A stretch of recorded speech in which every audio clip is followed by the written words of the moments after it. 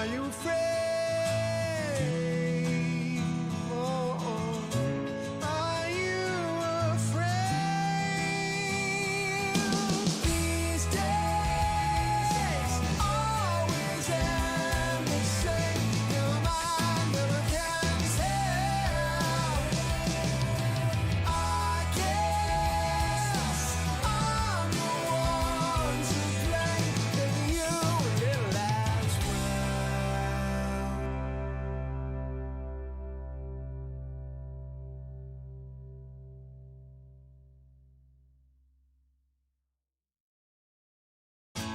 What do you see? What do you see when you are looking at yourself? Is it a friend? Is it a brand new start of the bitter end? I gotta say, I see a line for every mile of the road that I never went down.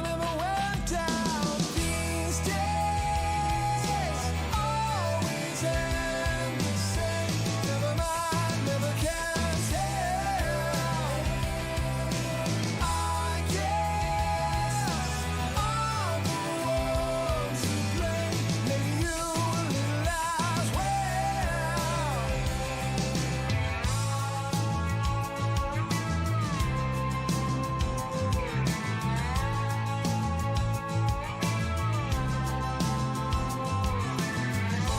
Are you afraid? Are you afraid of what it means to let go? I gotta say I'm still holding on. These days always end the same. Never mind, never can tell. I guess I'm the one to blame. Maybe you will as well.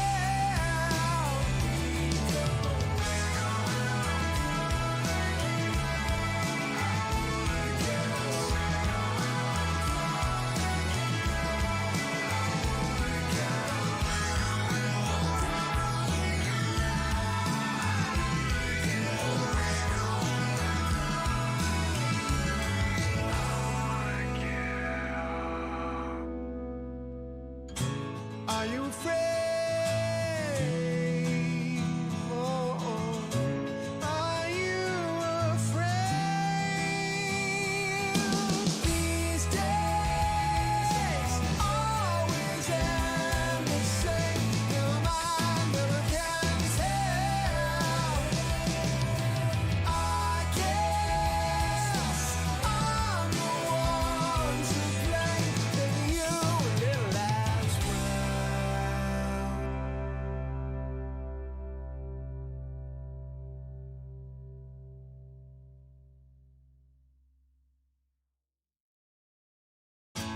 What do you see? What do you see when you are looking at yourself? Is it a friend? Is it a brand new start of the bitter end? I gotta say, I see a line for every mile of the road that I never went down. These days always end the same. Never mind, never can tell. I guess I'm the one to blame. Maybe you will as well.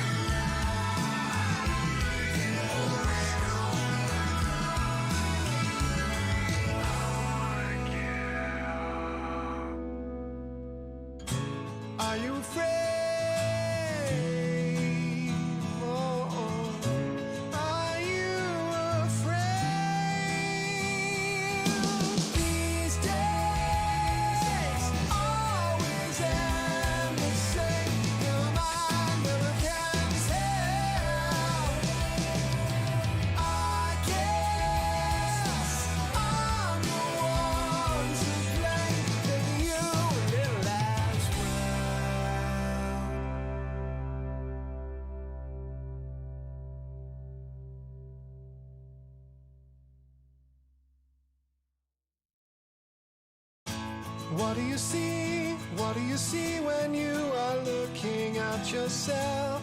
Is it a friend? Is it a brand new start of the bitter end? I gotta say, I see a line for every mile of the road that I never went down, I never went down. These days always end the same. Never mind, never can tell. I guess I'm the one to blame. Maybe you a little as well.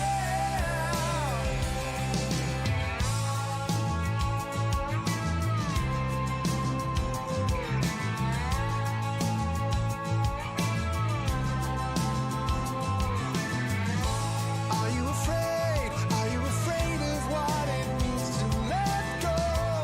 I gotta say I'm still holding on, holding on. These days always end the same. Never mind, never can tell. I guess I'm the one to blame. Maybe you a little as well.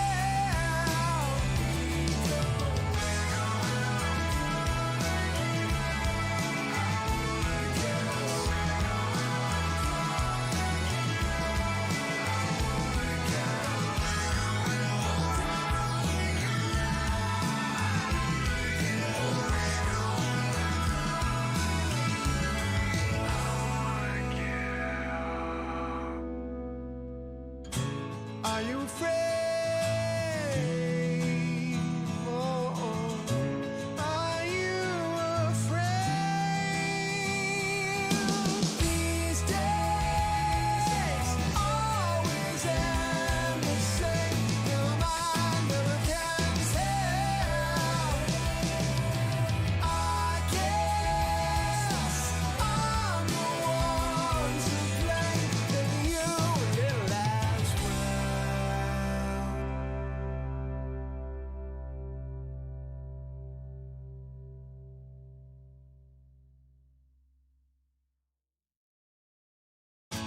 What do you see? What do you see when you are looking at yourself?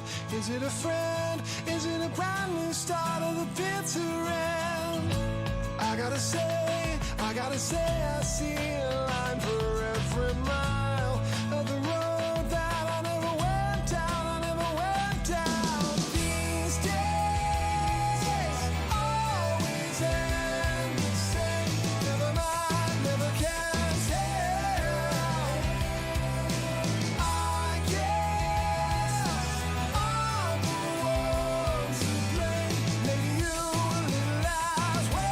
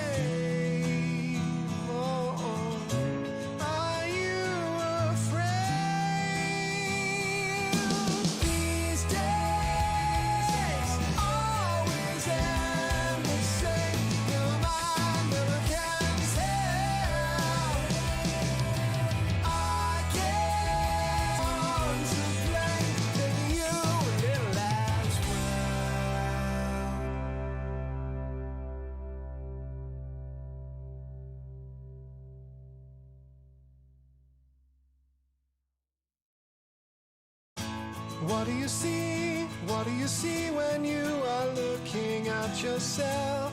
Is it a friend? Is it a brand new start of the bitter end? I gotta say, I see a line for every mile of the road that I never went down, I never went down. These days always end the same. Never mind, never can tell.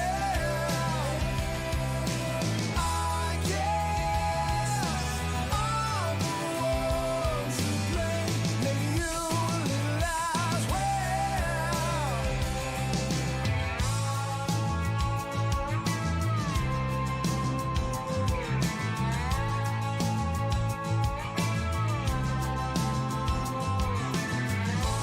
Are you afraid? Are you afraid of what it means to let go? I gotta say I'm still holding on, holding on. These days always end the same. Never mind, never can tell. I guess I'm the one to blame. Maybe you a little as well.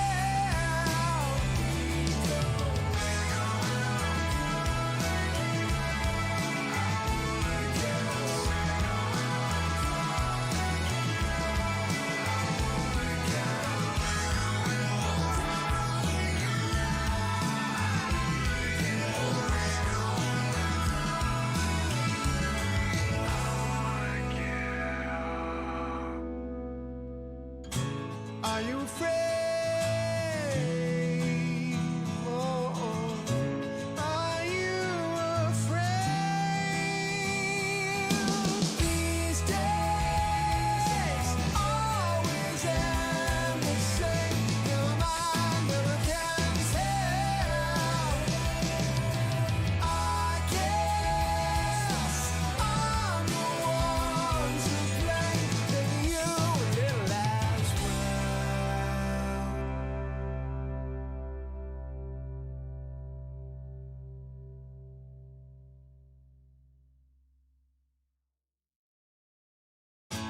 What do you see? What do you see when you are looking at yourself? Is it a friend? Is it a brand new start of the bitter end? I gotta say, I see a line for every mile of the road that I never went down, I never went down. These days always end the same. Never mind, never can tell. I guess I'm the one to blame. Maybe you a little as well.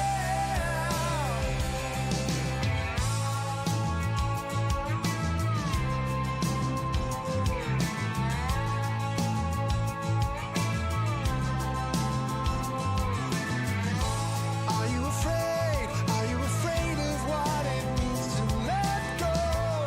I gotta say I'm still holding on, holding on. These days always end the same. Never mind, never can tell. I guess I'm the one to blame. Maybe you a little as well.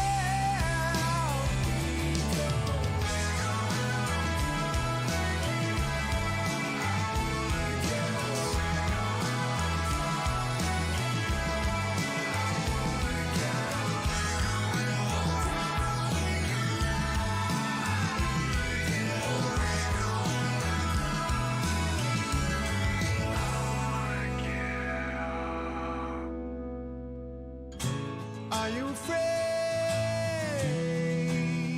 Oh, are you afraid? These days always end the same. Never mind, never can tell. I guess I'm the one to blame. Maybe you a little as well.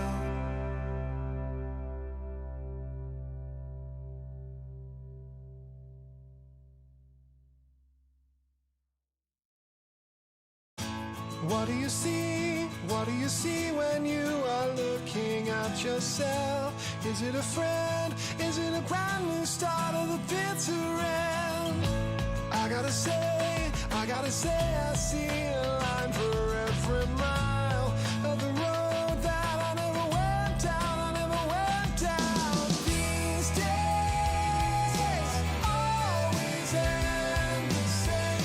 Never mind, never can tell. I guess I'm the one to blame. Maybe you a little as well.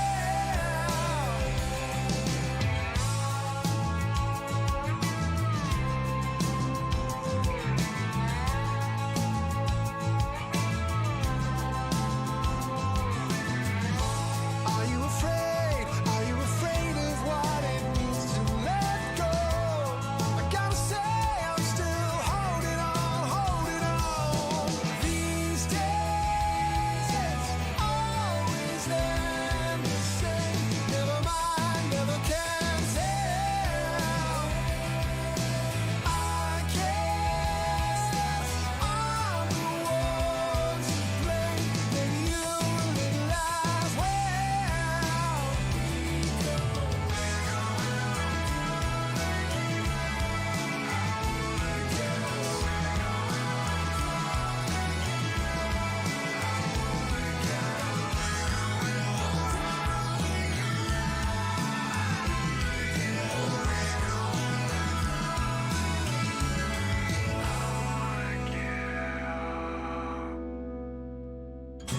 Are you afraid?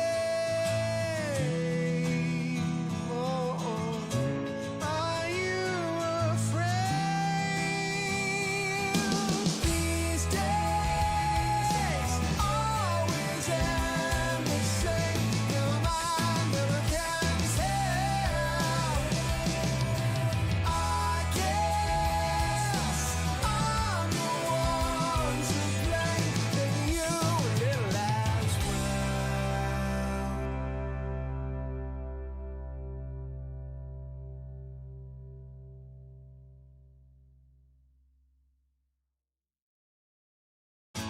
What do you see? What do you see when you are looking at yourself?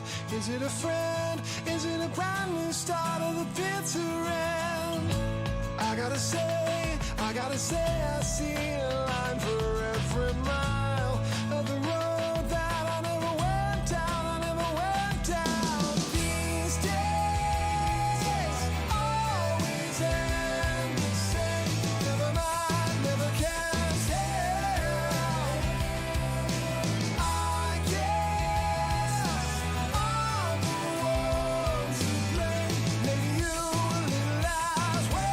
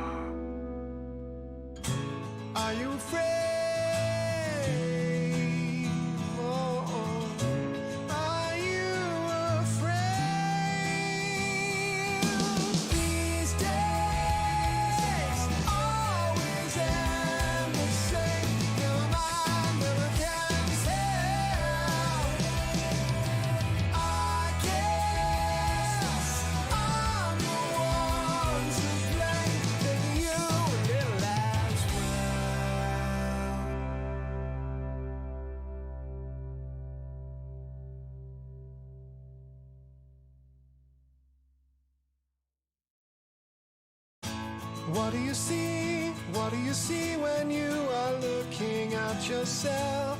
Is it a friend? Is it a brand new start of the bitter end? I gotta say, I see a line for every mile of the road that I never went down, I never went down. These days always end the same. Never mind, never can tell. I guess I'm the one to blame. Maybe you a little as well.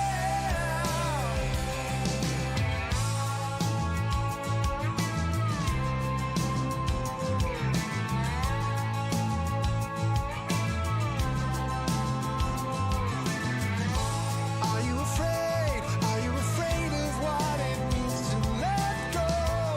I gotta say I'm still holding on, holding on. These days always end the same. Never mind, never can tell. I guess I'm the one to blame. Maybe you a little as well.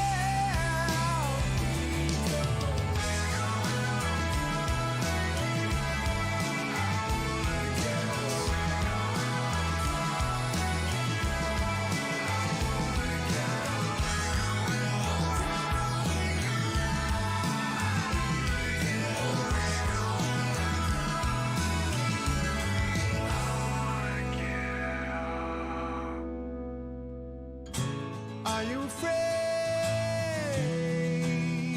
Oh, are you afraid? These days always end the same. Never mind, never can tell. I guess I'm the one to blame. Maybe you a little as well.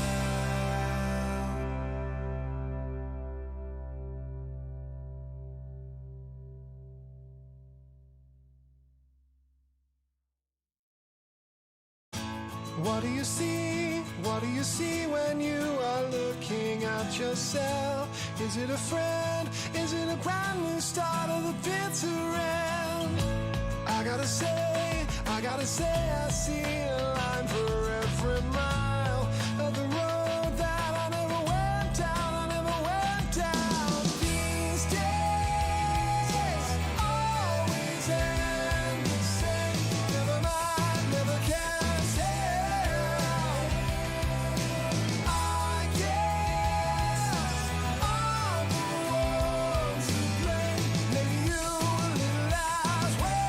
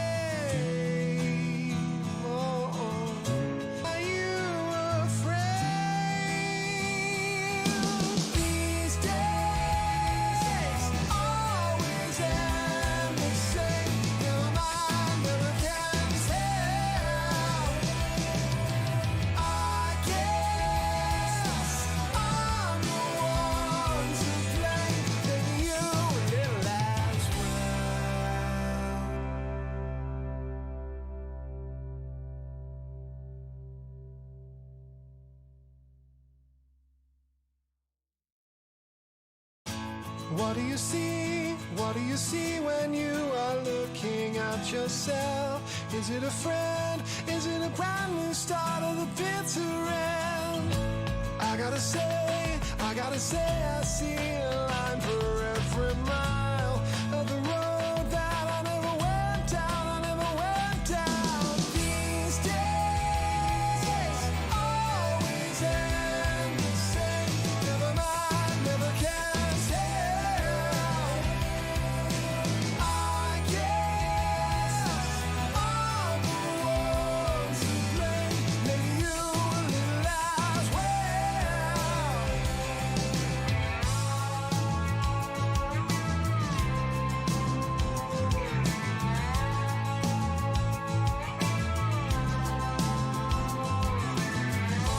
Are you afraid? Are you afraid of what it means to let go?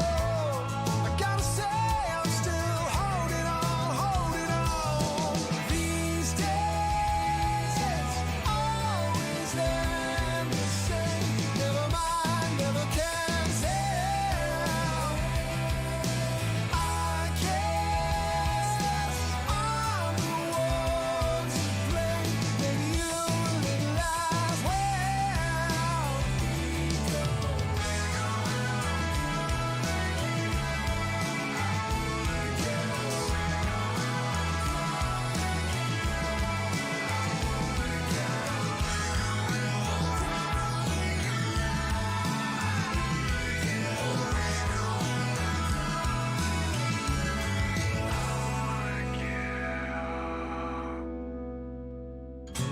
Are you afraid? Oh, are you afraid? These days always end the same. Never mind, never can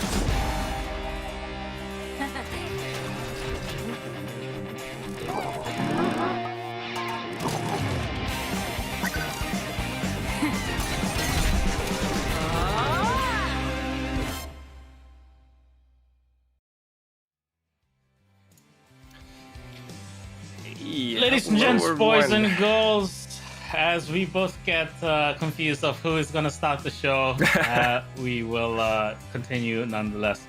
Processing for Community Rumble. It is the second cup of June. The month's game mode is, of course, none other than Hot Zone. Now, we have 4 teams, as always, who have qualified from yesterday's matches, and they're going to be Zigzor, ASD, Waffles Monster, and we have a return by Covalence. They're calling themselves Covalence Captors. ASD, though, almost a fully Flash team. We have Response, Scythe, Pretty much. Wiggly Spoo there as well, and Motiball, who is, I guess, one of the fillers for them compared to last week. So we're going to put up the new format on screen in case you don't know what you're tuning into or you don't know how it works, and that's going to be up very shortly. But as we look at it, $2,400 in prize pool per month, so that's $1,200 a week. And how it works is the top team on the Saturday walks away with $100, the second place team walks away with $50, and then the other 2 teams walk away with a qualification slot for the knockouts / finals on the Sunday, which is the next day. And then those 4 teams battle it out in a double elimination bracket for $1,100, which is split amongst the four of them: 550, 300, 150, and 50, or maybe it's 550, 300, 150, 100. But we'll be back with that verification. But yeah, we started way back in April with Brawl Ball, and now we will be going to Hot Zone, and it's been one heck of a ride, Quack. We've gone through all these game modes even before the new format, and of course we are now down to the last series, which is June. We don't know whether it's going to be extended, and that's still TBD. But we're going to go to the brackets now and show you what's happening today. So why don't you take us through that? Well, yeah, exactly like you said, Phil. Thank you very much. I mean, the four teams, of course, Zixor, Waffles, Monster, Covalence Captors, and ASD.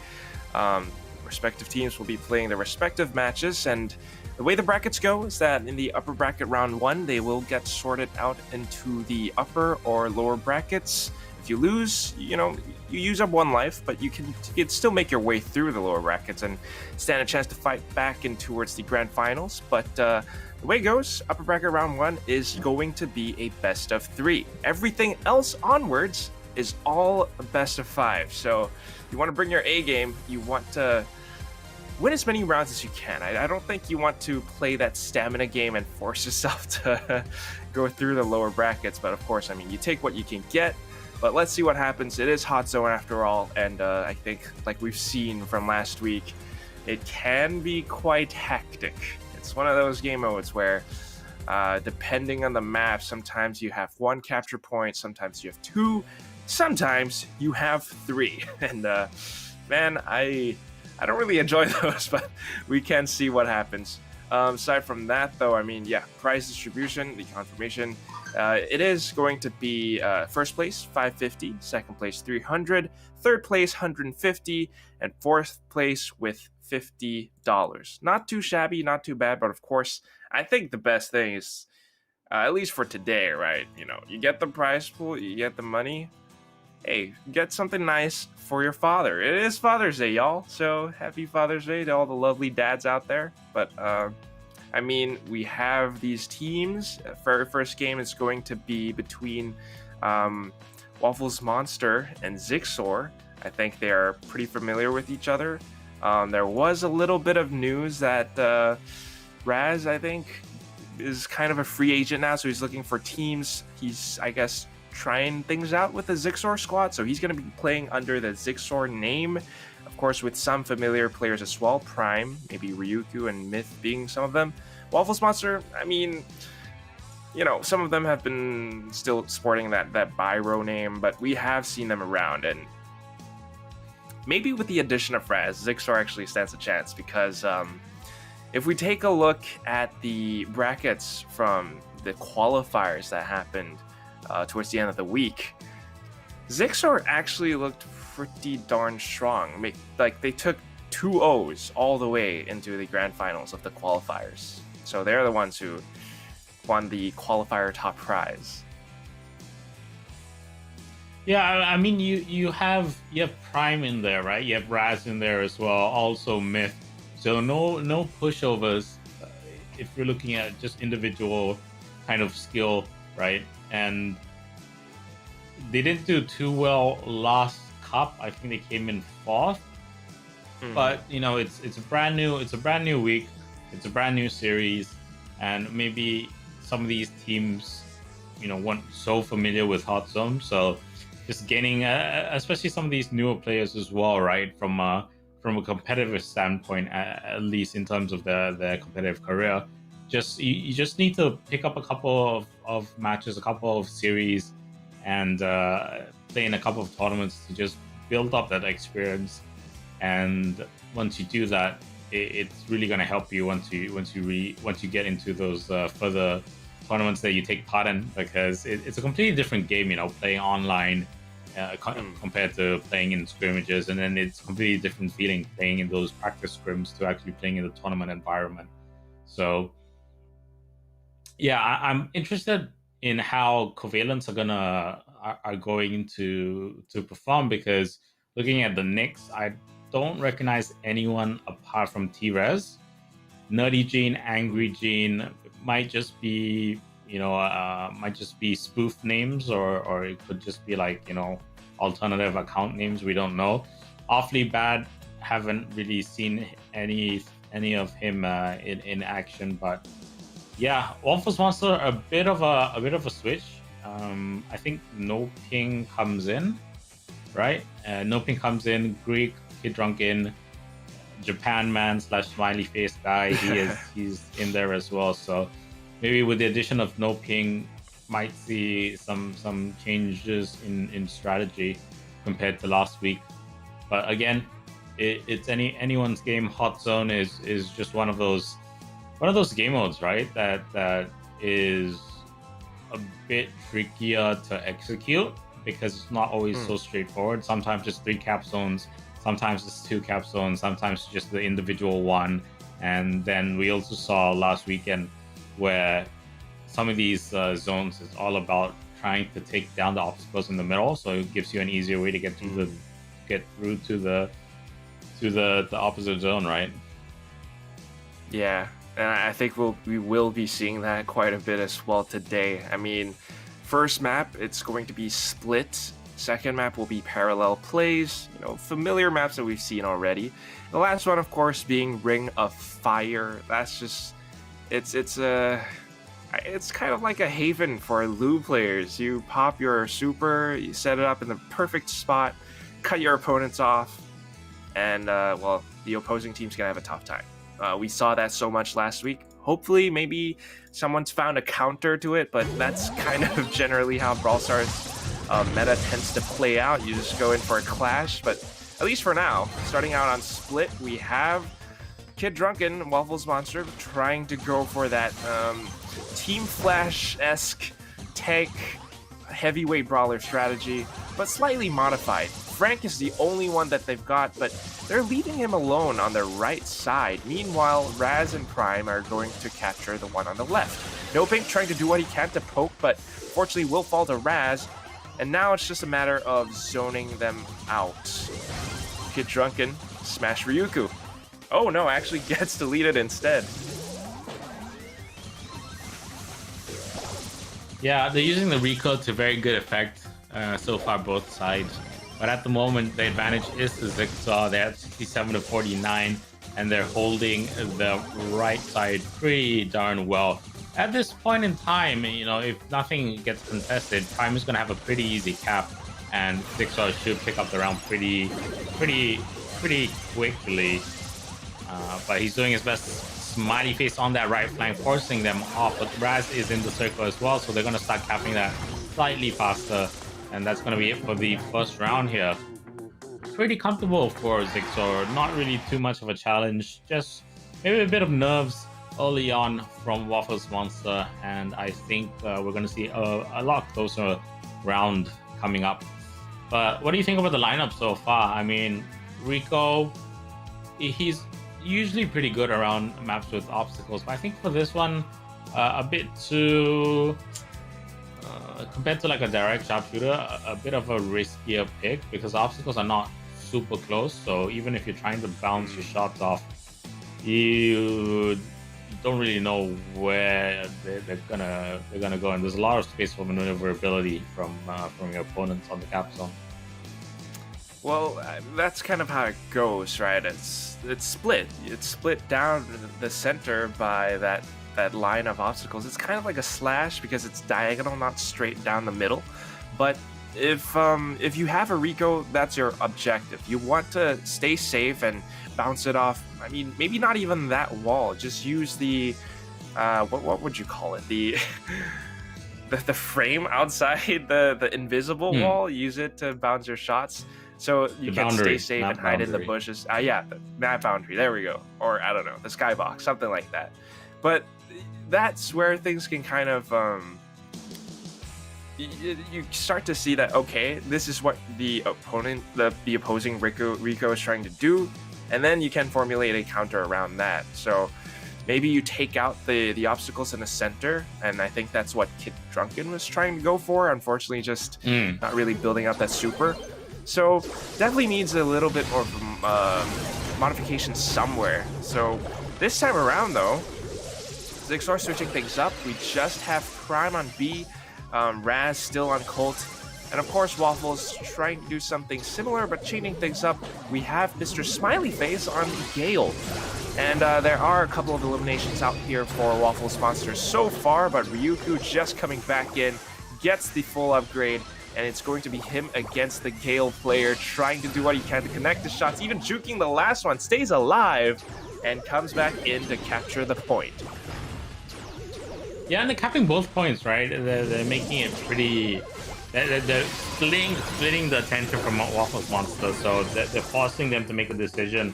And at the moment, it's paying off for Zigzor. Not too far away, the Waffles monster, only back by about 10-11% on the cap. So they're still in it. But Ryuku, remember, he is on max evolution at the moment so far. So every one of his hits does so much damage, almost taking a third of health off.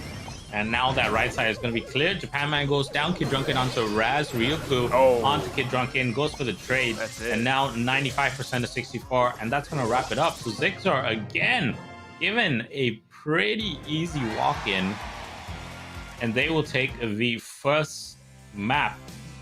So ahead to map number 2, and that was pretty quick. I mean, what could they have done better, do you think, in that game? And how do you think, as we come up to the next map, which is going to be none other than parallel plays, what do they need to change on parallel plays? Well, parallel plays, new map, you're going to have a completely new lineup, new strategy. At least for Split, what I can say is that I think maybe the Frank wasn't quite working out. Maybe the strategy that they had in mind is just not really working out the way that they wanted to. You can see that sometimes they just went in one by one, and once people start falling, the respawns don't really coordinate, and you don't really have that teamwork anymore. You're fighting fights 1v2, 1v3. Sometimes they take some of the players out, like Raz, the more squishy or slightly more fragile brawlers. They get taken out more easily, especially with B being relatively on low HP. But Ryuku really stepped up to the plate. I mean, just knowing how to minimize exposure the way that he wasn't always out in the open taking shots, and in fact he was hiding at the back, and the only times that he was taking those duels was when he knew that he could win. He teleports in and he forces them to challenge him, and once he gets the shots connected, he takes them down, gets full control over the map. There's nothing much that they could do. So moving on to parallel plays, this is a map where you have the capture zones or points, towards your own spawn, where we have seen this before last week, and I think kind of the strategy that worked out the best for Team Flash, at least, was to go out with the aggression, something that we saw from players like Response a lot. You forced your team to go in with a split push, maybe leave one or two capturing the one that the capture zone that's closer to your spawn, and then you have one guy to roam up front and create some kind of distraction, some kind of disruption, so that your opponents aren't just sitting comfortably. So a lot of sharpshooters, perhaps. We have Raz up on Gene, and I believe that's one of his signature brawlers as well. But I mean, so far, both sides seem to be banking on that Colonel Ruff star power to build up on their, their rushers' health pool. Look at Prime, he's up to 5,000, 5,002 now. But it's not a permanent boost, right? It's just a temporary until you die. Temporary boost in health. Oh, it's not until you die. Okay, so if you regen, you will regen that additional health pool.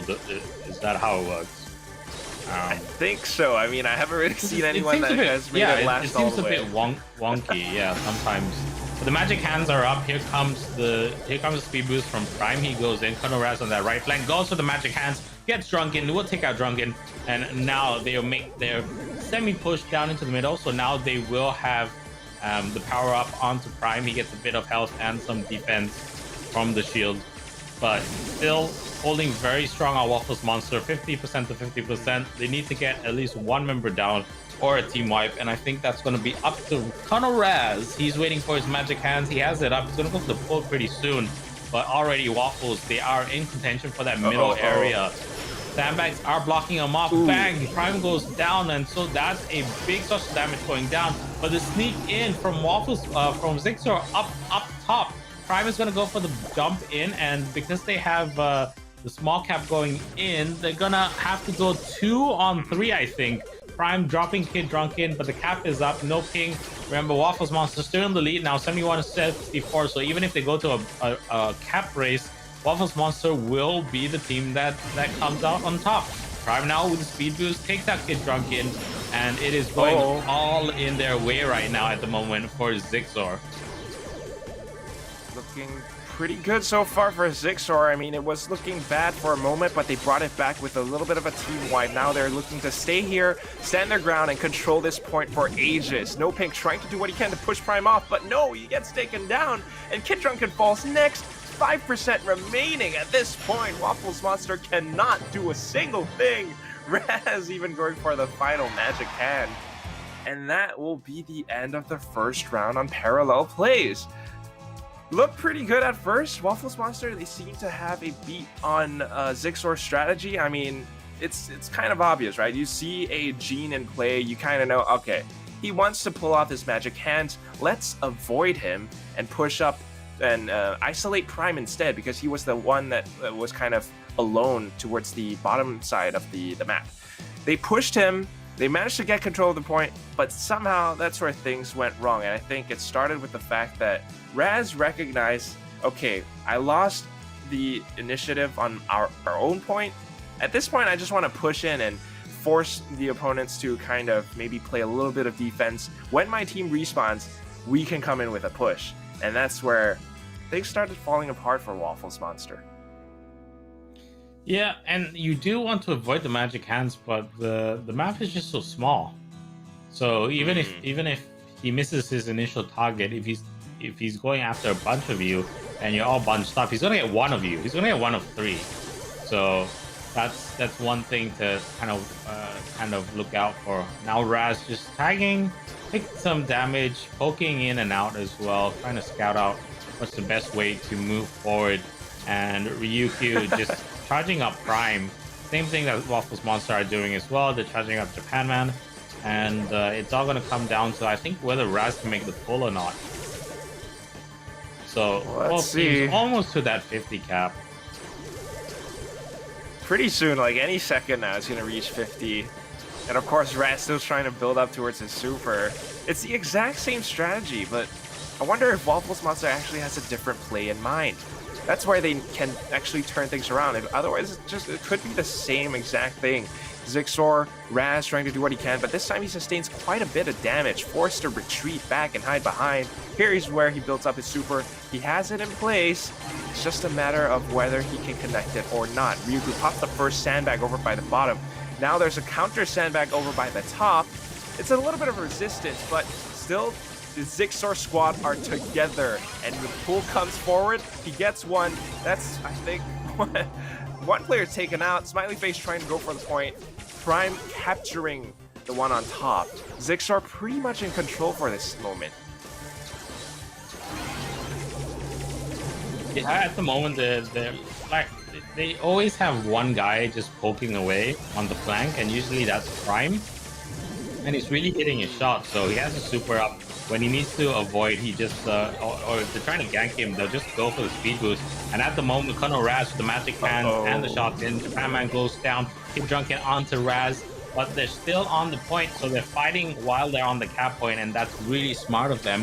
Bringing up to 85 to 53, and now speed boost from Prime, dodges 1, dodges 2 bursts from No Ping and Japan Man. Ryukyu just staying alive somehow. Raz will go down, but not before he takes out one of the opponents in the form of No Ping, and they finally clear him off the point to Waffles Monster, 89% to 53. as they go in for the setup. But again, Raz already on that right flank, getting onto the point. Drunken, Japan Man taking out Raz, and Prime will finish off Japan Man as well as Noping, and that's going to be the game. That's going to be the round, and that's going to be match points. And Zixor will secure the second map pretty easily as well. I think that was it. So that's it. Like Waffles Monster, once again, like last weekend, they are dropped to the lower bracket. And I mean, what else is there to say? Just better firepower from Zixor at the end of the day. MVP is Prime, I have to say. I mean, just the way that, he might have been isolated. He might have been alone on the top, trying to capture the point. His teammates were dead. But the way that he stayed alive and played it around the obstacle, that little Z-shaped block, he knows how to use his dash. He knows how to use his speed boost. And he's able to juke around the shots so well that he stays alive long enough first for his team to respawn, but also to continue capping the point. And it's plays like that that really stand out. I mean, you can kind of see that at the same time, this is also kind of where Waffles' strategy didn't really work out. You have Colonel Ruff. That's like already 1/3 of your roster. You have a Max, and you want that to be your rusher, right? Your third one, that's where you fill things up. And of course, Raz, he loves to play Gene. It's his like Twitter profile banner. He goes with it. And for Waffles Monster, they went with Bell instead. Sharpshooter. Unless you can connect your shots, unless you can really take out someone like Prime, it doesn't really work out. I mean, you need to make your shots count, and the DPS just wasn't quite there. Prime stayed alive really well, and of course, that's how the game plays. So Zixor takes it, and Waffles Monster to the lower bracket, but that's only the first game of the day. So far, Zixor looking pretty good, but how will they stack up against a team like ASD, which is pretty much partially Team Flash? That will be seen after the break, guys, so don't go away. We'll be right back with the next game of the upper brackets.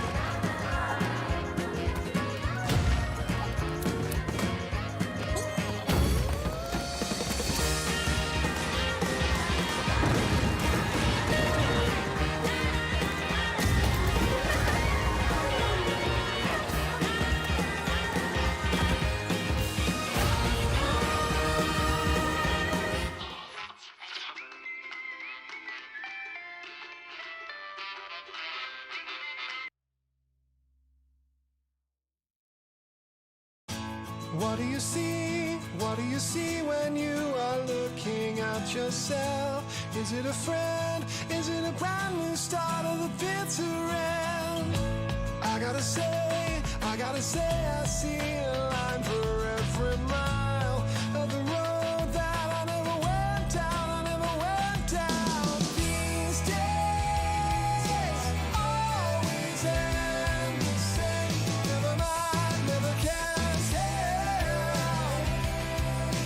I guess I'm the one to blame. Maybe you a little as well.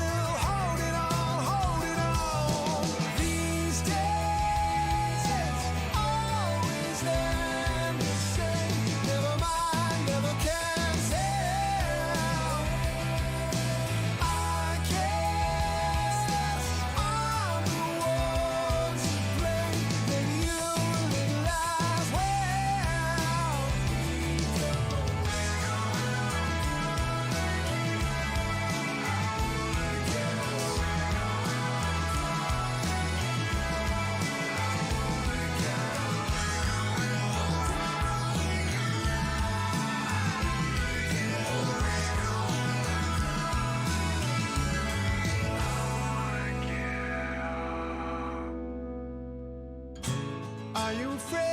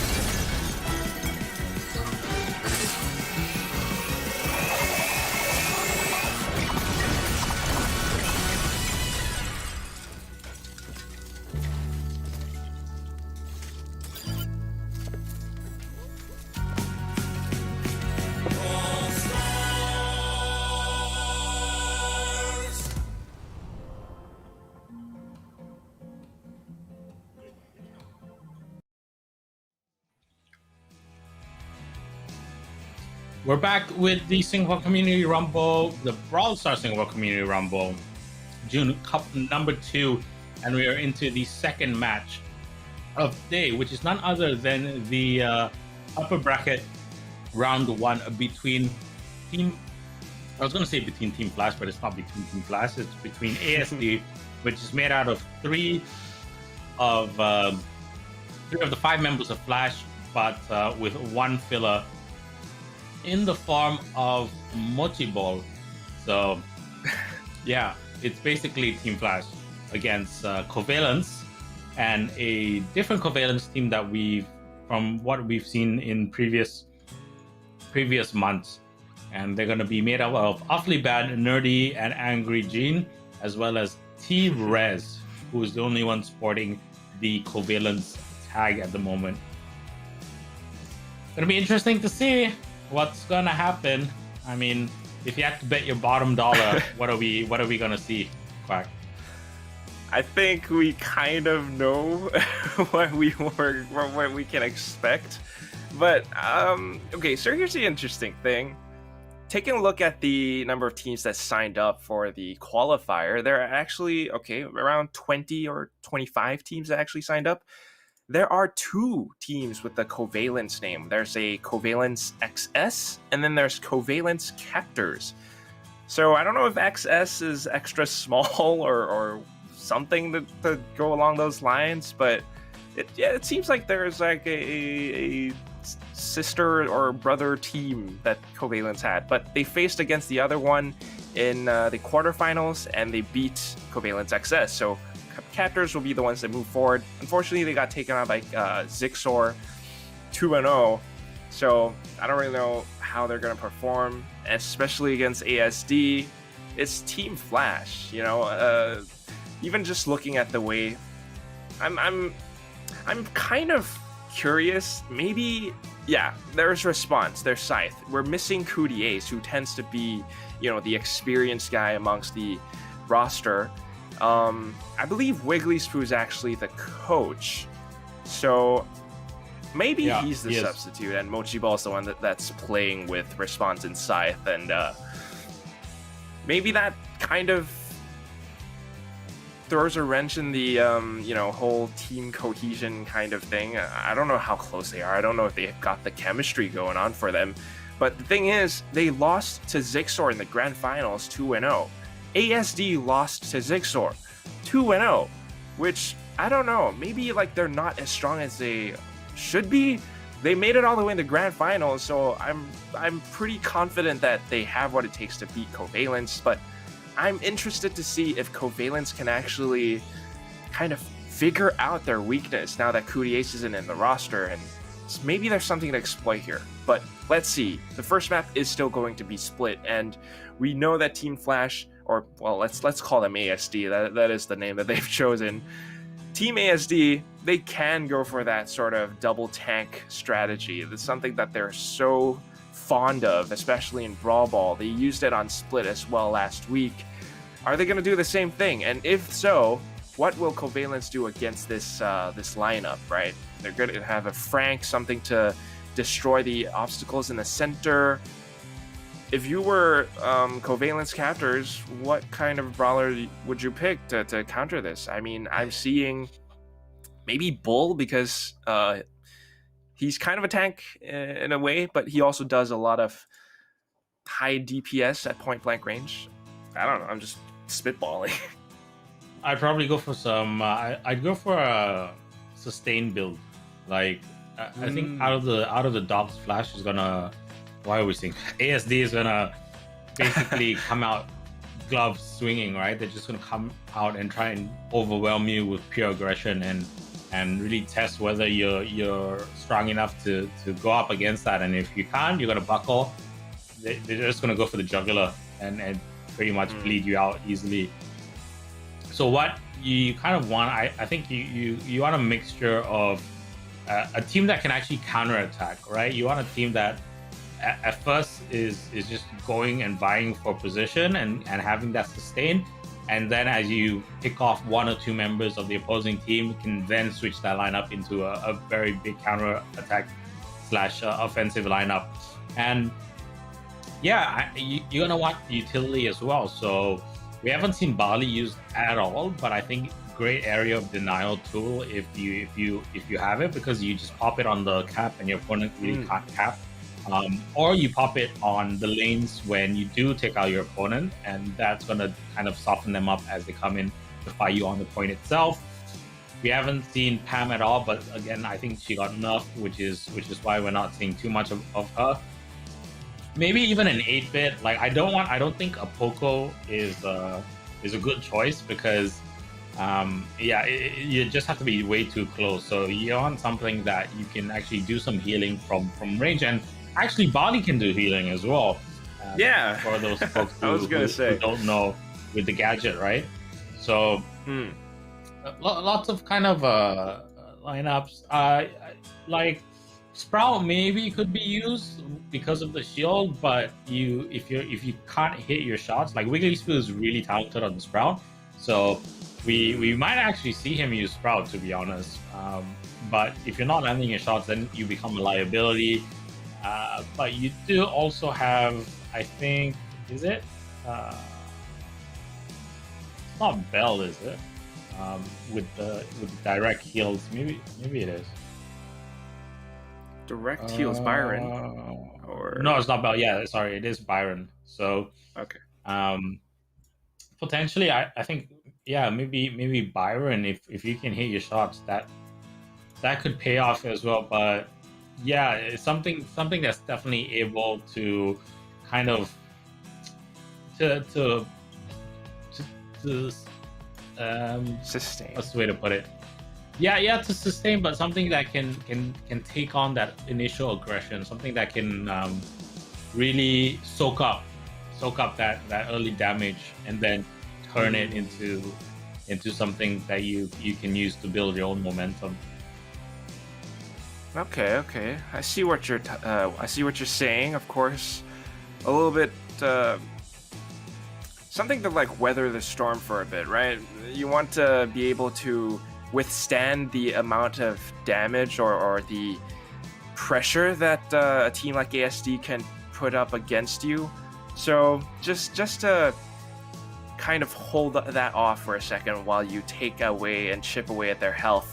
But that still remains to be seen. I think the players are taking a while to get ready. So in the meantime, this is still the Brawl Stars Singapore Community Rumble. But hey, we haven't mentioned this yet. Of course, kind of is the last day for the entire Brawl Stars Singapore Community Rumble.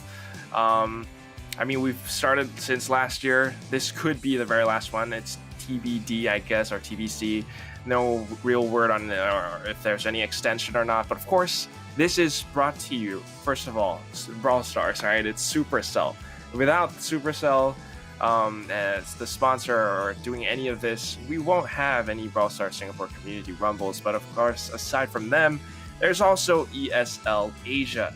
And ESL Asia, they are the ones producing this. They are the ones streaming and then hosting all of it as well, doing these social media tweets and posts on Facebook, on Twitter. I mean, it's awesome, but here's the thing. Even though the Brawl Stars Singapore Community Rumble may be ending, I guess, there is still the ESL Mobile Open. I mean, this one, I guess, maybe it's not going to hang around for much, but the ESL Mobile Open has Brawl Stars tournaments there as well. So if you are still looking to compete, especially up against teams like Team Flash or other teams around the Asia Pacific region, this is where you want to be, right? To really test your mettle, go up against the best of the best.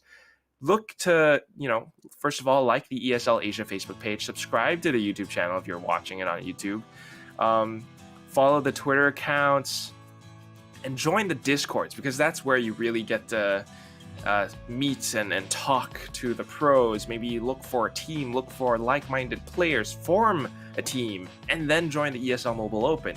And of course, that's where you can start to really compete and maybe have a lot more fun playing competitive Brawl Stars. Indeed. So, just because the Brawl Stars Community Rumble is, I don't want to lose hope that it's not going to continue, right? Maybe it's just on pause while they, try and focus on the mobile open. So anything is possible, but yeah, that's just a side avenue. If you want to join in the ESL mobile open, you can definitely do so. Or you can go one step further and start your own community tournaments, start your own kind of weekly cups, and use that as a way of just honing your skills and gaining more experience so that you can then take part in these higher skill tournaments as well and not get wrecked, essentially. But yeah, we're just waiting for the players to enter in and ready up, and we will go into upper bracket again. It's going to be Covalence against ASD. I mean, ASD, like, how much effort do you need to come up with a name like that? It's right below QWE, so you just ASD, and there you go. That's our team name. There's no team logo either, so it works. I don't want to rag on them too much for that, but I mean, I do see them in the chat as well. I mean, first of all, Raz was saying hi, the very first one. Back to the old days of YouTube, if people still commented first. But following that, Wiggly Spoo is in the chat also. Prime is in the chat. Some other guys as well, girls also, or even, I mean, maybe you want to give a few shout outs, Phil? Luke Nat, Jason Grace, Drago Brawls, Jung Lin, Jolene Yo. Like, yeah, some familiar names, but some, I guess, maybe new ones as well. I'm not too sure. I mean, everyone's starting to wake up. There's about 16 people on the stream right now at the moment, but I think we're definitely going to see more people come on as the day starts to get later and later. Gamers aren't the best at early morning wake ups, so probably after lunch, everyone's going to start to pile in. But for the moment, yeah, Raz, Christopher, Luke, like you said, Jason's in, Jolene's in as well. We got Prime, Bear, Drago, Dead Redemption just joined as well from BS, and Zeng Lin is on stream as well. Slowly but surely getting there. And yeah, I mean, joining in later, viewing in later isn't too much of a disadvantage, because we're going to be into the latter stages of the competition, which means hopefully closer matches or more intense kind of matches to be seen. So it's a win-win. It is a win-win, as it were. I mean, you want to play, you want to watch, but even if you join a little bit later, it's all good. It's all okay. It's Brawl Stars. I mean, yeah, sometimes it's, I guess, strategy, sometimes it's mechanics, but sometimes, let's be honest, a little bit of luck comes into play, right? I mean, happen to push towards the left or push towards the right, and then someone on the opposite side does something different, and things just clash. It's Brawl Stars. You turn it into a brawl, and that's perhaps something that we could expect on the map split as well. I mean, we've seen the layout. You recognize the bushes. Of course, watching how Zixor played against Waffles Monster, the way that they took out the Frank was to have a Rico to poke at him from afar. Sometimes you would have Ryuku on the Surge to teleport in and out. That could be something that Covalents are trying to pull off. I'm not particularly sure, but of course, I would like to see a strategy that is well thought out, something similar to what you mentioned earlier, and that is to have a little bit of sustainability, right? Having heals, maybe Barley, maybe not Poco, maybe Byron, I'm not too sure, but still, we're waiting on the players. Yeah, I kind of don't know what's going on at the moment, but still waiting. So we're getting on word. Them. Yeah. Yeah, Bit just of, morning blues from Morning ASD. So now starting to pile in slowly but surely. So we're slowly getting there. I mean, it's Sunday. It's Sunday. Sometimes you want to sleep in. It's, the weekends. But of course, I mean, I think you want to get up early. It's Father's Day. Go and hug your dad or something. There was that little Brawl Stars S-Gag collaboration, whereby they played with some of the, I guess you would call them influencers or video producers or content creators from the S-Gag team.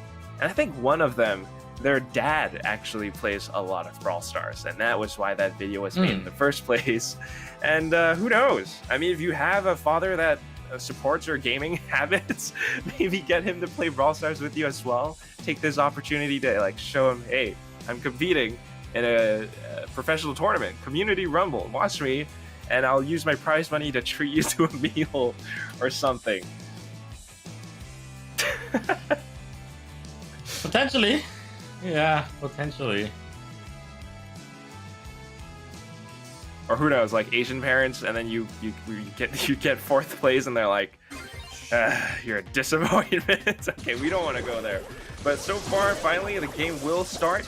It seems like both sides going for the, I guess, sharpshooter strategy. You have the Surge, you have the Colts, you have the Bees as well. And so far, it's ASD winning out in these duels. They have control over the capture point on the right side. Wiggly Spoo and Scythe trying to build it up. We're at 30 to about 20% right now. And Awfully is trying to do his best to take Mochi Ball out. He will eliminate him and try to build it back up on the left side. But just as I say that, Scythe comes back in to take him out. And Covalents are just streaming in one by one. They're trying to hold their ground, but look at how T-Raz is playing. He's going to fall, and that's a tough spot. Yeah, it's really rough right there, but they're coming in. T-Raz goes for the teleport, going for Wiggly Spoo. Wiggly Spoo right at the exact same moment though puts on the sandbags, and that's going to help him to stay alive. So really smart play from him. Scythe onto T-Raz, he goes down, and Scythe is going to level up once again, already on three chevrons.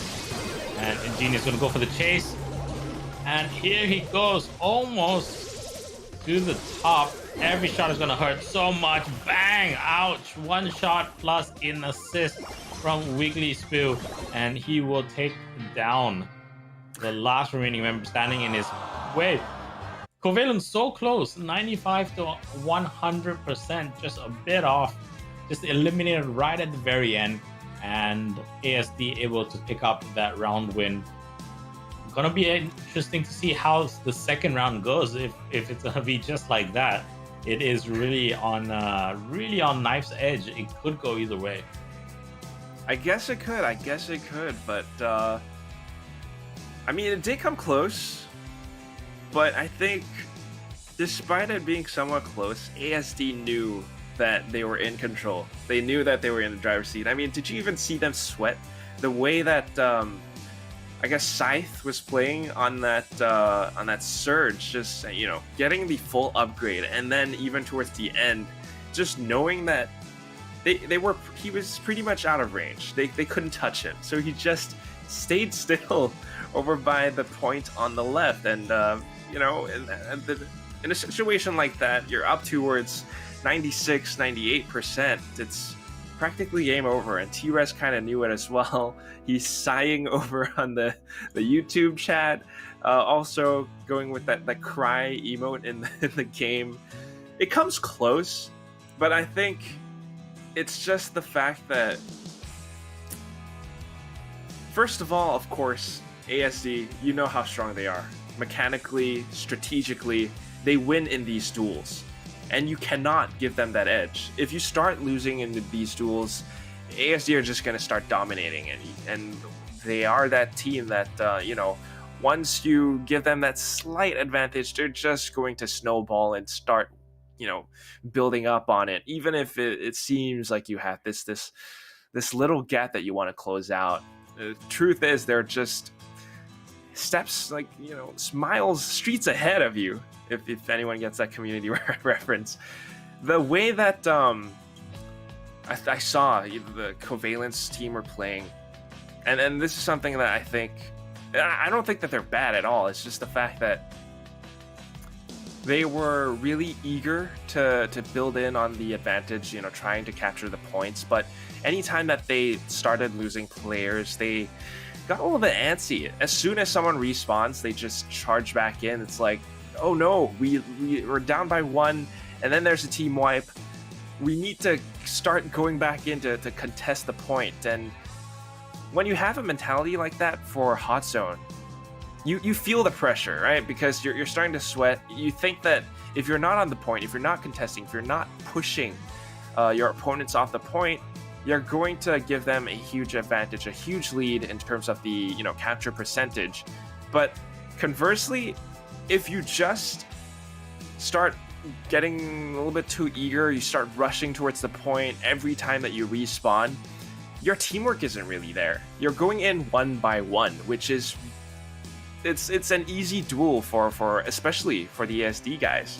So not the best thing, and I think going for an all-out brawl where you have the exact same brawlers is something that can be quite tough. You need something that counters what ASD wants to pull off, and now Mochi Ball even playing Carl, they already have a double kill right off the bat. This is not looking too good, but let's see what Angry Gene can do now that he is happy on the B. Well, the power-up's down and a sandbag, so T-Res going up against the spawns. Kind of rough versus kind of rough. And at the end point of it, Response will get the better of him. Mochiball with the spin on the second cap point, and somehow Covalence off to a really terrible start. But off the bat is hitting his shots. T-Res finally coming in, and so now they're going to go for the double cap. ASD needs to get back up, and I think they need Mochiball's super up, but he's getting eliminated left, right, and center. So a bit of a comeback from Covalence right now, Quack. Yeah, not bad. I mean, look at that. They're even suppressing fire, trying to keep Scythe on his toes, but as soon as he goes in with the teleport, it's a little bit of a left flank, and Awfully Bad is having a tough time trying to contest that spot. And of course, this is now Response just staking his claim to the point on the left, and one more touch and he gets it. 100 to 76, and ASD closes out the first map 2-0. Came close again. It seemed like, Covalence were starting to come back a little bit, but once you have that huge lead, they were already up by 80% as soon as the game started, and a little bit of a double kill. I think Covalence were starting to come back because they started to work together as a team, right? They're going for the split cap, even trying to keep Scythe stuck behind that one little wall towards the mid game. But yeah, they were just they must have been anticipating it, but they weren't able to react in time. They saw the teleport, but the shots didn't connect. And since they weren't able to take down Scythe, they weren't able to defend, they weren't able to take down the remaining players from ASD as well. And of course, once that happens, 20% remaining, ASD are just going to capture the rest. And of course, Split is gone, but we still have parallel plays. So let's see, maybe this is where Covalence can actually make their comeback. Yeah, potentially. It's very possible. And I think it's just like positioning, right? Is what really was to their detriment in that previous round. Just putting it into position, and just I think ASC just with the battle kind of rough, using the sandbags really well, and he was getting them up very quickly as well. So when they got the team wipe and only the B was up, he'd put his sandbags towards that side so he couldn't get sniped. And then when the team respawns, he puts it down at the bottom of the circle, so they can't really take him out from the bottom as well. And the distance for the B attack is, if you're right on the very edge of the right circle, it doesn't quite hit that left side. It's like a bit short. So they also knew that the B couldn't really do that much of a couldn't be that much of an impact, even if he's just guarding that cap, because he just doesn't have that range. So yeah. Wow. Yeah, I never quite thought of it that way. Well, you're absolutely right. Chrono Ruff. The sandbags are they can be such a versatile gadget. You know, the way that you can use it to body block, you can use it to defend, you can even use it to stall for time and ensure that your opponents, they aren't going to have such an easy path towards the capture point. And I guess that is why he is part of the meta, especially for Split. But for parallel plays also, I mean, we kept seeing teams go for that star power, build up on your health, and then you go in for the push. But remembering what we saw from Team Flash last week, I don't think that that's what they'll do. I mean, maybe they'll try it out for a couple of times, but they won't completely rest on their laurels. They won't completely bank on that one strategy alone. Maybe, yeah, Colonel Ruff plus a max player, let's build up the health, but they'll have one more to push up towards the right side or maybe the left, somewhere where the bushes are, and then go in for a sneak attack. Something like that is what I would expect from ASD.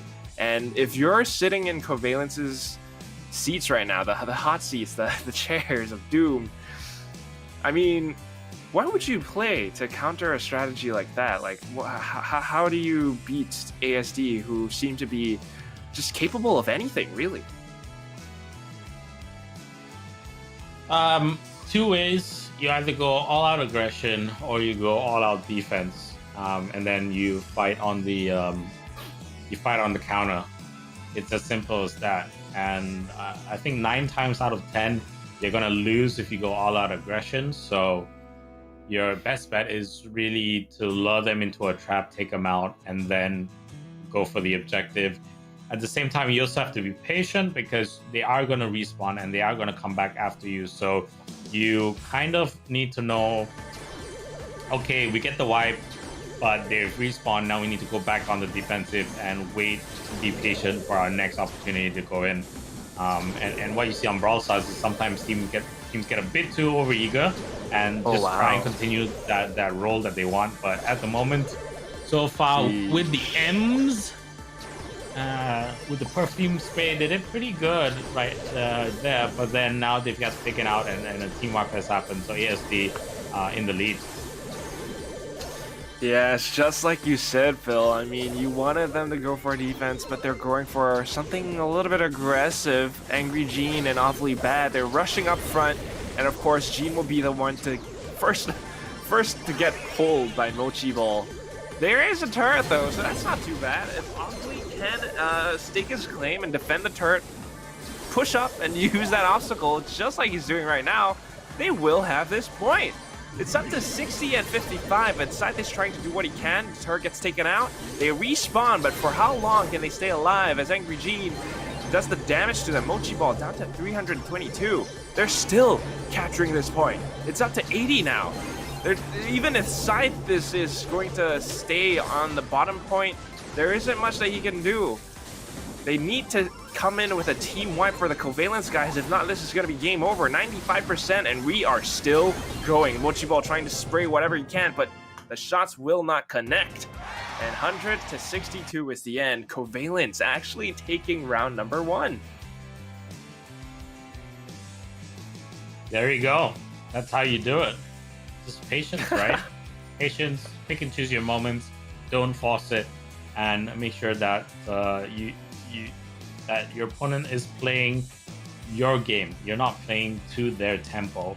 And if you can set that up, you know, you will slowly but surely you will pick up the victory. You know, it might not be as quick as you want, but that's just how it goes. Sometimes, you know, if you're in football, like now in the Euros, if you're an underdog team, maybe kind of like Hungary, as they I think they drew recently with France 1-1, if I'm not wrong.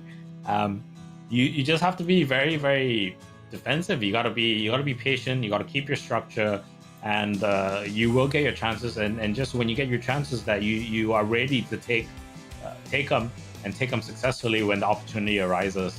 And that's exactly what Covalence were able to do in that round. It's, I mean, kind of exactly like what you said, but also I guess maybe if you want to go a little bit philosophical, Art of War, Sun Tzu a little bit, he will win who knows when to fight and when not to fight. Pick your battles, basically. So that's kind of what Covalence did. I mean, they were really aggressive at the start. They might have lost 2 players early on, but as soon as the respawn came back in, ASD, they tried to seize the initiative, but I mean, the defense was there. And once all 3 were back on the board, they knew exactly when and where they could and could not push. And that's exactly what Gene is doing right now. Look at how he's controlling space with this perfume sprays. Mochi Ball pretty much forced to push down, and he actually takes out the Jesse player. Oh my god, awfully bad. Getting taken out, that's gonna hurt. This is ASD coming in with a big lead, up by about 10, maybe 20%. T-Rez trying to do what he can to take and flush Response out. The shots will bounce, and that is what Response is trying to look out for. Oh, turret goes in. This could be Rez getting deleted. Okay, makes it a trade, not too bad, but Mochi Ball is still quite a fierce contender for this 1 point. And meanwhile, ASD up towards 77%. How can Covalence captors come back from this?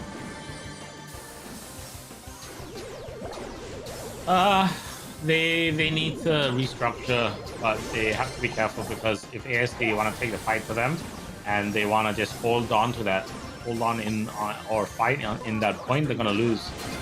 And even T-Rez is like, what do we have to do to hold them off? And the only way they're gonna be able to pick them off is to go for that team wipe. And now it's looking very unlikely. ASD 3 members on the point.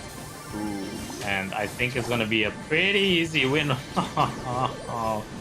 The pull once again doing its job. Sustain is there. T-Rez with the care package will pick up 1, but it's too late. They're fighting on the point, and ASD will pick up that round. So if you let it go, that's it. Covalence is just gonna. They're just not going to be able to get back into position once ASD overwhelm them. That's the thing about Hot Zone, right? Like, every second counts. Every tick, every little moment on the battlefield. You start losing, maybe it's a really early double kill, maybe it's a team wipe, and then you got 3 members all of a sudden staring you down, and they are on your capture point, and there is not much that you can do to come back in that moment. And you just kind of know that the game is over. But, I mean, respect to the Covalence captors, guys. They still kept trying. They still kept firing bullets and trying to deal some damage to the ASD players. And that's what I want to see. You know, sportsmanship, right? Coming into games like these. So maybe it is 1-1 right now. Maybe it is match point and even game point, I guess, for Covalence captors. They lose this, they get sent to the lowest bracket, and they have to play against Waffles Monster. Perhaps, but I still believe in them. I think they have what it takes showing that just the way that they played on the first round, if they do the same thing, right? Maybe same strategy, maybe same brawler lineup, just knowing when and where exactly you need to fight. Not blind aggression, just rushing in towards the top. Use your perfume sprays, control the space, force them to, walk in towards the Jesse bullets, where you can build up towards supers that can, I guess, essentially change the game. And I mean, if you think about it, you set up a turret and you kind of force them to deal with the turret while you push up towards the ASD capture point. Maybe that's something that they need to do, but so far, it just seems like ASD are doing such a darn good job of zoning out awfully bad. Look at it. I mean, he's down to 2,000 points of health. He's trying to stay alive. They're trying to go for the split push, but ooh, magic hands, and he's gone. Angry Gene trying to force them back, while T-Rez tries to defend against response, and now the incoming onslaught of 3 members staring down the barrel. Covalence captors now kind of towards the back seat. They need this win, and they're trying, but they look kind of pinned down, if I'm to be honest. Yeah, it's hard. They're gonna try and go for the ninja to kind of pull some pressure off, but ASD are not gonna fall for it because they're already in the lead and they're in a significant lead, so they know that they don't have to. And if it goes to a cap race, they're gonna win anyways. But 2 players down, response to the last one standing. He is still a thorn in the side of Covalence because unless they take him out, Covalence can't really focus on a cap. And as we say that, the whole team gets wiped, and ASD gonna walk in, and they're gonna take the match by picking up the second round pretty. Oh well, they might make me eat my words because 66 to 96, they go for a team wipe. Response goes down, but it's I don't see this working out because now it's to a point where even if they go for the cap, like they need all 3 players up to keep ASD away from it. And exactly case, right. I think time is gonna run out, right? If they keep trying to do that. So yeah, it's gonna be over. That's gonna be. That has to be it. Look at how hard they're trying, though. I love it. They're still playing defense. T-Rex giving everything that he's got. The turrets are in. They're trying to connect their shots. Scythe just walks right over and picks up the final 2 ticks.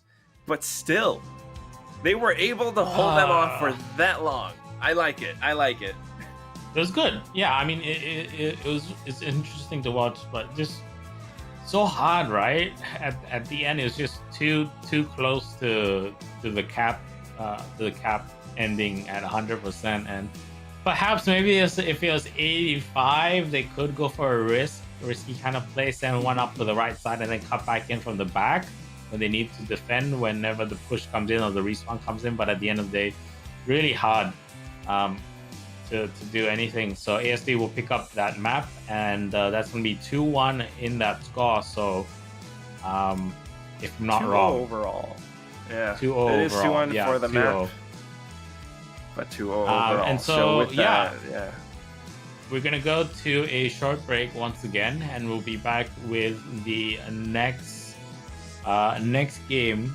I can't remember whether it's the upper bracket. I think it is still the upper bracket, if I'm not wrong. And if it is the upper bracket, then it's going to be Zigzag versus ASD. If it's not, then we'll go to the lower bracket, and that will be between Zigzag. No, that will be between Waffles Monster and Covalence. So it's going to be one of either map, but we're going to go to a short break, and we'll be back with more Brawl Stars action.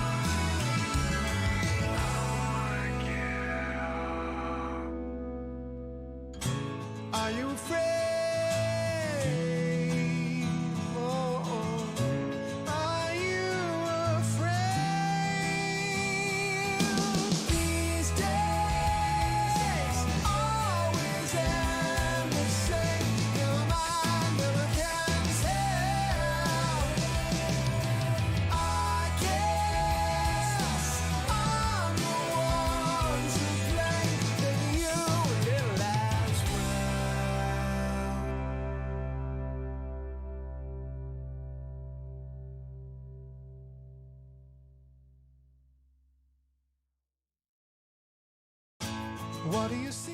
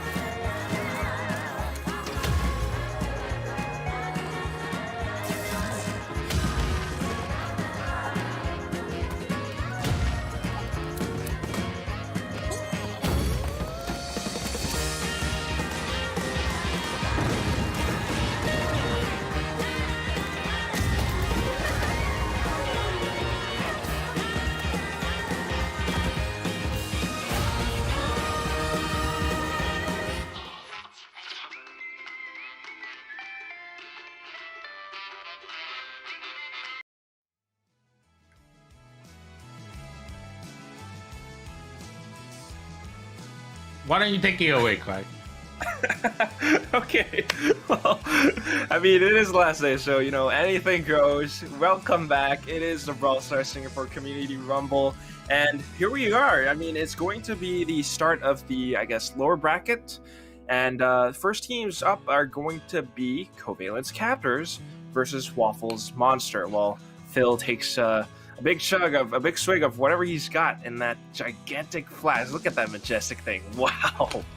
What you got there, As Phil? Ronaldo would see from from the recent controversial Euro press conference where he takes the 2 bottles of Coke, put it across, The Coke. and says, "Don't drink this, drink agua." So Wait, that's water. what's in exactly. Water, agua is in this container. Fantastic. I love it. Yeah. Ronaldo. But I mean, we're going to go take a look at the brackets for a quick second. We just saw the upper brackets, I guess, Yes. round 1, if you want to call it that. The just the sorting hat. I love to call it the sorting hat. So it's going to be Zigzor taking a 2-0 over Waffles Monster, ASD taking 2-0 over Covalence Captors, which means Zigzor and ASD going to get sorted up into the upper bracket final, while Waffles Monster and Covalence Captors, get sorted into the lower brackets round 3, where they will play off against each other. Loser gets eliminated out of this tournament, unfortunately. But, I mean, not to worry, of course, the next one will move up forward into the lower bracket final, and whoever loses the upper bracket final, they'll be able to play for one more chance in the lower bracket final, and then that moves us forward in towards the grand final. So let's see what happens. For now, lower bracket round 3, first map will be Dueling Beetles. One big capture point. I think we've seen this one. It's kind of the this little rectangle, little box towards the opposite ends of the capture point, and generally we've seen teams either play using that or just completely eliminating that right off the get-go. Maybe even have some throwers into play here and there occasionally.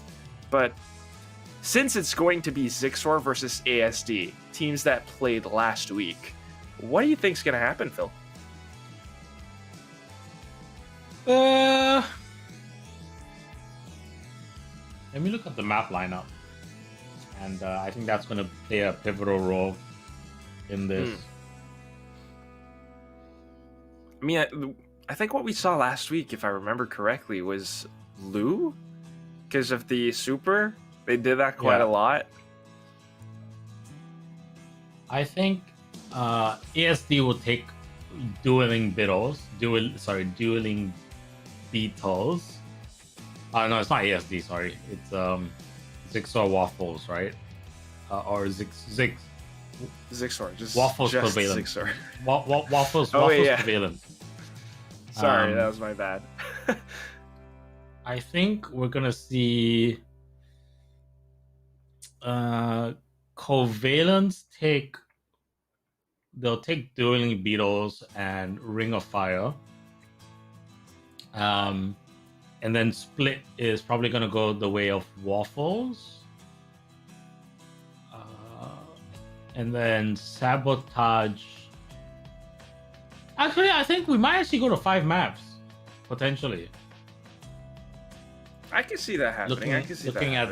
Looking at the maps, like it seems like Covalence probably will be better in the single caps, and then Waffles Monster will be better in the dual cap situation. So it's either, I think we're either going to see either like a 3-1, or we're going to go 3-2. Wow. Yeah, I can kind of see that happening. Because, okay, single capture point, we'll give Covalence that one, because when they want to bring the aggression, when they want to bring the heat, they can really bring it. I mean, they'll start pushing up aggressively. All 3 members rush down towards 1 capture point. When it's a map like Ring of Fire or Dueling Beetles, yeah, I think they can win that. When it goes to a map with 2 capture points, now that one, it depends, because sometimes the aggression pays off, sometimes it doesn't, and I'm not too sure if I'm not sure what kind of strategy Covalent captors have in mind for a map like Split or Sabotage Strip, which is kind of a new one.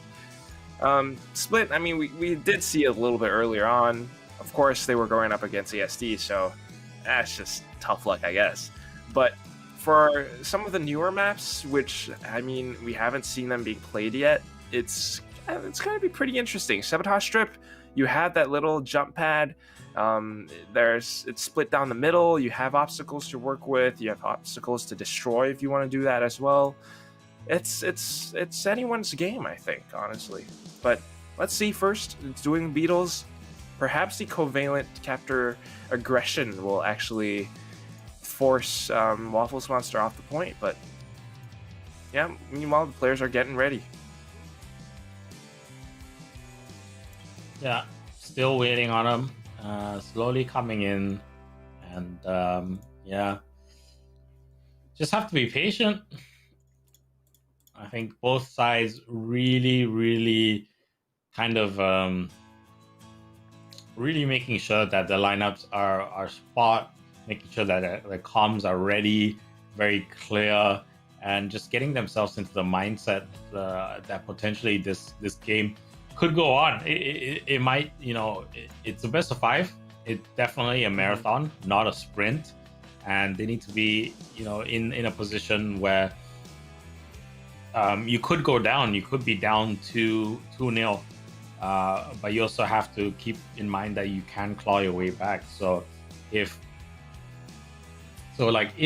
you keep that hope alive and you do have your contingencies and your strategies there ready to go, you can claw your way back to a 3-2 pretty easily, especially in Brawl styles, right? Because the games are so short, and they snowball pretty quickly as well. So you have to prepare for the best case scenario, but you also have to prepare for the worst case scenario, and that's going down 2-0, and then having to claw your way back up to 3-2. So they're just getting into that mindset and preparing for all of that. So maybe that's why they're taking a bit longer. And it's also because we're in the lower bracket, right? So there's no space for error anymore. If they get knocked, if they lose, they're out of the tournament. That's it. It is game over, and 4th place only walks away with $100. So 50. Yeah, definitely wanting. 50. Yeah, only walks away with 50. So it's even worse. It's not even $100. Yeah, they definitely. Yeah. Let's see. But yeah, maybe give your teammates a little bit of a rallying speech, a little bit of a pep talk, and prepare them. Tonight we dine in hell, or something. But yeah, I want to go slightly off topic for maybe about a second while the teams get ready. I mean, we talk about new maps, Sabotage Strip, something that hasn't really, I guess, not commonly seen. Maybe if you played one of those, like the community made maps, you might have experimented with something similar to Sabotage Strip. But alongside Sabotage Strip, there are actually two more new maps that we might be seeing today. I think at least one of them will be Time Warp, where there is a teleporter that you can take, which can set up a lot of interesting rotational plays. You step into that thing, it takes a second to activate, and then all of a sudden you're behind your opponents, and maybe you come in with a pincer maneuver. I don't know. There's another map as well. It's called Iron Cables, but I don't think we're going to be seeing that one today. But I mean, just taking a look at the layout, it's the one with 3 capture points, and it's got jump pads as well, several obstacles. It looks pretty fun. Maybe that's something that people in the chat, you can play on your own time on the Brawl Stars Android app or something. Or your iPad Pros for those of you who have those. But yeah, so unfortunately we're not going to be seeing that today. But the one that I really want to bring up, and this is something that I'm quite excited about. Yeah, there are new maps, but there was a Brawl Talk that happened last week, I think, after our game. There were new brawlers announced as well, and some of them look incredibly strong, but okay, teams are ready, here we go. In fact, wait, that's an 8-bit. I thought it was one of the new brawlers, but anyway, he's going into it. It's T-Raz trying to connect his shots. Both sides going for the full-on sharpshooter shootout, and this time T-Raz, actually, the aggression, it's somewhat working out. He's trying to take down Mr. Smiley Face, who, knowing that he has a super, wants to stay alive, but can he stay alive long enough to actually deploy? That's the question. Gene is pushing him off. Now he gets taken out, but so far, Covalence Captors are up by 30%. Yeah, and they're trying to force their way back up, but it's really challenging for them right now. So Lou is already there, and he has the super ready to go. So currently, just being very patient. Drunken has that right flank going. He'll just hold that very, very well. And no ping with the snipe down on that left side. So it's a 3-on-2. Lou still, remember, Japan Man, he still has the super raring to go, and is just now he'll use it on the cap. So that's going to force Covalence away, because they can't stay on the cap when the super is available. They're just going to freeze and be easy targets for Waffles Monster. Waffles Monster right now laughing all the way to the bank as they capped it up to 90%. Counterattack from Covalence now will be able to drop no ping. Kid Drunken though with the super pops it onto the point. Gene comes through, and Japan Man onto Gene. Gene gets taken out off the bat onto Drunken, and now it's an all-out fight, but they can't get him off the point because Japan Man has his super on the whole point. Just like that. Just like that, they'll pick up the first round. So the 8-bit really not working out for them. He couldn't get into position, and just really good work from Drunken to hold with the AoE supers that right flank. I mean, yeah. What more do we expect? It's dueling beetles. You have one singular capture point, and that's where a Lou will shine the most, shine the brightest. You chuck your super, you have complete control, and of course it forces your opponents to think of alternative routes. And on a map like Dueling Beetles, your alternative routes on the left and right, it's kind of transparent. Your opponents can see it and they know how to work around that. So very tough, very tough. You can see that Covalence kind of had a strategy in mind using, I believe was it awfully bad? The one who was playing on Bull, he wanted to charge in, use the Bull Stomp to actually basically get within range of the Lou and then take him out. But the thing is, Lou is so strong and so versatile right now, especially on a map like this, because he can even just activate his Ice Block gadget and shield himself for 1 full second, which in Brawl Stars time can be quite long. So very unfortunate, very unfortunate. I think you were absolutely spot on. The fact that you have an 8-bit, yeah, 8-bit has DPS. If you connect your shots, even better. But on a map like Dueling Beetles, you just, especially because you don't have the, what is it called? The movement speed boost. Sorry, it's a star power called Plugged In. Yeah, because you don't have that, I mean, even if you do have that, you're banking on the fact that you're going to be building up your super every single time. you just don't quite have the mobility to, you know, push in towards the point, juke shots, or duck in and out of cover. You're very, very slow as an 8-bit. So it's just unfortunate. I don't think 8-bit works out for dueling beetles. Yeah, it's a tough one, right? You have to gain position, number one. Number two is you need to get your super up, and it needs to be in an area where your opponent can't really easily take it out. And they just couldn't. Really good AOE plays with the Lu, and as well as really good plays with the Lu. And the AoEs coming out from the Ember, I think it was. Yeah, it was the Ember, if I'm not wrong. So, well played. There we go, Kid Drunken back at it again with the Amber, but it's going to be the early aggression from Covalence, and they are looking to capture the point. But right off the bat, that's going to be Angry Gene, and he gets taken out. He keeps rushing in as Bull, but on a map like this, where it can be quite vertical, it's a long map, right? You have to get within range in order for your Bull shots to do its maximum damage. And if you're not rushing in, if you're not using your super, you're not quite in the prime positions to do that. Look at it. Even using 2 of his shots, the most that he can get onto Kid Drunken was about maybe, I don't know, 500, 1,000 points of damage. It's just not enough. He's still alive, and along with that life, Waffles Monster are just controlling this point as much as possible right now. Lu with a super as well, and Covalence are struggling. I mean, Nerdy Gene gets stunned. Awfully bad. They can't do a single thing. Yeah, it's tough for them.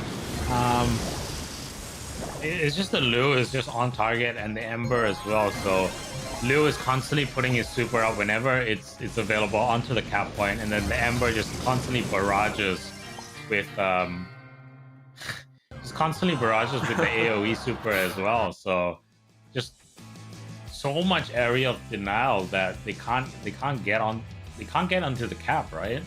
I don't see how they can. I mean, maybe with a max, potentially, like speed boost around the back, and then get a team wipe and then get back in. But even if you do, Lu respawns, has his super if he hasn't used it. Ember respawns, maybe has a super as well, or her super, and then just pops it down and then forces you off the point. So, it's a rough situation to be in. Yeah, I mean, same boat as you, dude. Like, I don't know what the correct counter is. Maybe you have a Lu of your own and you just force that fight where you have super versus super. But whatever it is, I think it's quite clear that Bull 8-bit, not the answer. Bull just doesn't have the range. 8-bit just doesn't have the mobility. So it doesn't, not really the choice for dueling beetles, I think. At least in my opinion. But moving forward from that, so first map goes over to Waffles Monster. Going into the next, it's going to be Ring of Fire, and this one's slightly more open, not that many obstacles, but you do have the, I guess, the big grass patch where a lot of interesting plays can happen. Either you're going to be trying to play safe from that spot, or you're going to be maybe the same thing. Maybe we'll see a Lu again.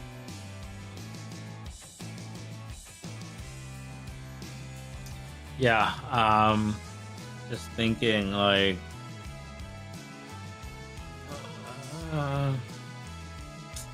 it's a tough one, right? But Ring of Fire, like you said, is gonna be sharpshooter galore. Oh, still we have Luz. That's definitely interesting. Well, the huge AoE, they're going to be looking to use that to control the point. I mean, along with that, Angry Gene has M's as well. Again, range is another factor. You can see how his perfume sprays aren't really connecting, but he is able to control space with that projectile, and that's what he really wants to do. But so far, it's going to be the Bell plays. I mean, we saw this from Team Flash last week. It's going to be the same thing. You place your egg traps right by the center, and once you step onto it, you get slowed. It's going to be an easy shot to connect again, and of course, he can use his super as well, and those shots will bounce off if they stay long enough, and if you are within range of your friendly, so you gotta be careful, Covalence Captors might be doing a good job so far, but in the long run, I think Waffles Monster with the sharpshooters, actually, they might be staging a... Yeah, I mean, the comeback is already underway.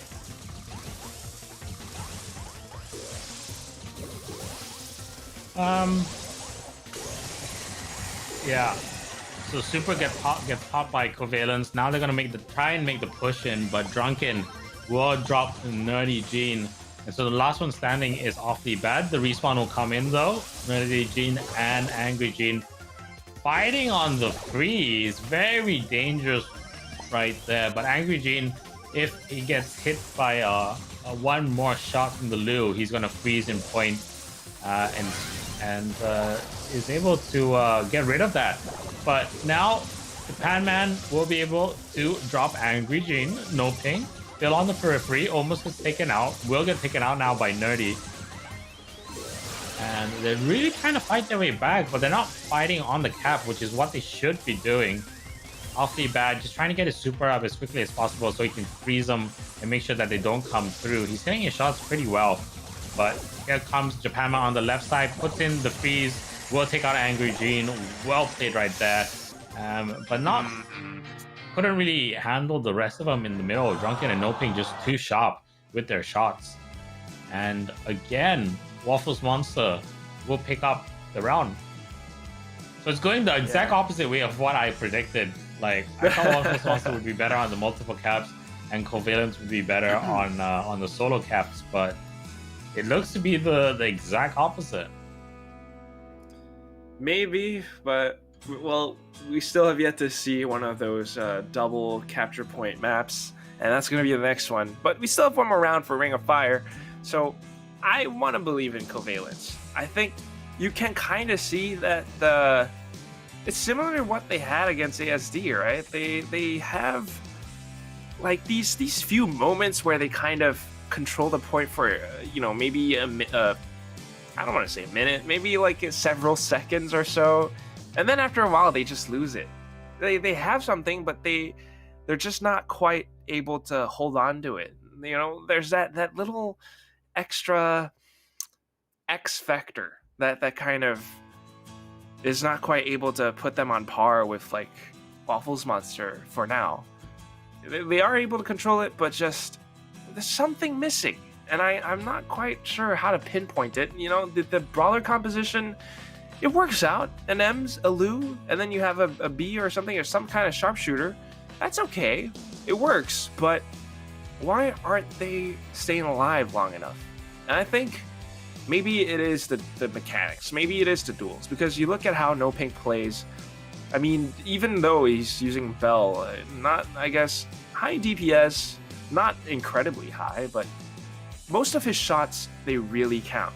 And they had the advantage with the Lu. They reached the super first, they knew how to control the map well, and just once those plays start to happen, Waffles Monster really start to control things, and then it's Covalence walking into their traps, quite literally, because of the nest egg traps in the center.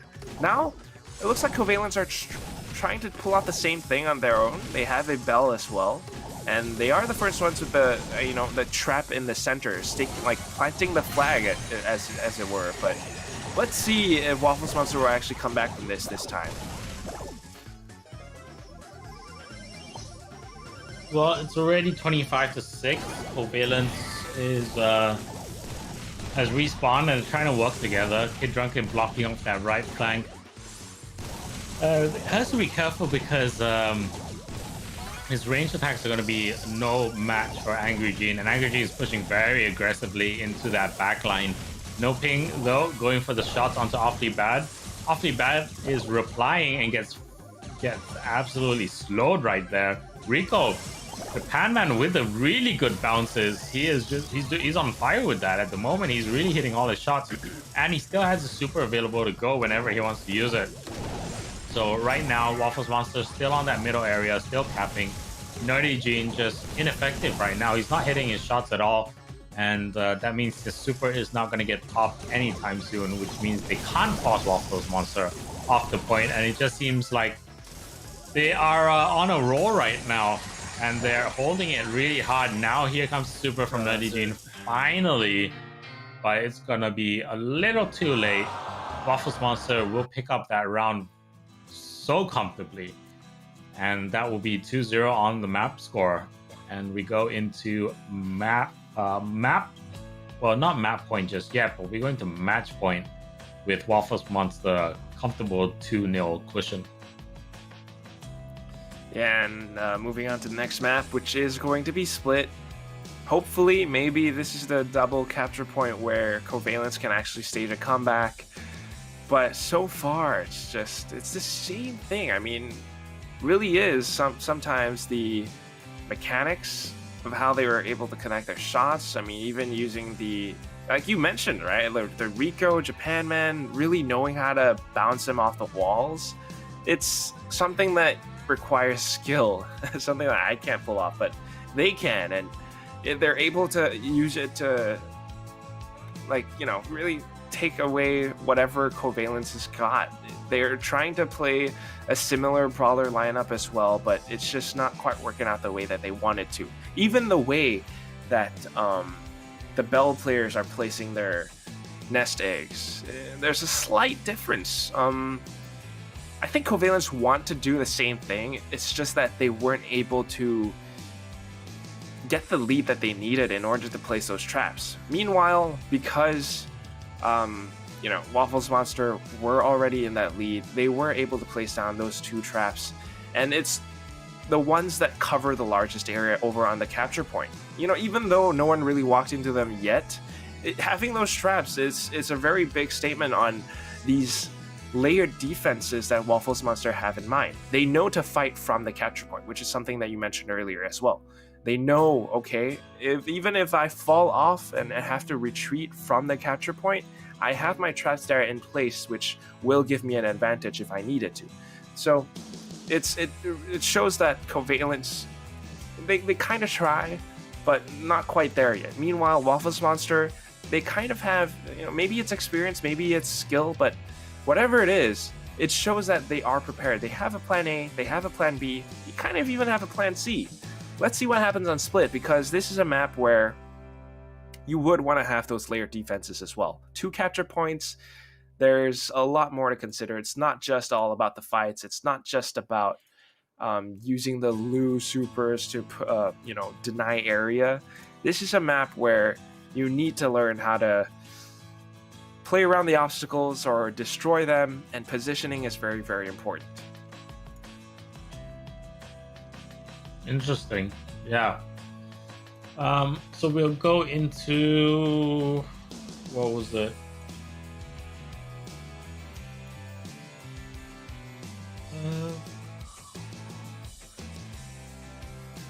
Split. Yeah. Yeah. So, yeah, obstacles in the middle needs to get taken out. If not, you're gonna have a rough day in the office. And we'll see how they go. What are they usually? I think it's usually Colt, right? Most of the time it's Colt. Sometimes that's picked on this to take care of the middle obstacle. Sometimes Frank. I don't think we're gonna see the Frank, because it doesn't give you as much utility and as much damage as the Colt does. So yeah, I think Colt's a pretty safe pick. And then Taptai's Backs is picked for that speed boost, so that's potentially something that might go as well. We've seen some like unconventional picks in the form of B sometimes, but let's see what we have.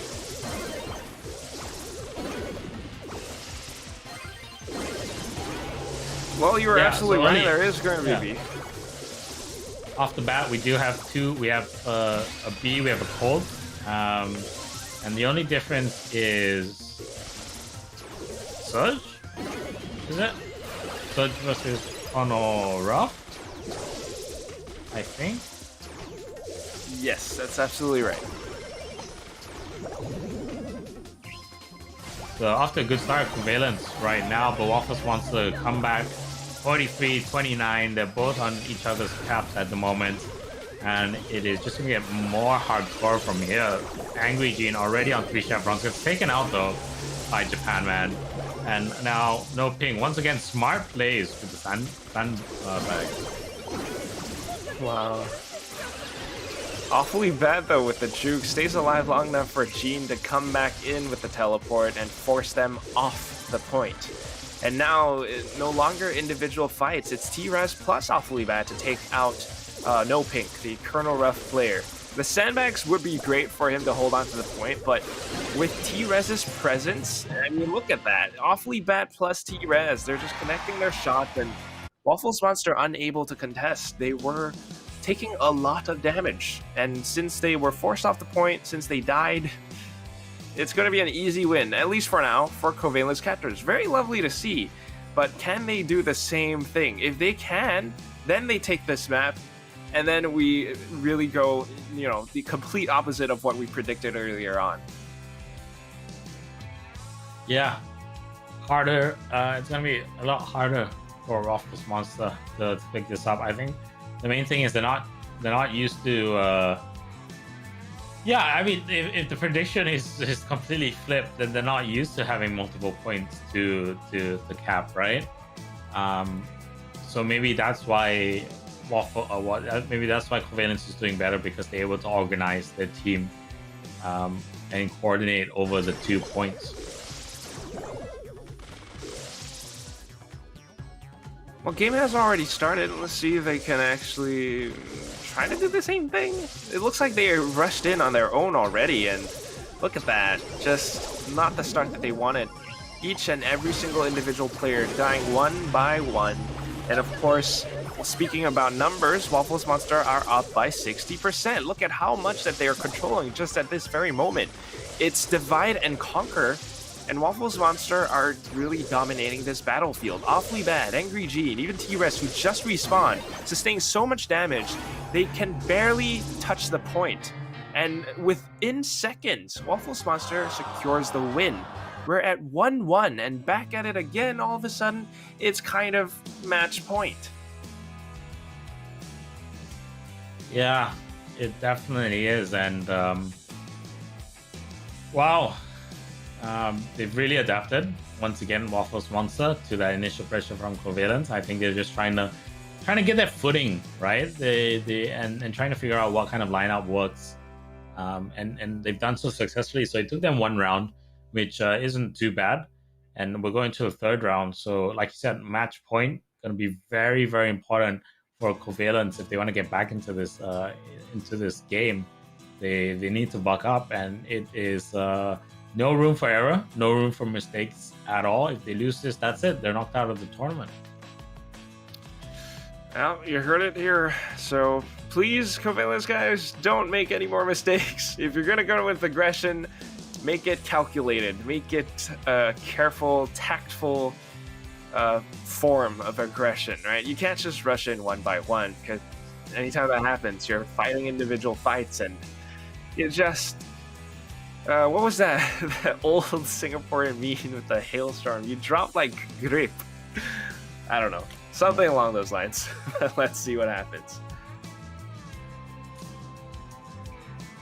Yeah, so just waiting for them to get back into the points, into the lobby rather, and we are off. We are underway. Both sides with the Colt. It's going to be Awfully Bad who spends his first silver bullet to take out the split wall right in the center. And open shooting field. Let's see if they actually connect their shots this time around. Ooh, they do! And now with control, it's going to be Covalence capturing the points. They're up by 20% now against this 16 that Waffles Monster have. It's going to be a care package that gets delivered, but Angry Gene gets taken out regardless. Awfully bad. Needs to juke. Needs to stay alive long enough for his teammate to respawn. Tries to hide behind T-Res for cover. Maybe the sandbags get deployed. Angry Gene really low as well, though. So they have to be cautious about how they approach this fight coming forward. I mean, already up to 70, 80%. Now all they need is to capture this one more. I think they could do it. Okay, I say that and then it's a team wipe.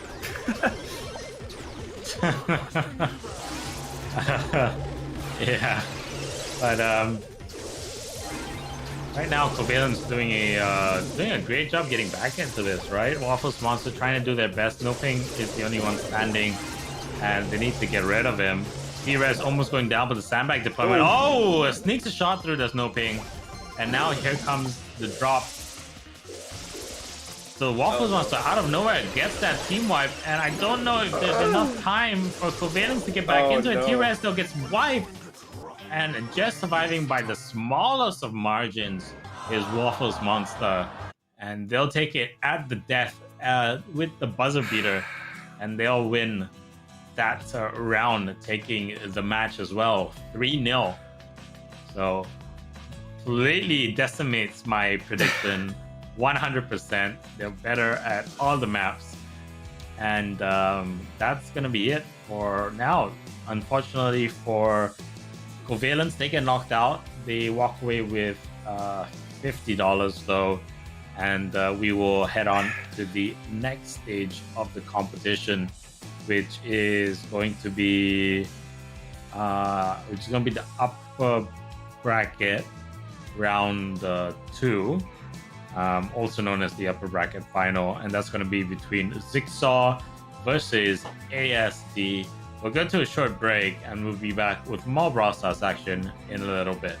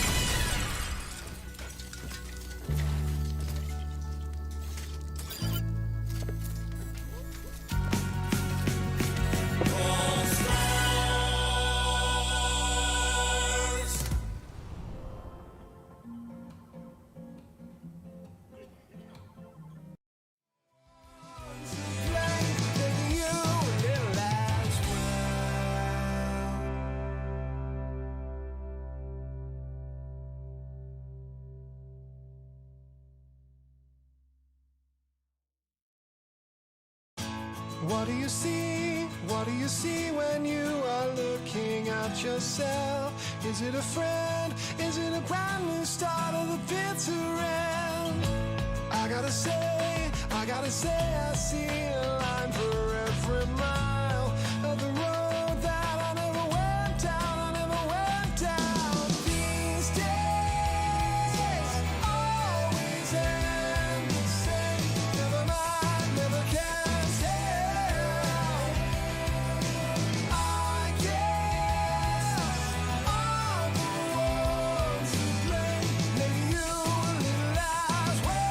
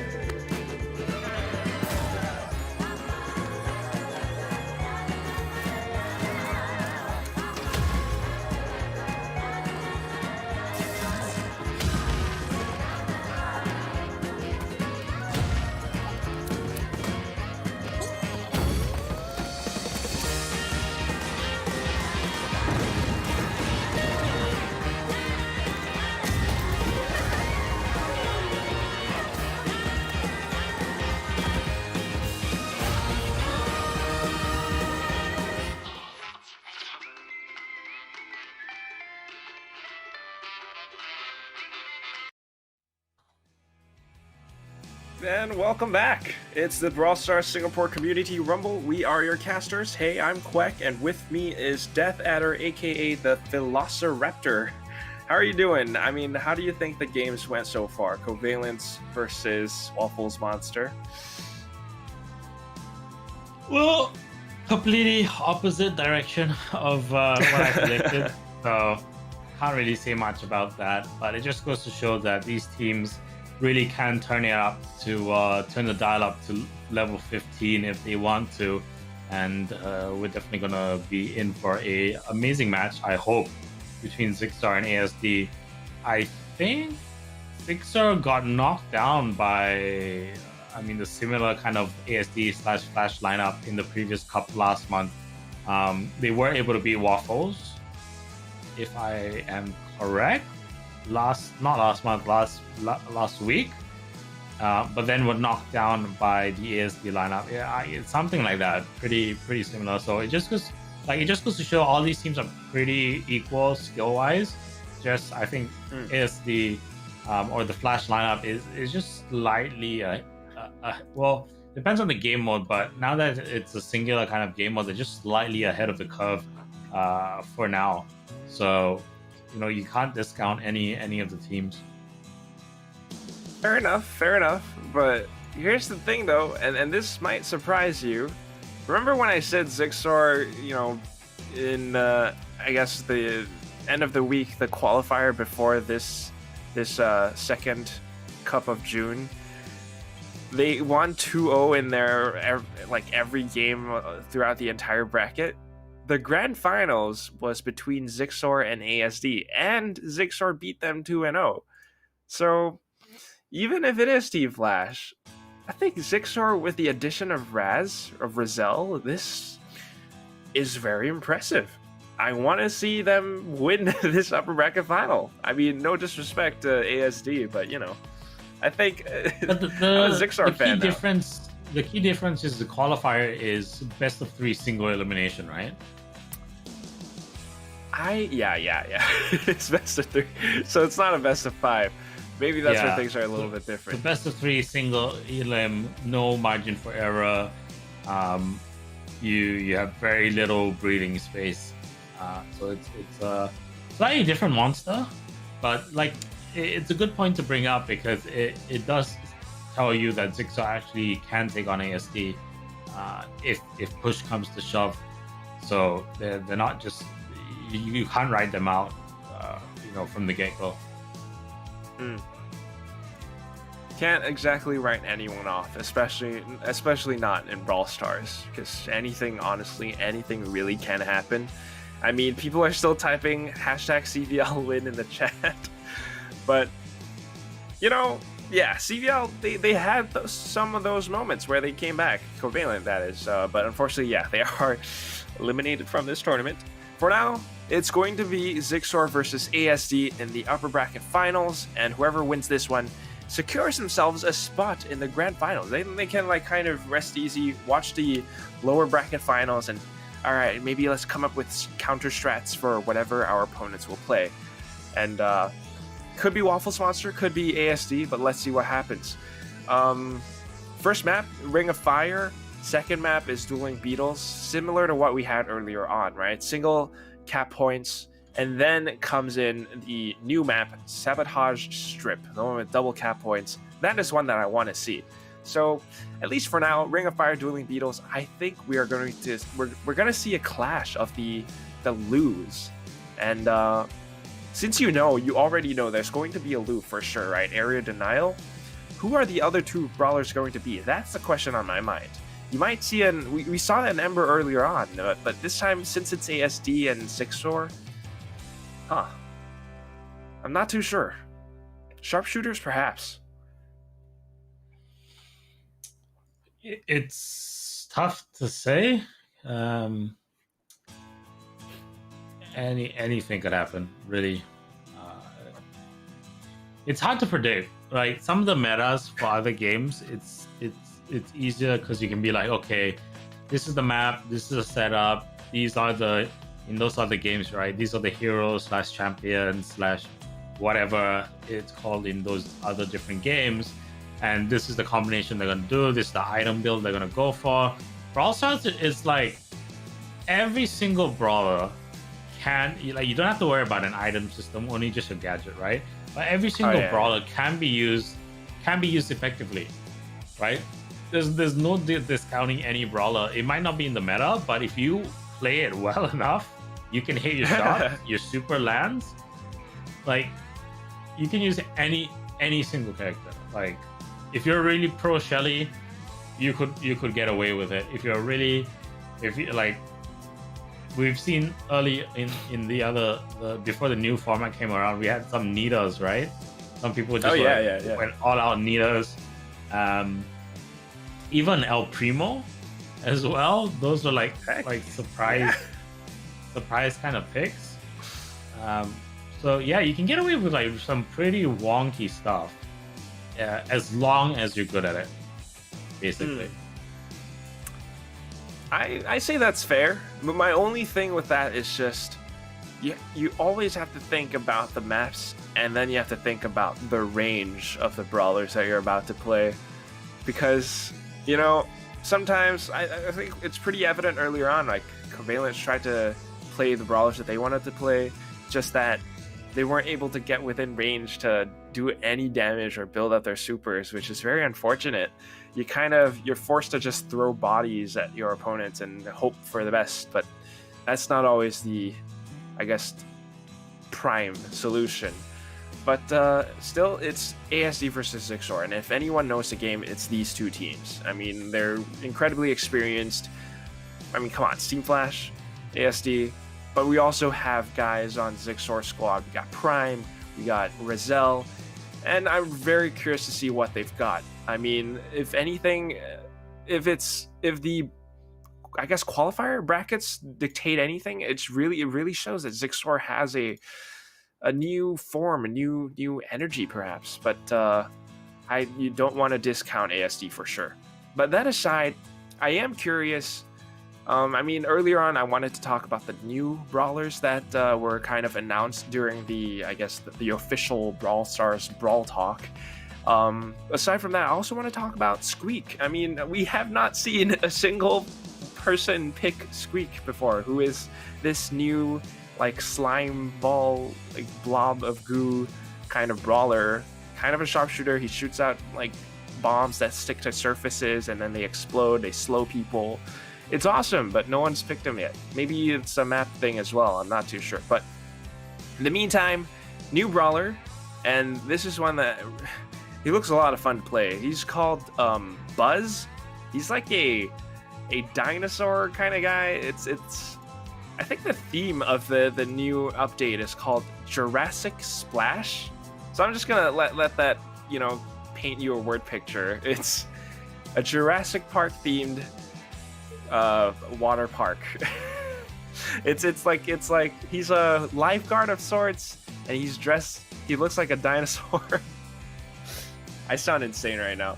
But okay, here's the thing. He's got the same amount of health as BB, 5,880 points. It's kind of, I mean, maybe not like incredibly tanky, but high enough. And aside from that, his primary attack is that he throws 5 punches in an arc from left to right. Similar to, if you think about El Primo, the way that, he throws like 3 punches. It's 3, but he does 5, and each punch does 588 points of damage, which is, if you think about it, 2,940 damage total if all 5 connect. That is pretty high DPS. But the most fun thing about this new brawler is his super. I don't know what it's called, but since he's a lifeguard, he has like one of those lifeguard, like the floating device thing that they use to save people. Basically, he throws that out, and it's kind of like your grappling hook. It's the opposite of Gene's magic hand. You throw it out, and then you hook yourself towards your opponent. And if you actually connect and you hit your opponent once you get the hook, you stun them upon contact. Just think about that for a second. You stun them, and then you punch them for 2,940 points of damage. That sounds incredible. That's like Damn. my new favorite brawler. That's pretty. That's elite. That's really good. Elite. I mean, I hope the pros in the chat know what I'm talking about, because I'm pretty sure they're darn excited for this brawler as well. But yeah, in the meantime, we're still just waiting on the players to ready up. Maybe they're taking a little break. But yeah, new brawlers, new maps. It's Brawl Stars, and they constantly reinvent the wheel with this game. It's awesome.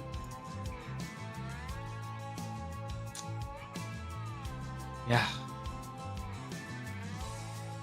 Just waiting, biding our time.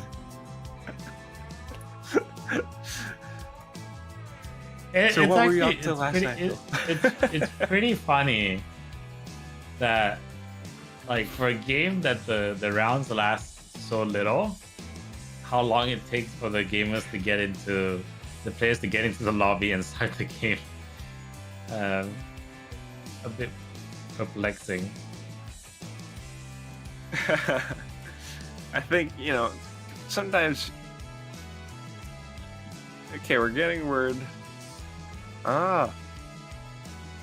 We're getting word from our producer that might be a substitute. So, yeah, I guess maybe there is a little bit of a roster shift here and there. It takes a little bit of time, and you know, aside from that, it's Brawl Stars. It's, yeah, the games go really fast, but here's the thing: they fast, but they're also really intense. It takes a toll on your mental, so you're gonna have to take, you know, maybe a good few minutes to just reset and take a break. You know, drink some agua. You got your you gotta show off your flask again. I ran out of water in my cup. I'm gonna go for a refill during the break, but it's one of those things. It's Brawl Stars, and you really, especially when it comes to a competition. Wow, you got two of them? Okay, that's just flexing at this point. You gotta have different drinks for contrast. Different. So this one has Coke and then the other one has water, or like, what do you got? Oh, we got double agua, bro. Double agua. Wait, why? Why do you have two bottles of water? Why not just one? Sorry, I'm like putting you on the spot, but hey. Because I'm lazy, man. No, ain't nobody got time to get off and go back to the kitchen and then refill the bottle. Like, all right, good point. Yeah. Good point. I can't fault that. It's fair. It's fair. You're stuck here casting, so I mean, not stuck, but you know, you can't really.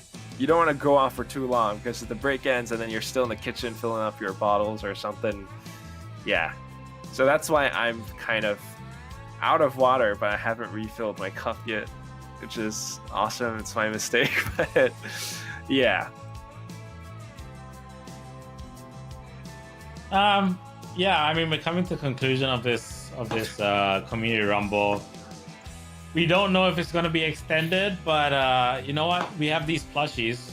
We were talking about it, and I think I've talked about it over the week that, you know, we have Spike, we've got Max, we've got Shelly, Coco, which is in your background. I didn't have space to put him up. And then we have like the mini plushies as well. If any of you are interested, DM myself, DM Quack. I think maybe we'll do a giveaway or something like that. And yeah, like, we don't know whether there's an extension. If there's going to be an extension, then we'll probably hold on to them. But if not, more than happy to contribute them to the community instead of them just chilling in the background. So yeah. Yeah, especially for the pros. We might not be able to give you a quack away, but we can give you a plushie giveaway. A Brawl Stars plushie giveaway. Quack away, duck away. I don't know. I have to think about that one.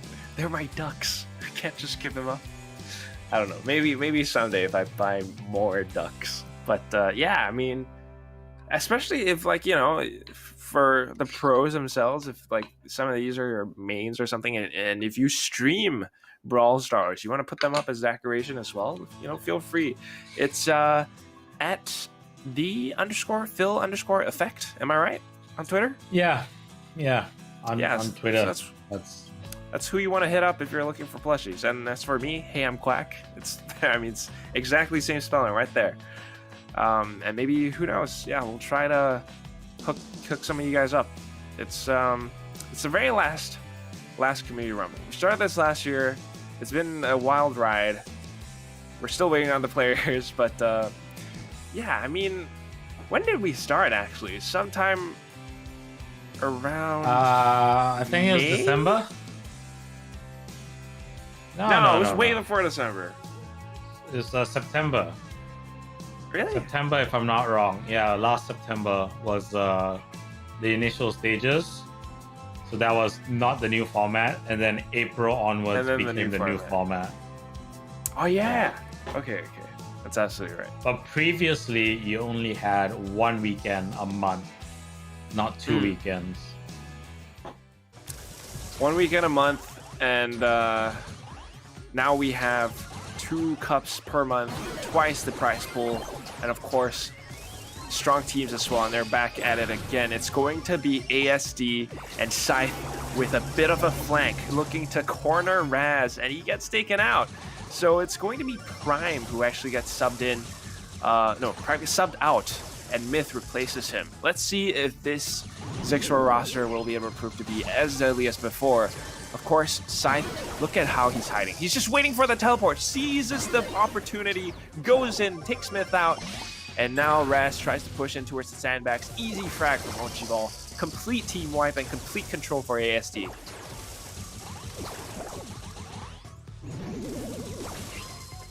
Response onto Kono Raz, and we'll take out Ryuku as well. 69 to 13 at the moment, 74 to 13. ASD pretty much just walking away with this, no issues at all. And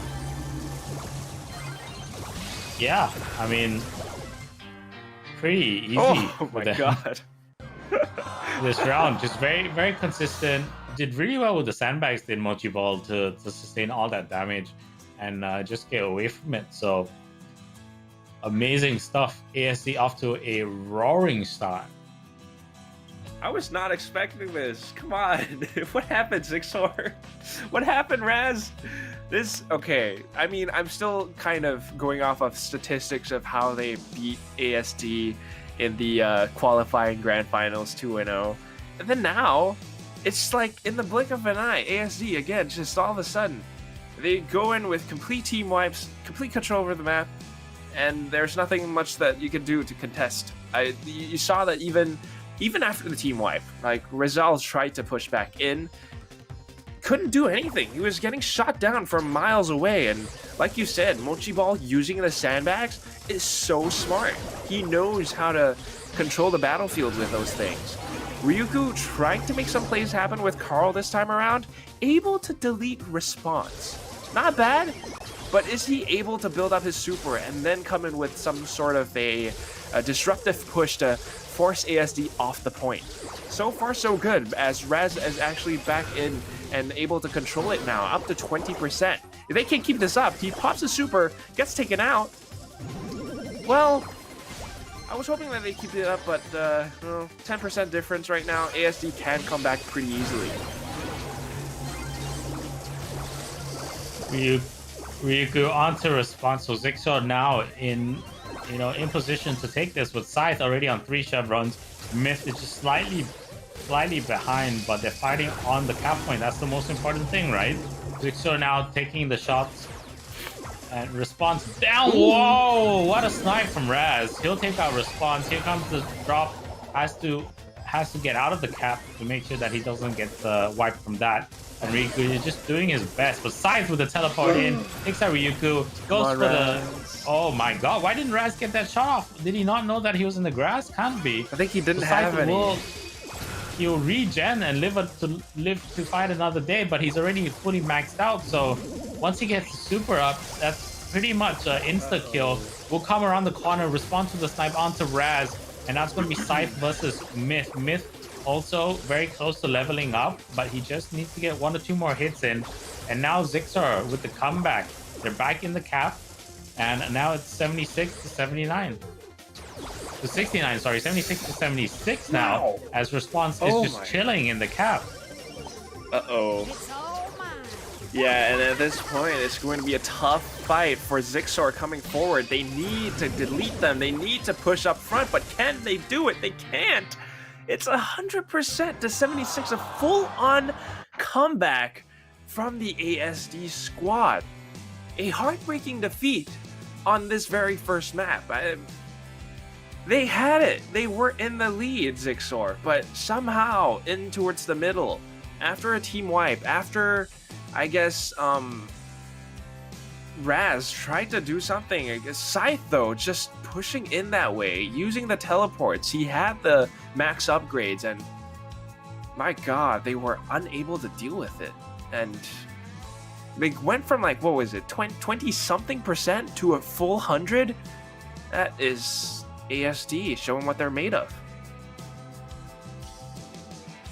It's you can't give them an opening. The minute you give them an opening, they'll just take advantage of it, and we'll get back. Like, they'll just pounce, and there's no way to kind of stop them once the, you know, snowflake turns into snow, snow turns into a snowball, and then snowball turns into a giant, absolute wreck of an avalanche, and you're gone. That's it. I was gonna hope that you said snowman after snowball, but yeah, avalanche. I don't know where I would go with a snowman, but that's just out of my mind. it's snow. It's a, yeah, absolutely. Avalanche. You're snow blinded. Nothing that you could do really. It's just, this is ASD. But we're gonna move forward. The next map, Dueling Beetles, as you're seeing right now. Interesting choice from Response. I mean, he's been known to do this. He did this last week. Played Mortis on maps where you don't really expect him to.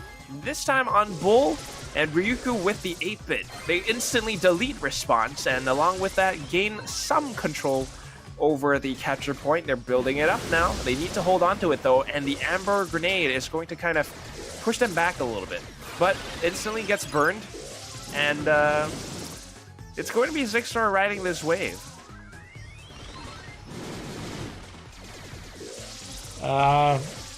Yeah, but it's just a matter of ASD coming back into it, and a roll comes through from Response.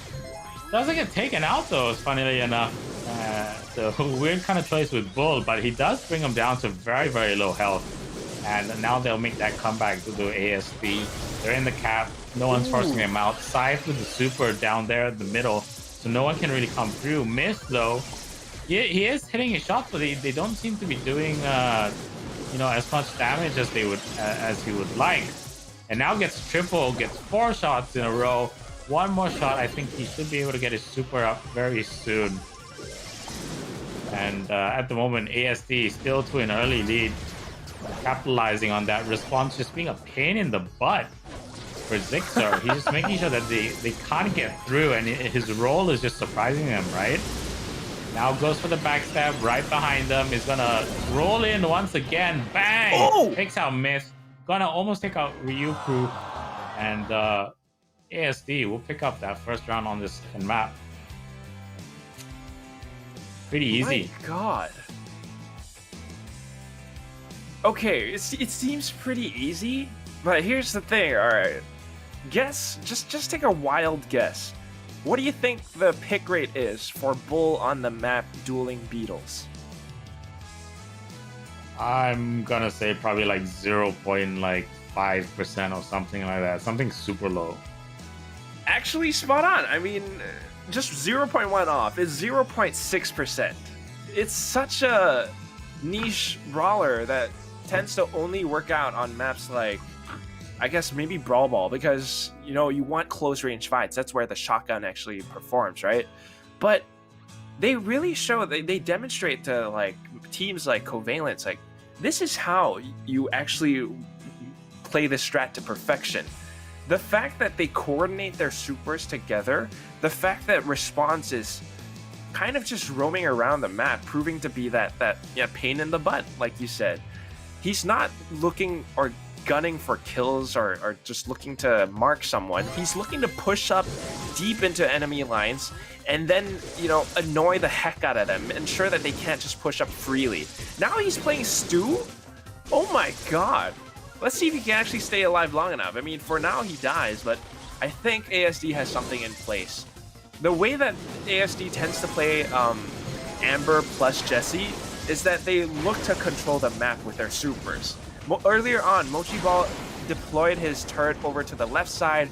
Meanwhile, Ember using his grenade, just like that right now, the oil grenade, it controls so much space, it forces Zixor to be wary, or at least cautious of it, because once those flames come forward, they have to stay clear.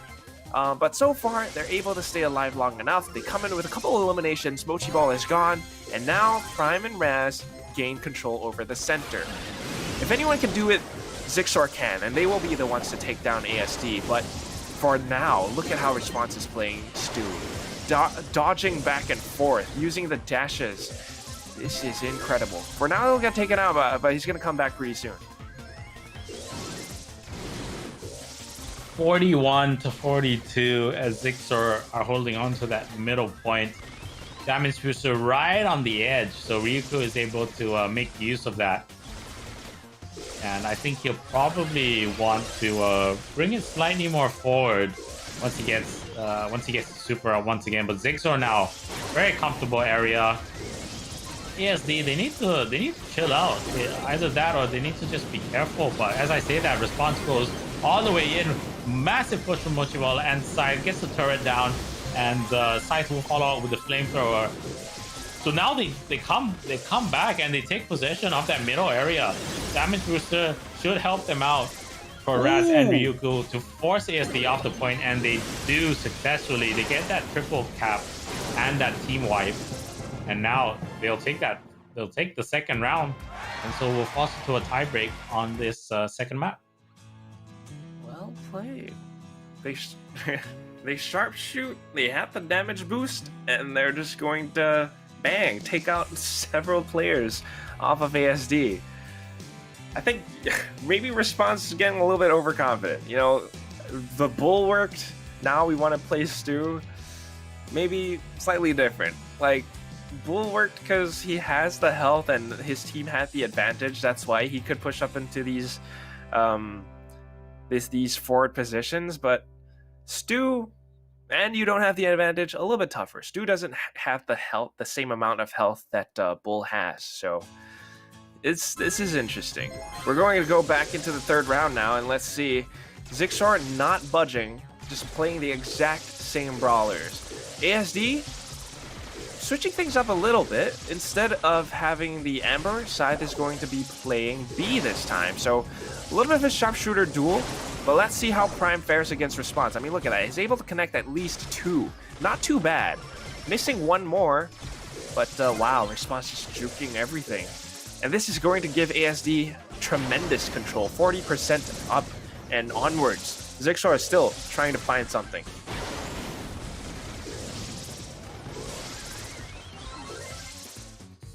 At the moment, ASD, they've been wiped, but now it's the time to kind of reconsolidate and get together again. Mochi Ball onto Ryuko. Now we'll take out Raz as well, and Scythe will put the icing on top of the cake, bringing that to a triple kill. Turret pop, Ryuko gets taken out by Scythe, and they are hitting all their shots. Every single one. Responds to the juke left and right, using that speed boost to great effect. And ASD will wrap it up. They say enough is enough. 109%. They'll take the second map 2-1, and we will head into a third in this upper bracket final. My god, man. ASD, yeah, okay, it's gonna go in the last map, maybe. Let's see. First time that we see Sabotage Strip being played, but oh my god, it's Mochi Ball. He's like challenging them, throwing the gauntlet. You know how, okay, if you watch rugby, you got the New Zealand All Blacks. They do the haka. Mochi Ball's doing the same thing, giving them the thumbs down. And it's not just a thumbs down. He made a smart and, I guess, calculated read about how Zigzor would play. He saw the play from the previous round, and then this time he anticipated it a second time moving forward. Saw the damage booster being deployed, and knew immediately he's going to want to teleport to this. Let me throw my turret right at the exact same time where he would teleport into it.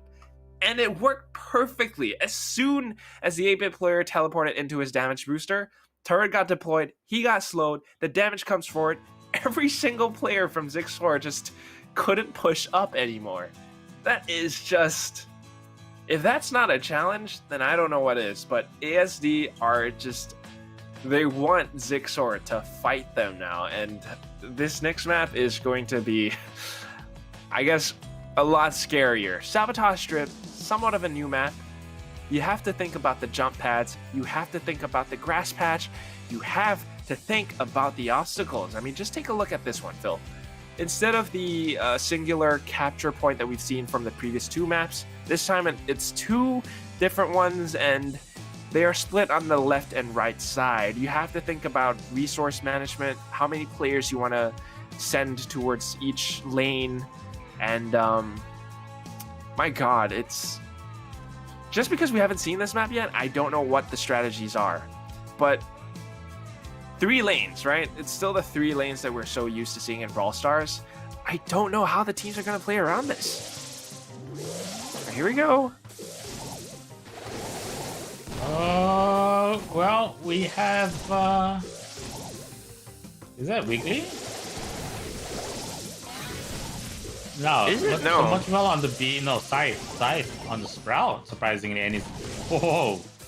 He is, he's landing those shots.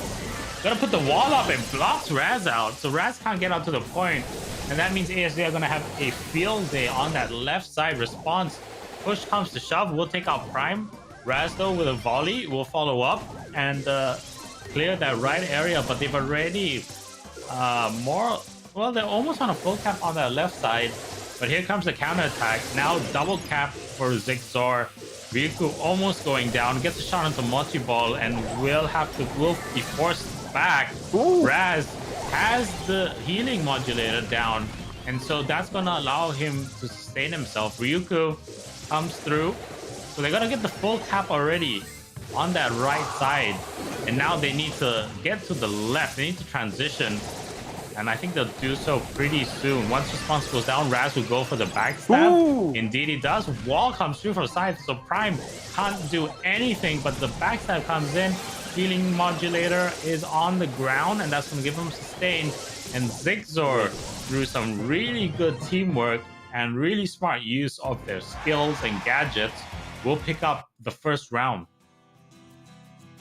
I like it. I like what I'm seeing from Zigzor.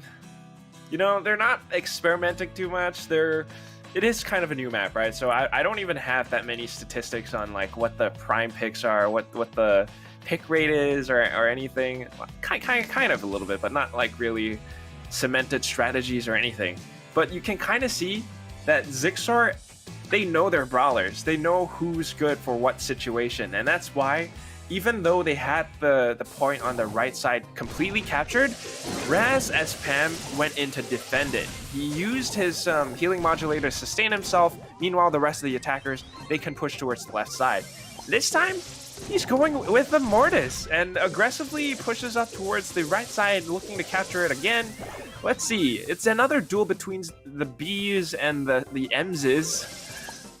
And they're just zoning each other at this point. Scythe as Sprout.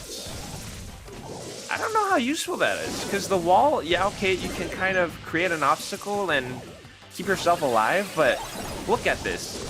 Raz is able to just stay on the point and capture it. Even goes in, tries to build up his super, but unfortunately was not able to get it up.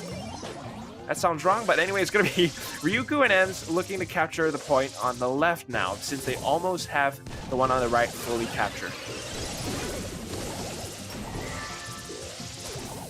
Yeah, And Raz coming in, gets a couple of hits Ooh. on. Bang! Oh. Response goes down. Mochiball, the next victim, gets taken out as well. That's 2 down.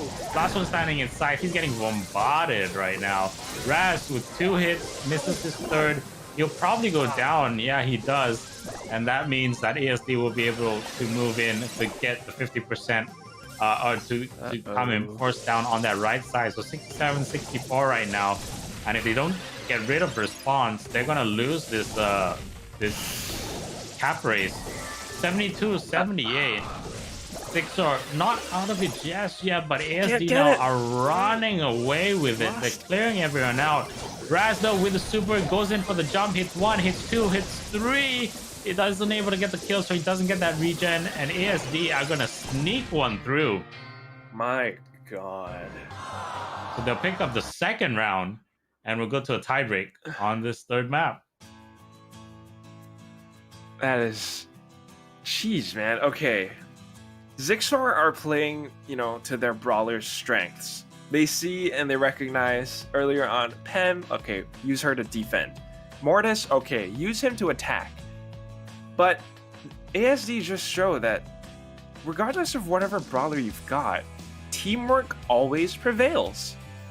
Even with the fact that, okay, maybe it's going to be Prime plus Ryuku trying to do what they can to, I guess, zone them out or try to contest them, right? They were both M's, they were both B's, and they just kept exchanging shots against each other.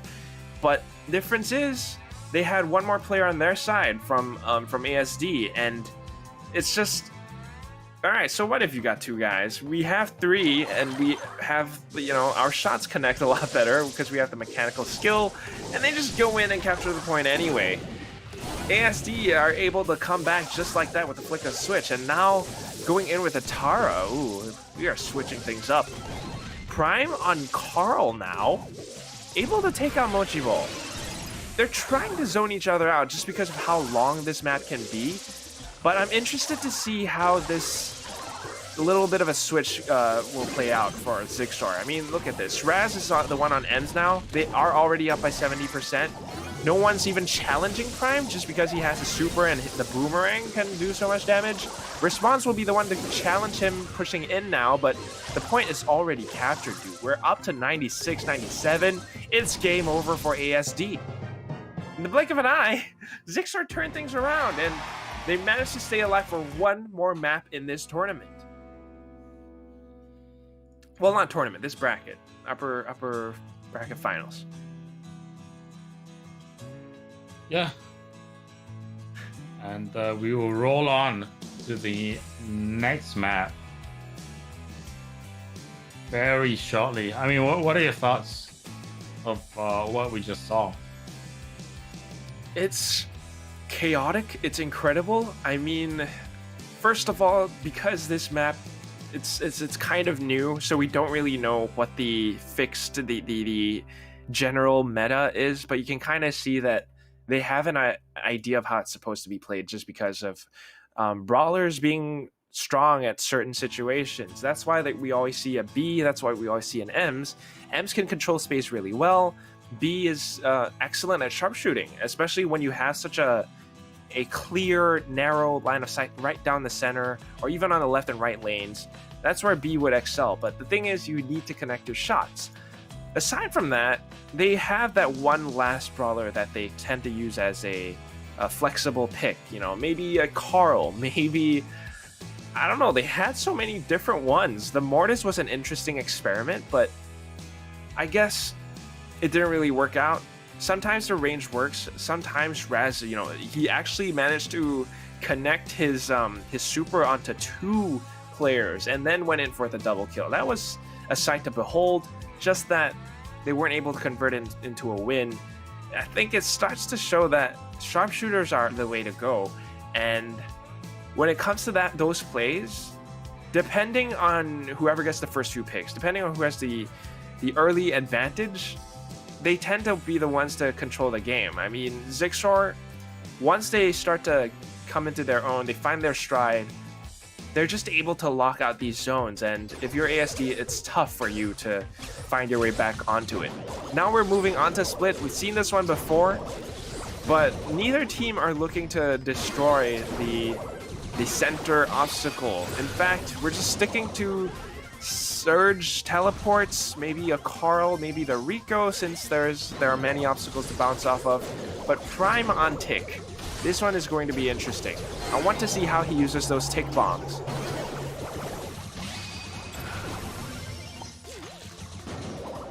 But for now, it seems like it's not going to be working out too well, as Response already sets up camp, uses the sandbags, and Raz will be pushing in to delete them.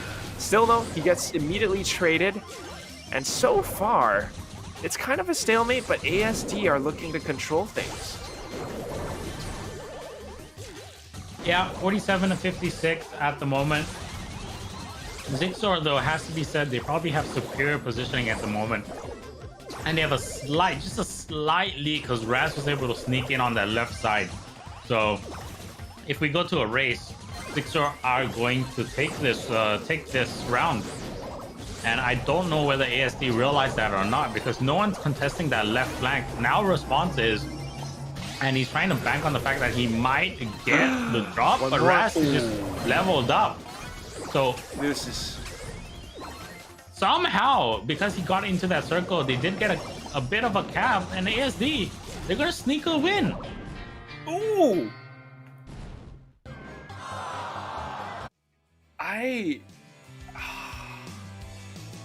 Response What? realized that he needs to fight on the point. So he was fighting outside of the point, and then he realized, oh, we're actually gonna lose this. So I need to contest this. And he does so successfully. He gets onto the point. They don't realize that, that they don't have any backups. So it's a 1v1, which means the cap is going to continue as long as you have one person on the point. And because of that, they were capping the right flank and the left flank towards the end. And that's why they had the percentage boost. So Zigzor just dropped the ball towards the end. Maybe some white line fever right there. They thought they got to the end zone and just took their eye off. Perhaps. I mean, that's the thing about Hot Zone. You kind of, there is that potential to start tunnel visioning yourself. You start focusing on the kills and you forget that, okay, these are the mechanics of how the Hot Zone captures are calculated, right? They go by ticks. Even if it's a 1v1, as long as you set foot on the point, it still counts as a capture. Each second is 1%. So even if it is a 1v1 duel, even if you are losing that duel, as long as you touch the point, you're starting to build up the percentage. And now, after that sudden loss, it seems like they're not as confident. They're still trying to do what they can. Raz dashing in, gonna take Response out. But the captures are in favor of ASD. Look at this, 90% now to 30. And it's not looking good for Zigzor. No, it is not looking good at all. And right now, ASD just constantly getting the team wipe over and over and over again. And Zigzor just can't find their way back into the slot. So ASD will walk away with a pretty comfortable 3-0 win over Zigzor. So Zigzor get dropped. They are going to take on Waffles Monster in the lower bracket final, and that means your first grand finalist is none other than Team ASD. So we'll go to another short break, and in about 3 to 5 minutes time, we'll be back with the lower bracket final between Zigzor and Covalence. No, between Zigzor and Waffles Monster, and that will give you your second grand finalist. So we're gonna go to this short break, and we'll be back with more Brawl Stars action.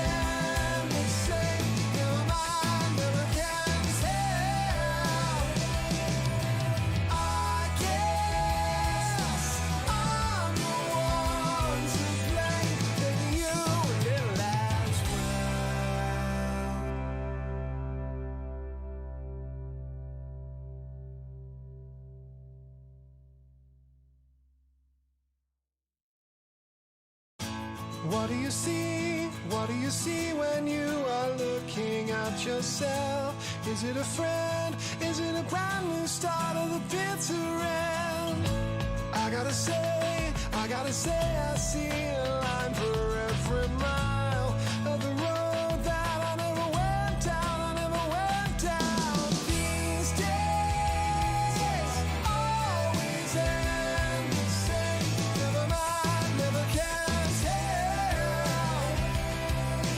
I guess I'm the one to blame. Maybe you a little as well.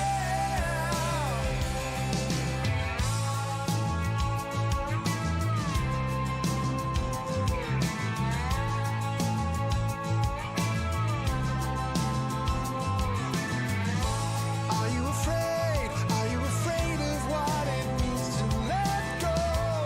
I gotta say, I'm still holding on. These days always end the same. Never mind, never can tell.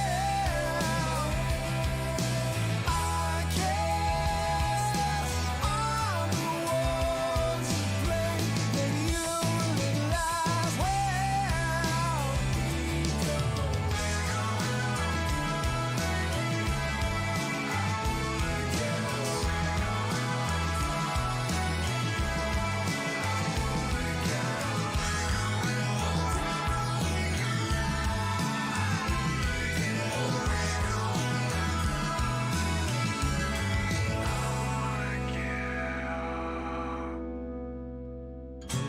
Are you afraid? Oh, are you afraid? These days always end the same. Never mind, never can tell. I guess I'm the one to blame. Maybe you a little as well.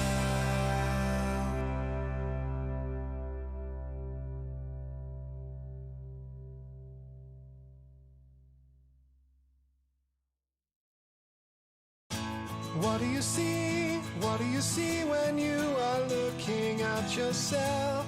Is it a friend? Is it a brand new start of the bitter end? I gotta say, I see a line for every mile of the road that I never went down, I never went down. These days always end the same. Never mind.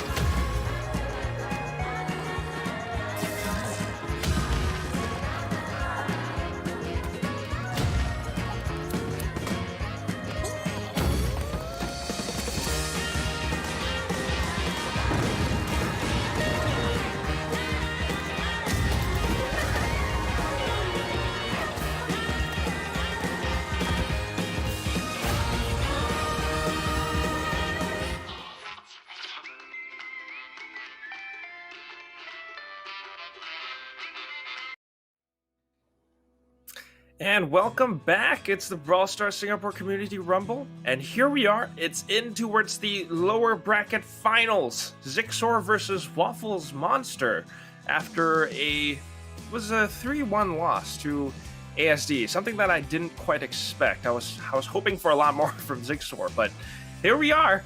Zixor versus Waffles Monster. The first map will be Dueling Beetles, and my God, I mean, just watching this map so much today, you think I would be able to predict something, but I really don't know what to expect anymore. Liu is the way to go on this on this map. Pretty much. Like, there's only one counter I would think that no team has used so far is the Colt. And just take out all the obstacles, just everything on your side of the map, not on your opponent's side, but on your side, so that you can easily counterattack, and you're able to navigate around the Lu supers that your opponent has. So that could be the key if you are on the back foot. But we haven't seen that so far. Could be. You know, I'm just remembering that aside from Lu, we have seen people play Sandy on this map as well.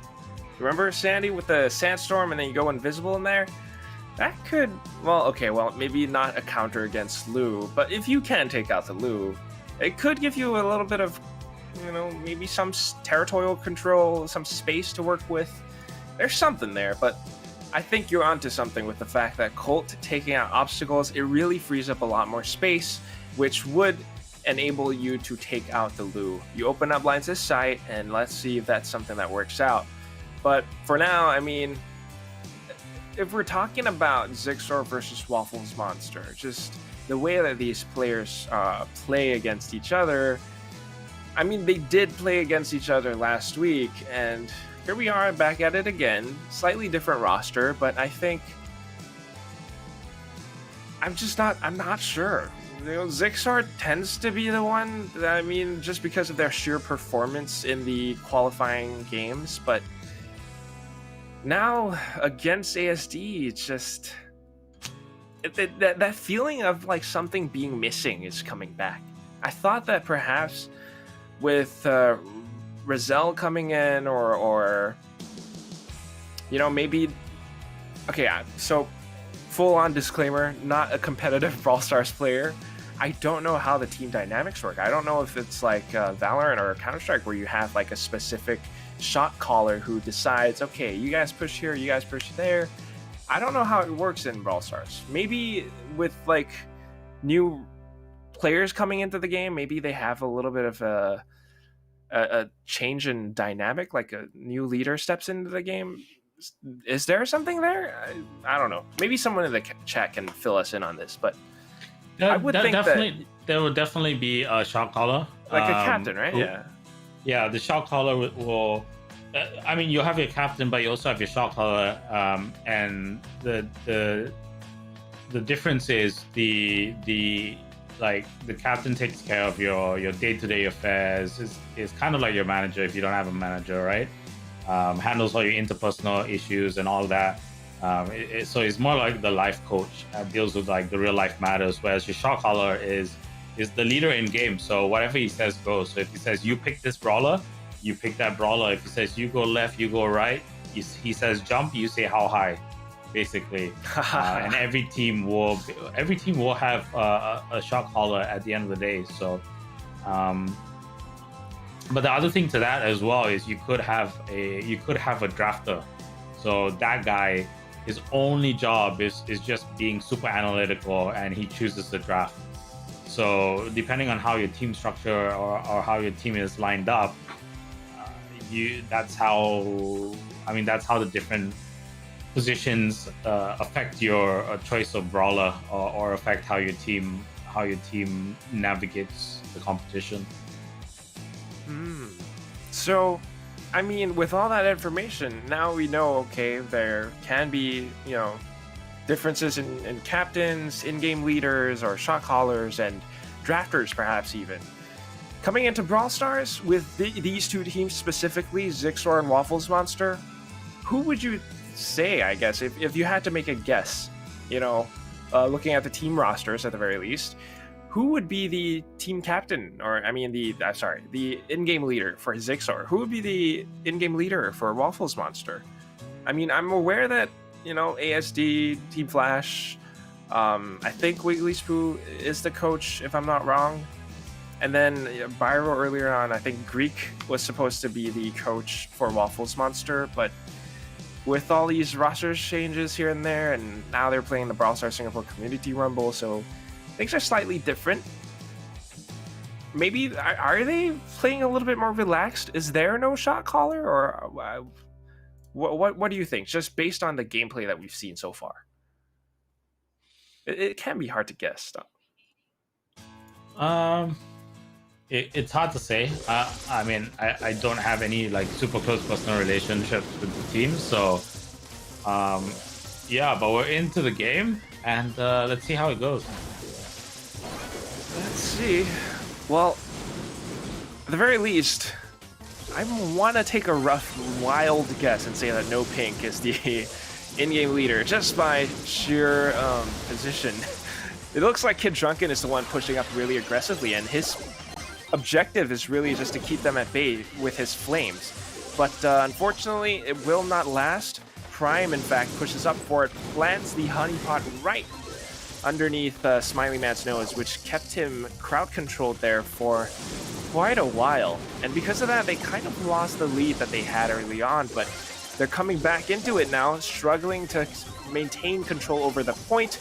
But here we go, Zixor coming back in to control it. We are building up towards a 30-40% split now, and it does seem like Zixor are very much in control. But as soon as I say that, Caster's Curse might happen again, so I don't want to jinx anything.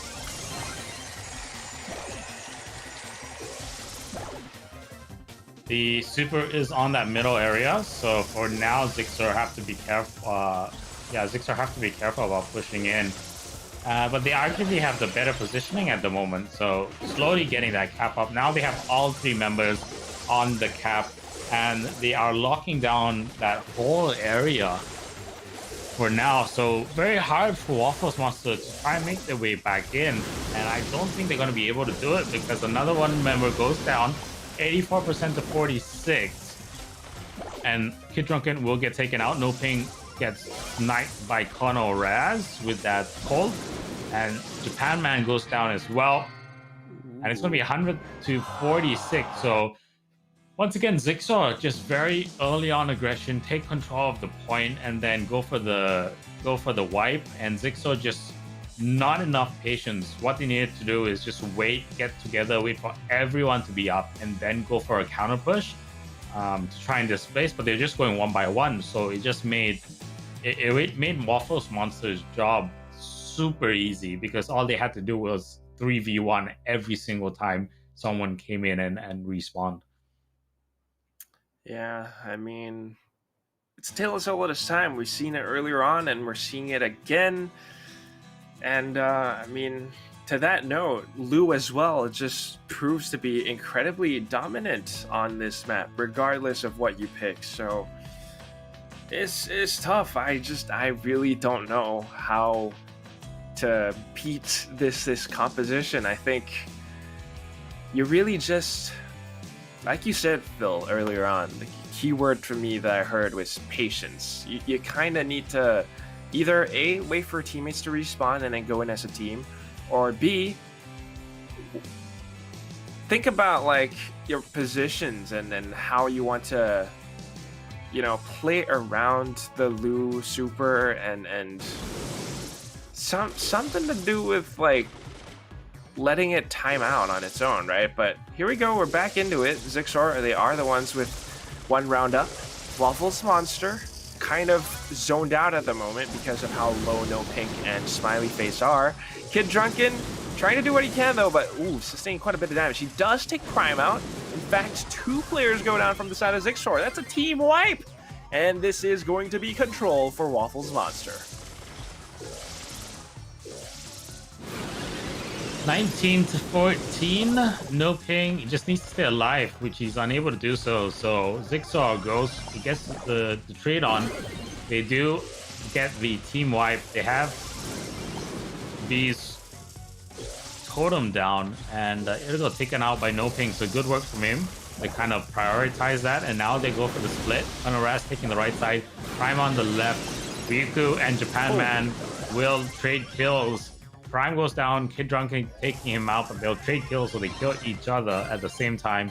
And now Waffles Monster are on the cap, but they are one man down, so they were just waiting for Kid Drunken to get back.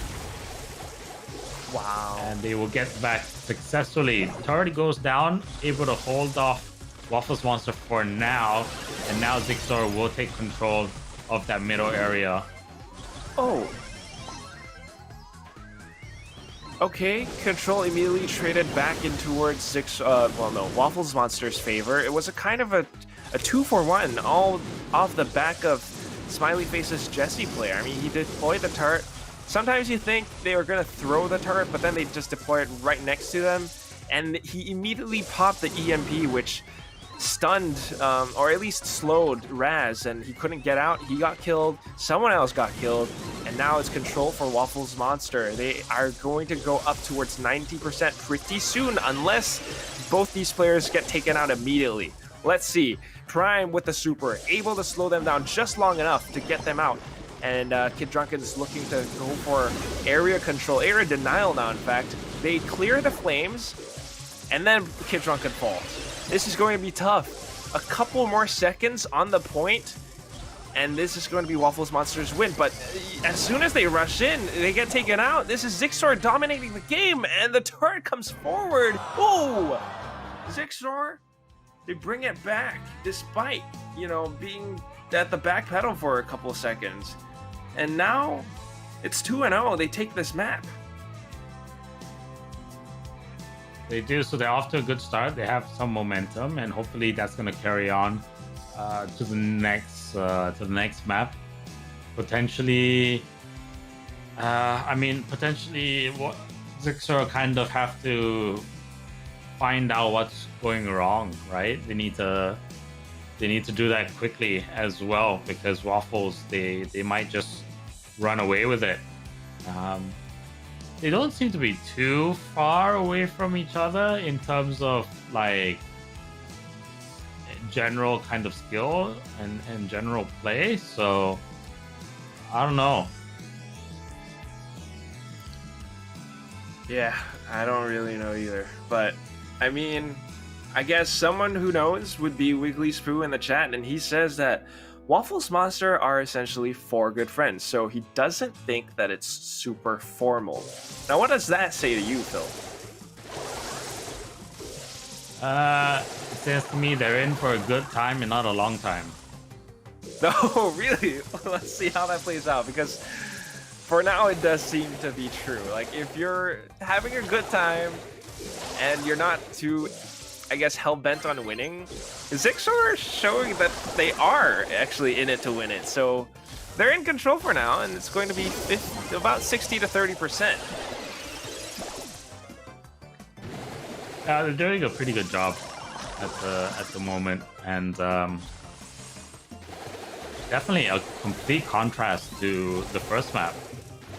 But it was actually Zigzor who picked up the first map, not Waffles. Got that a bit mixed up, but again, coming through. Interesting choice with the Tara from Waffles Monster. Pretty effective at the moment right now, but Zigzor just have early control of both caps, and they're gonna take the first round. So slightly chaotic, but in the end, Zigzor just a bit more smart about positioning.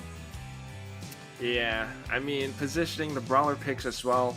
It's a similar composition or lineup to what we saw when they played against ASD. Having Raz on Pam, playing defense on one of the points. We have a B as a sharpshooter to just snipe anyone down if they try to push in. And then, of course, Prime on the Carl. First of all, the boomerang pickaxe does quite a bit of damage. Secondly, your super, you can even dash in and everything as a Carl. It's very effective for controlling capture points, especially for a slightly more vertical, a longer map like this one. If they try to contest the point, you pop your super, and they are kind of forced to think twice before they push in, right? You step into that ring, and you have a spinning Carl dancing around you. Yeah, you're going to take a bit of damage. So if you're in Waffles Monster shoes, I don't know, man. Like, maybe you guys are good friends, but you definitely want to think twice about your strategy heading into this game. No pink now with an Edgar in play. Oh, Edgar versus Mortis? Let's see how this plays out. I would think the Edgar would have the advantage, and it seems that way. Well, not yet, but Raz does have the benefit of having Ryuku in the middle, giving him some support fire. That's true, that's true. And that's the strength of that strategy, having him be right down the center. And now Raz is locking out one of the points. He's pretty much gotten it to full, but ooh, it's going to be Smiley Face who comes back in to push him off the board. Kid Drunken now as Bell, looking to challenge the B and even provide supporting fire onto the right point.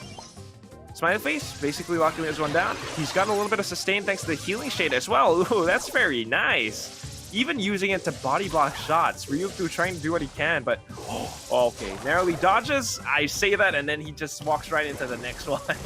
And of course, Raz will capitalize onto that. And they're already up to 97% now. 3 more ticks on the right point, and that is it.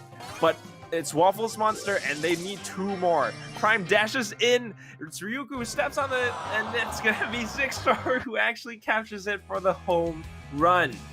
And just like that, Sabotage Strip goes to Zixor. Very close. I wasn't even sure who was going to get it, but it's just the dashes that come in from Raz, and then it came over. So 2-0 now on the overall score count for Zixor.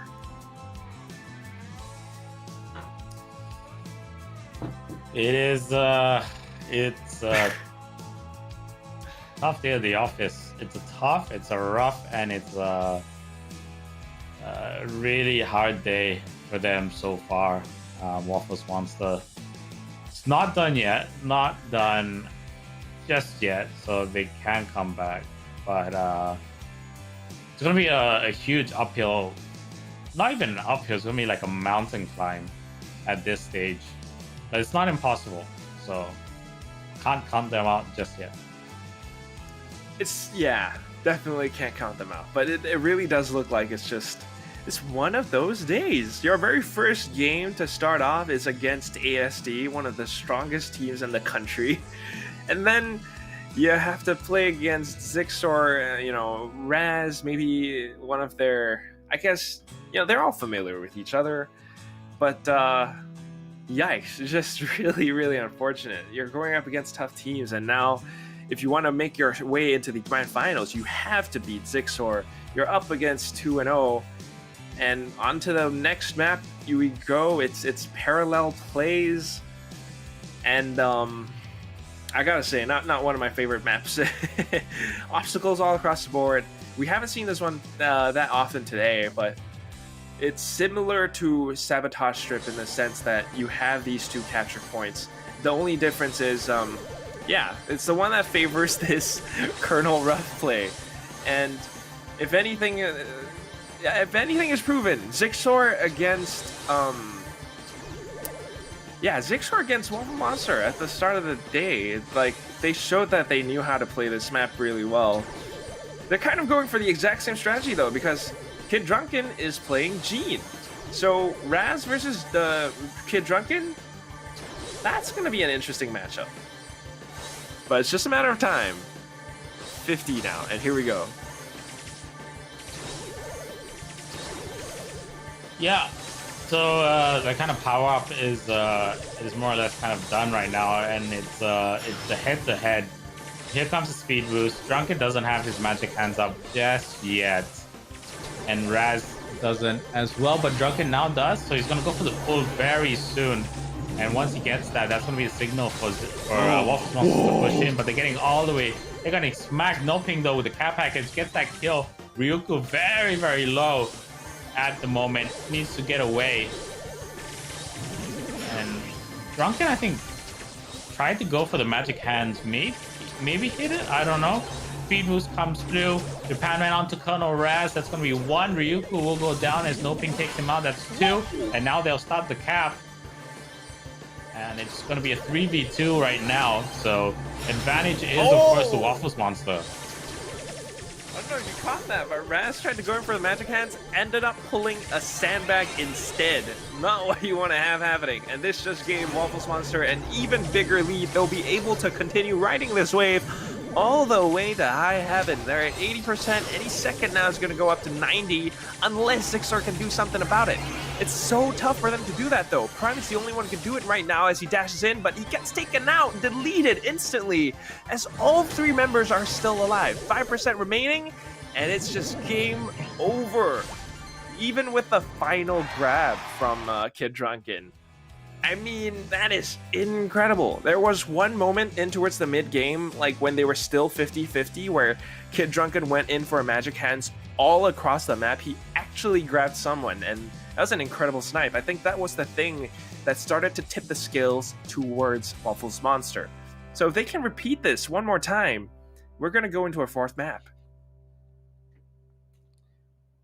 Yeah, I mean, good comeback. Very close. Towards the end, but they just were well coordinated, right? Hitting the shots, the wombo combos were on point. Really good speed boosts as well. So, like you said, yeah, if they can continue this, we are gonna go to a 4th map, and this is just a bit of a stop of a momentum to Zixor, and a bit of wind behind their sails starting to gather. Absolutely. I want to ask you a question, Phil. You ever, you play like whatever game it is, maybe Valorant, maybe a MOBA, and you have a main, right? You have a main character that you're, it's your main, your favorite character, so that's why you play them. And then you get into a game, someone on the opposing team, and they are playing your main. Do you ever get that sense, that feeling of like, oh, you're playing my main? I'm going to show you how, this character is meant to be played. And then you kind of get into that sense of like, I just want to beat this guy. I don't care if I win or lose the game. I just want to beat this one guy because he's using my character. You ever feel like that? I mean, you get that a lot when you're playing, either when you're like in MOBAs, if you're playing position 1, which is the carry position, or in FPS where you're playing the sniper. Yeah, and it does happen. It becomes like a one-on-one kind of personal vendetta thing, but at the same time, the battle is strategic as well, because you both are in power positions, and there can only be one victorious person in that position, right? So it becomes doubly important to win that battle, both psychologically as well as performance-wise. Exactly, and I think that is kind of what we're seeing a little bit, perhaps, from Raz and Kid Drunken. Look at this, because Raz early on was Jean. Now he's recognized that, okay, maybe Kid Drunken's going to want to play Jean. You know what? I'm going to play Jean's counter or something. Maybe use a Jessie.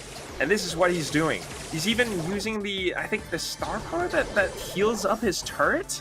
And look at this, because anytime that Kid Drunken wants to pull him in, he has to watch out. And Raz instantly saw the magic hand coming from a mile away, dodged it, and now it's Zixor in control. They're going in towards the Waffles Monster capture point, and they are setting up camp. The sandbags are up.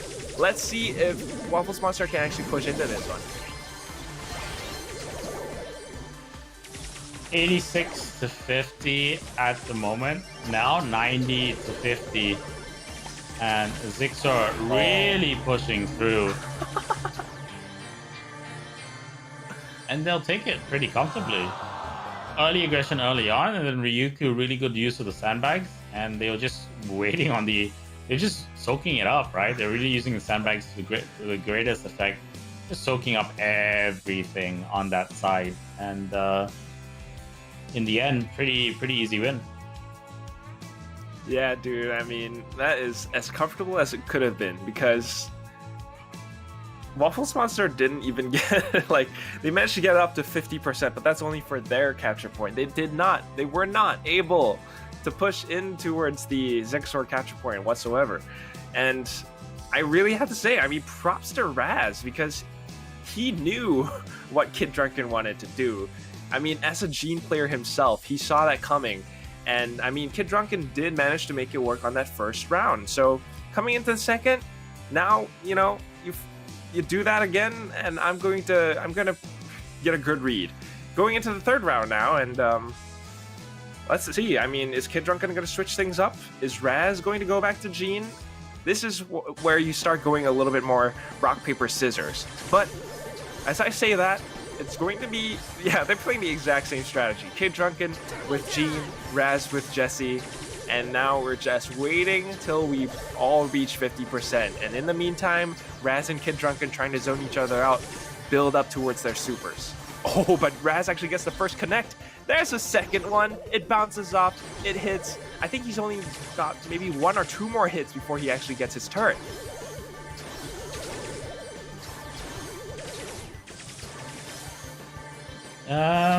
Yeah, like, it could be interesting. Raz is really just annoying them, right? Down on that bottom right, Ryuku has the cap package, gets the shield onto Prime, and now he's gonna come through on that left side. No ping blocking down the middle flank, so that's gonna force them to have to come through the left. But as I say that, Tunnel Raz will destroy the sandbags in the middle. Very low on health now, Ryuku has to be careful though. Tries to bounce off some shots. Sandbag saves his life, and the cap package dropped from no ping as well, going there.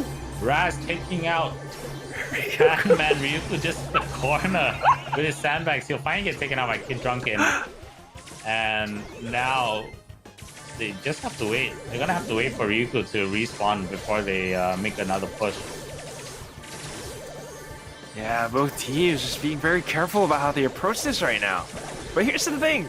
Raz, as Jesse, has the one thing that Waffles Monster does not, and that is the ability to instantly destroy any sandbags that No Pink deploys, because they bounce off each other. So it's sandbags instantly gone, and now it's Zixor pushing in. They have control over the point. They just need to stay alive long enough to make this one count, and I think they already have. No Pink able to take out Raz, but okay, no, actually it's Smiley Face who takes Raz out, but can they stay alive and actually wipe out Zixor and push into their base? Because so far it does not look doable. But here we go, speed boost in, Smiley Face pushes forward, tries to get them to split up, and he actually is able to do that. Now all that's left is Prime, and Kid Drunken pushes forward, wants to take him down, but he's just playing defense and hiding behind that Z-shaped block. 60-80% Zixor trying to find a way to thread the needle. And now they don't actually have to do it. They just have to wait out the time. 9 seconds to go. And there's going to be no way for Waffles Monster to catch up. And that's what happens when you leave it down to the clock.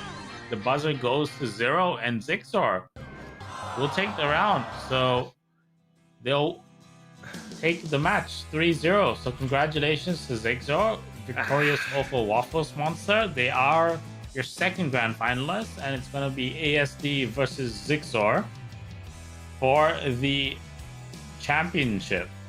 And for the last, what could be the very last Brawl Stars Community Rumble Cup. We'll be right back after this break. It's going to be Zixor versus ASD again.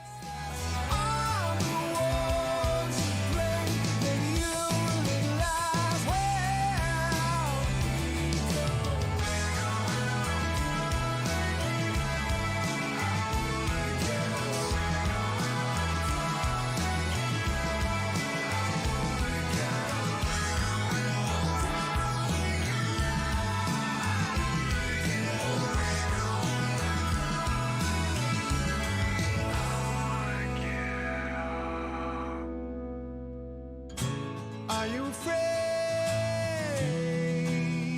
Oh, are you afraid? These days always end the same. Your mind never can tell. I guess I'm the one to blame. Maybe you will as well.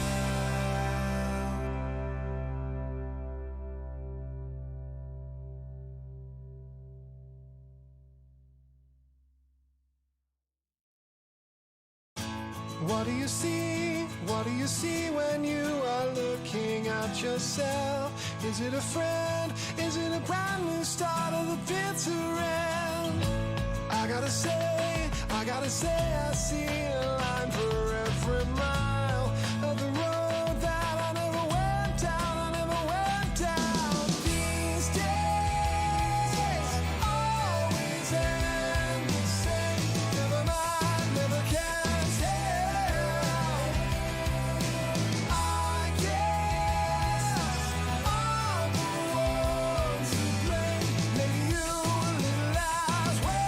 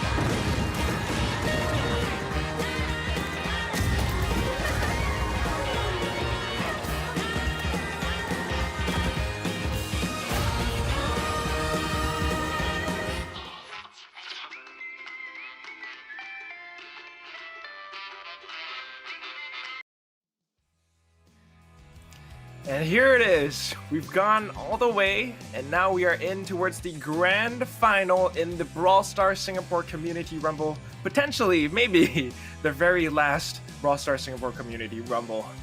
And it's going to be Zixor versus ASD, and what a way to end it. I mean, Zixor, ASD, these guys have been around since the very beginning.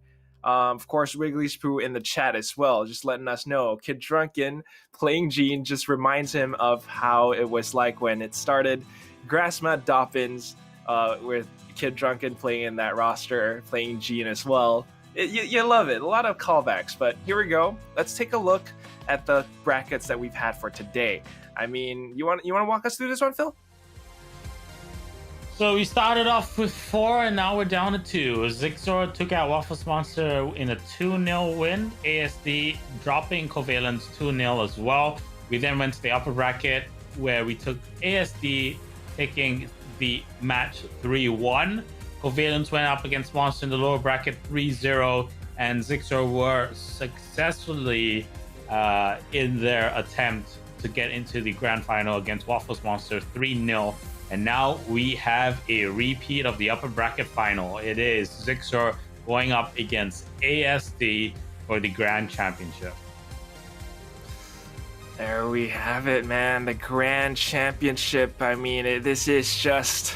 It's like grudge match on top of grudge match. Zixor, ASD...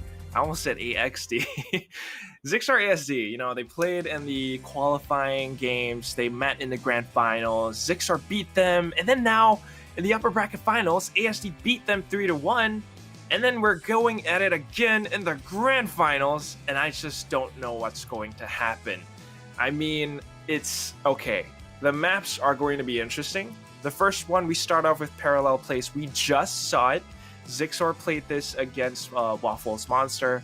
They had their plans of their own and they know what they're doing with this one. But of course, ASD, another experienced team, it's going to be fairly similar, I believe. It's going to come down to the wire.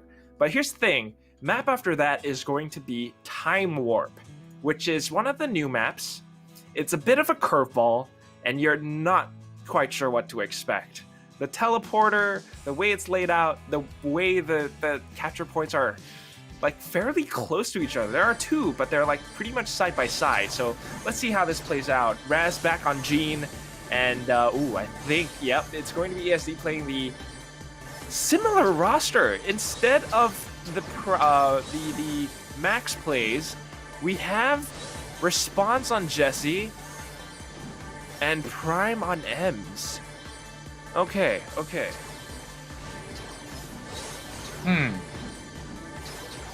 Well, why is it 30? Okay, well, they're just charging it up, right? And we'll see how it goes. It's really gonna be whether Raz can stick his magic hands full, and if he does, then that's gonna open it up for Zixor to just march in and go for the cap. 50-50 on the scoreboard at the moment. ASD trying to make their way through, and they successfully push Zixor off. So Ryuku maybe a bit of a misclick or a mispush down. Mochi Ball goes in for the dive, gets taken out by Raz. So great magic hands right there.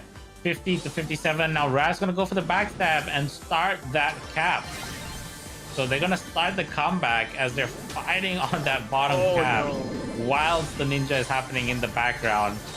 And now he's been dealt with. So Colonel Raz forced to come through. He's gonna go for the magic hands pull very shortly. And the question is, when is he gonna use it? 79-57. ASD in the lead right here, but they do have better positioning, and they're gonna take out Prime. So that's gonna be it, unless they can, get this before they get the 95. This round is gonna go to the way of ASD. Yeah, no hope for even a team wipe, as Ryugu is going to take a while to respawn. So they tried, but wow, it's similar to what we saw in the upper bracket final. I have to say, it just shows that ASD, they have some kind of like team structure, like we were talking about shot callers, in-game leaders earlier on. I think they have a very disciplined and distinct kind of shot calling hierarchy, something along those lines. Someone is making the calls to let them know, okay, this is where we want to push, this is where we want to position ourselves, and they are working together as a team.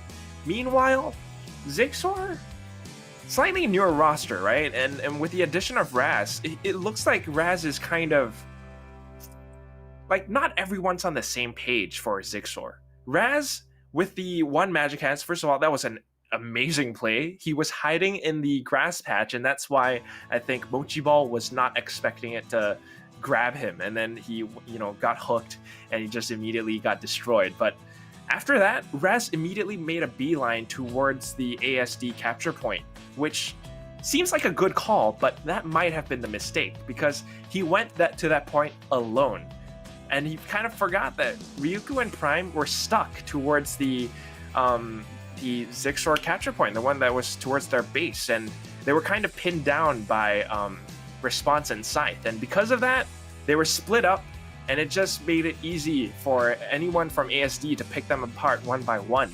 And after that one play, everything just went downhill for Zixor, which is really sad. It looked like such a good play, but the teamwork's just not quite there. You know what I mean? Well, the show must go on, and we're going to see another stalemate in the beginning as both sides will try and push and prime and try and get the supers up to get ready for that secondary push once they get the 50% on both of their respective home caps. But Raz dropping Response, so we might actually see maybe a bit of a slight ninja cap. They're forcing SD off the point. Magic hands, see you later Response. Ryuku will finish him off as they go for a triple. And now they've taken out 2, they've taken out 3. That's a team wipe. Zixor with the early push in. Now they're gonna get a couple percentage points, and ASD are just stuck. They don't know how to respond to this. Oh my god! Oh, that was such an awesome play. And then, along with the magic hands from Raz as well. He might have missed this one, but it's not too bad. He's gonna get grabbed, but it's still okay because they have such control. 85%, and I turned into Mario for a second. Woohoo!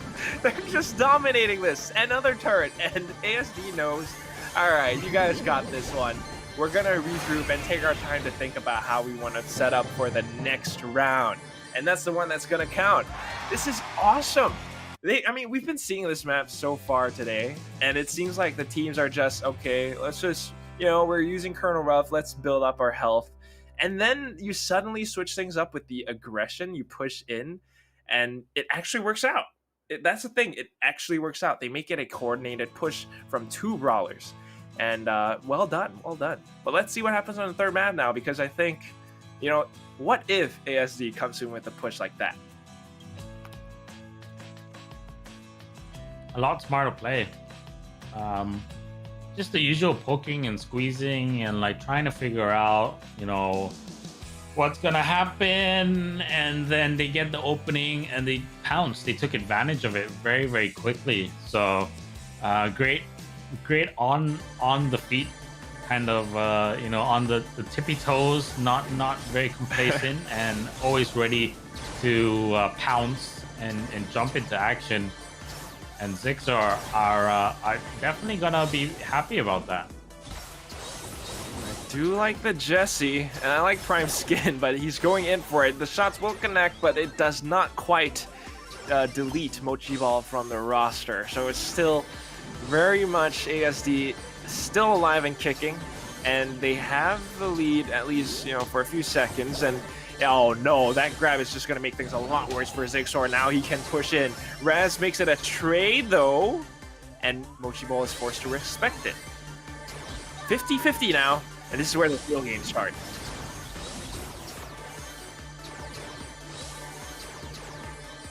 Just waiting for the supers to get up, especially Raz, so we can go for a pull. Oh. So the shield is in for Colonel Raz. Pull is ready. Just trying to line that up. Sandbags to block the back. And now they're on the push. So Zixor back in the game. And now the question is, can they just hold on? Raz comes in with the magic hands. Pulls Mochi Ball. Scythe gets taken out as well. Response, the only one left standing. And now Zixor are off to the finish line. 3 of them on the cap. It is capping so quick at the moment. 81% to 54. And it's just madness right now. ASD don't know what to do. They don't know how to deal with this pressure. The turret is there as well. It's helping out. And a team wipe has happened. So ASD now seem to be in a better position. Response is on the cap point. Magic hands once again. Takes out Response. And now Scythe very low on health. He's going to be forced back onto the back foot. And we're at 89 to 65%. Scythe just trying to go for some ninja cap points. And Response will drop Prime. So it's going to be a 3-on-2. The turret gets popped down as well. Sandbag is there. They'll get the team wipe. And now suddenly, Zixor from a dominant lead now. ASD are coming back into it. 89, 87. They're trying to get to the cap point so they can win that base race. But it is too late. Too much of a risk. No. And ASD will sneak it in. They'll ninja it. I don't know why they weren't going to stop Scythe. And ASD just smarter at the end. Will pick up that round. And they will take the map 2-1. Smart. That's just I don't know. Was it just not map? Was like, would they just not map where? Like Zixor? I have no idea. That's a very good question. You can actually, like, I think if we rewind and watch the VOD, you can pinpoint the exact moment where ASD started winning. But now trying to recall, there was a play that they made. They wanted to go in for the push. They were in control, but ASD just showing us that once you have the teamwork and you have the perfect positions, the way that, because the capture point is set close to where their spawn point is, right? Once all 3 members are together, they can come up with a coordinated push together as a team to take out the Zixor players. And then you have the team wipe. That's where they start mounting their comeback.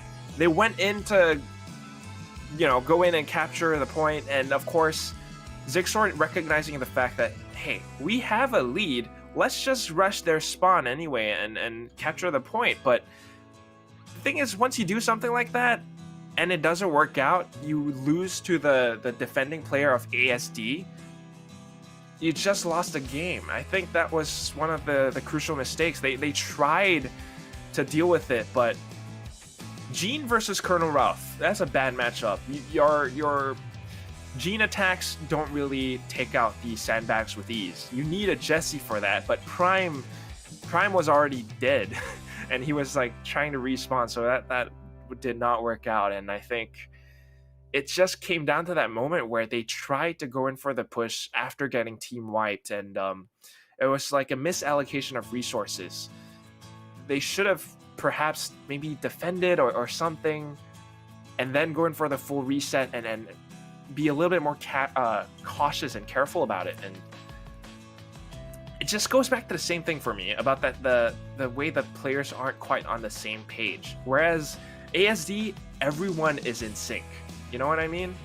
And it's just, yeah, they really need to be in sync. They need to, otherwise it's going to be bye. So we're going to go into this interesting map now, and it's going to be Time Warp. Please take a look at the layout, Phil, because this is a very interesting one.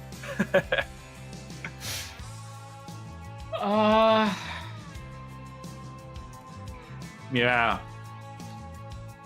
I don't think not too much of an issue, right? I mean, it's just the grass that maybe will add a bit of uncertainty to when you're trying to figure out where your opponents are. But it's pretty open, pretty straightforward. I think the obstacles don't really pose too much of an issue, and I mean, if you want even more space, you can just take out the middle obstacles, and then it just becomes a super open map. Maybe. Okay, I'm just gonna come out and just because it really is a new map, I have pretty much 0 statistics. I don't have any I don't know which brawlers are good.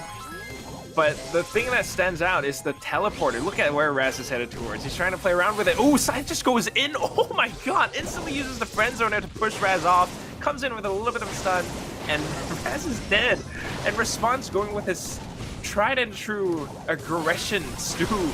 Dash in. Take Ryuku out. The Sprout bombs don't do anything.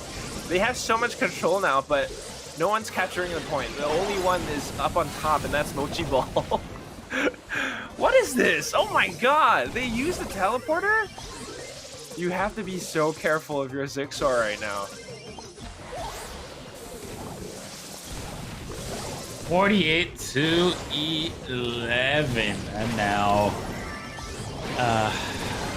by ASD, and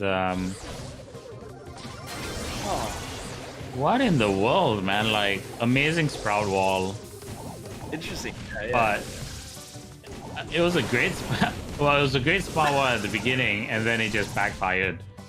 But what is happening? Oh, okay. So Zixor are on the point, but they can't really do much because ASD is capping the other, and now they're just in so much. I have no idea. This is just chaos. There's just there's no coherent action that's happening. It's just free for all, just do whatever you want, it seemed to be, right? It feels that way, yeah. I think the thing is, there are a lot of these small, tiny individual skirmishes happening all across the map, so it's hard to keep track of all the action. But the main thing is, its response as Stu, always just, he doesn't even care. Just rush in, get point blank range, do damage, dash all over the place, and really, he's the distraction. He's the thorn in their side. And then you have now Scythe trying to, like, doing something similar. In fact, he's able to get into prime positions because of the teleporter, and it forces the Zixor players to recognize them. They're in the bushes and they have to like duel against them. Otherwise, if they try to push up and challenge Mochi Ball, they're gonna get flanked. So they have to be very careful.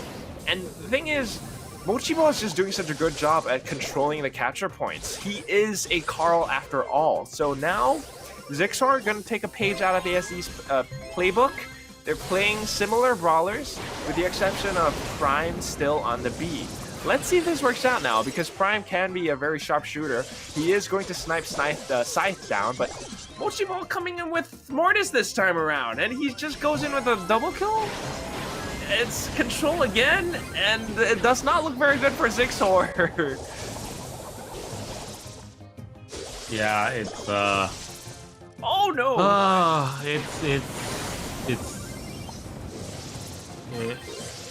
I don't want to say it's a disaster, but again, it's coming down to those one-on-one skirmishes, and it just seems that it's working out for them if they work as a team. But when it comes to like one-on-ones, they just aren't able to pick up the slack. But as I say that, they have successfully done a team wipe as a cohesive unit, so that's what has helped them. But again, ninja right at the very end by ASD, and so ASD will take the second map, and it is looking like we are headed on the road to a clean sweep.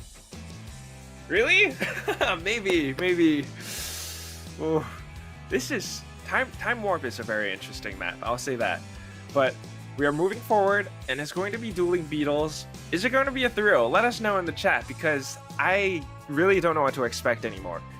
It's I hate to say it, but it's really kind of a little bit more apparent that, you know, because ASD, they have that it reminds you of what Team Flash has, the teamwork, the coordination, and they really have the calls, the communication. Like they are all on the same page. They know what they're trying to do, the strategy. Everyone's in sync.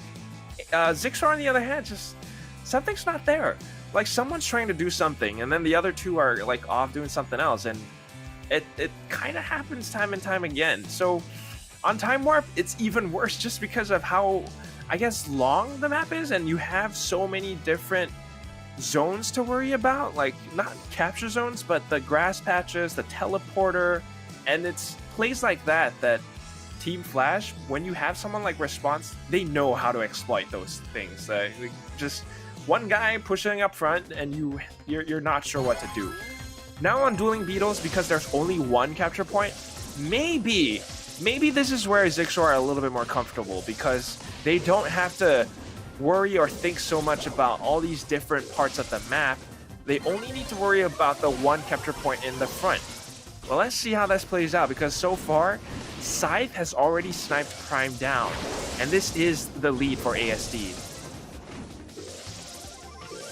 So Response, again with the stew, gets one elimination on that left side as he goes for the burst. Again, tries to go and tries to outmaneuver Colonel Raz with the Piper. Gets one kill, almost gets a second, pops the mines off, clears the front obstacles, and that's going to benefit Zixor because they have a triple marksman lineup.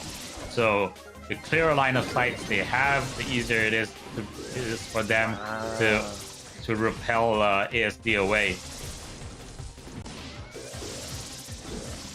Okay. So far, so good. I mean, you are absolutely right. Like 3 sharpshooters, but thing is... Ooh, yeah, just like that, Response dashes into the shot of Raz, and it's going to be control for Zixor yet again. They're building up towards 50% now. They want the turret, they want the honeypot to slow them down so that they have an even easier time to connect the shots. At the same time, Raz is... First of all, get out of the jail card. Secondly, he's able to blow apart obstacles or maybe even stun them for a second, right? The explosion knocks them up for just 1 second. And that 1 second can mean a lot in Hot Zone. And because of this lead, look at how ASD are playing. They can't quite push out. All of these shots and suppressive fire, it's forcing them to stay hidden, but response with the sudden coordinated dash, they push in, they have a little bit more control now. And this is ASD's strength, the teamwork. But the firepower is just, unfortunately, a little bit too overwhelming from Zigzar's side, and they will take this first round away on dueling beetles. Very well done. The sharpshooting composition actually pays off. But here's the question though. On to the next round we go, and are ASD going to be playing sharpshooters as well to counter this? That's going to be, you know, a pretty interesting matchup, to say the least. Could go either way.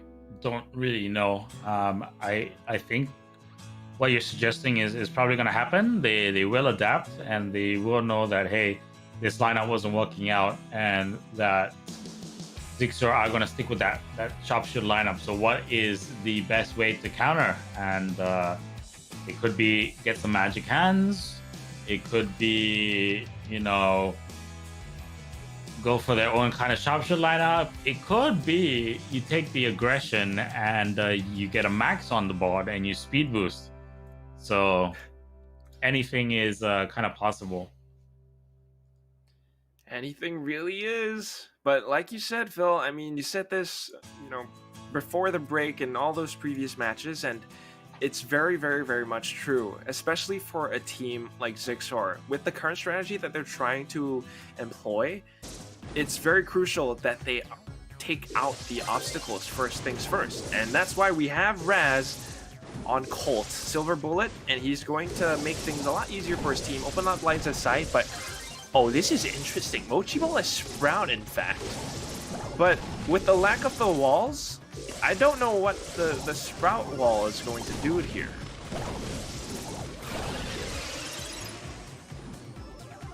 Could block off and maybe give them some... I mean, you'd use that to kind of like funnel your opponents. But the other thing you can use it for, I guess, is potentially give you a wall to help you out if you take out the middle obstacles.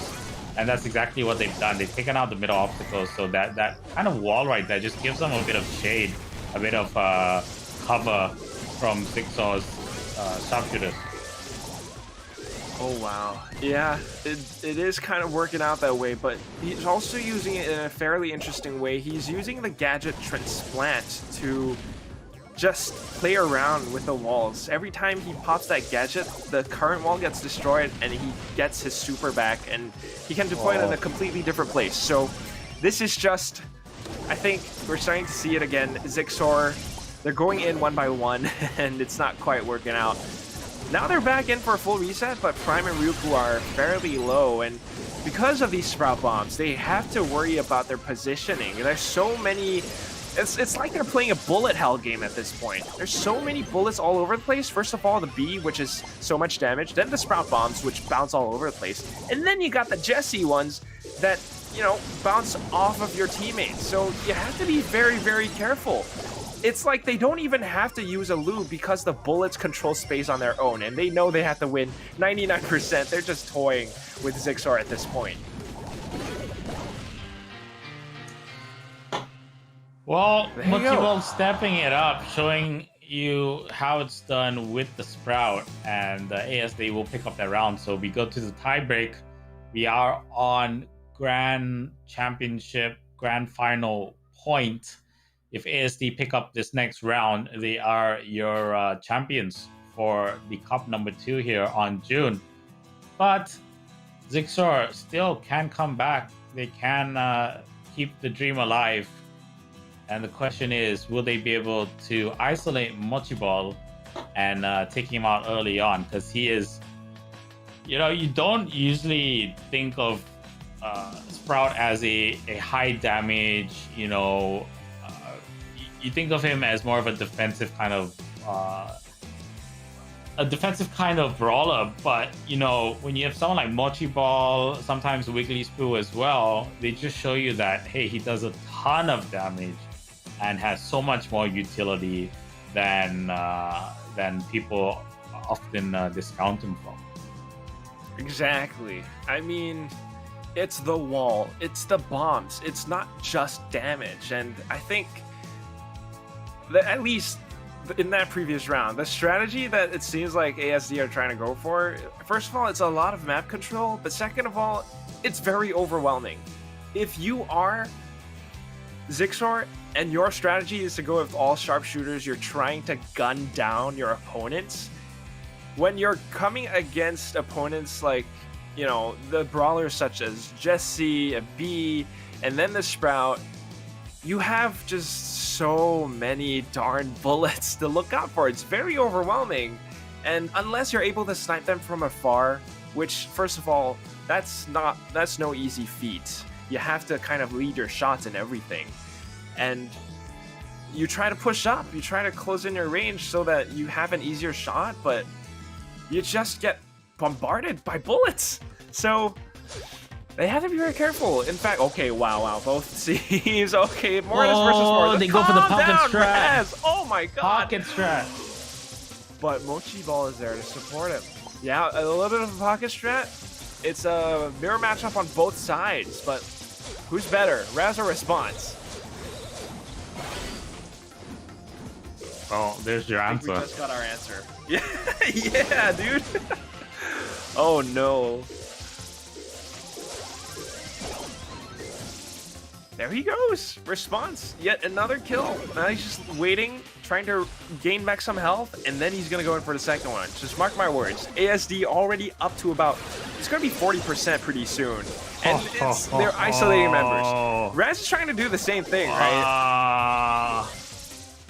He's trying to, but Response is just doing it so much better. Already on a hat trick, Response. Oh, but this could be it. This could be the one to change things up. But the turret, ooh, it slows him down.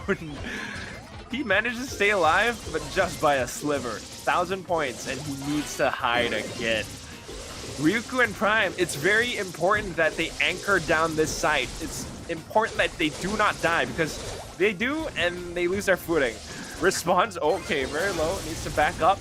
And this is the opportunity for Raz to dash in and take Scythe and Mochi Ball down. He does. Oh, and it's control for Zixor. But what the heck? A double kill. Response.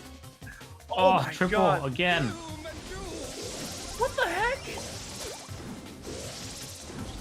And now he has a super up as well. Oh, almost takes out 2. We're turning the tables again and again. This time, okay, Raz in control for a couple more seconds. Zixor doing their darndest to control this 1 point, but Response just need to stay in it for 3 more seconds, and that could be it. 2 more, 1 more touch. This is so important. Every single one from Zixor needs to stay alive. As soon he gets the as kill. Response dashes in, that's it. Oh! Oh!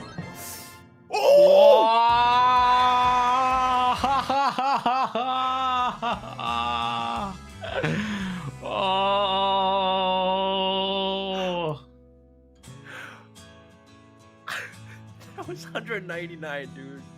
I need to see the.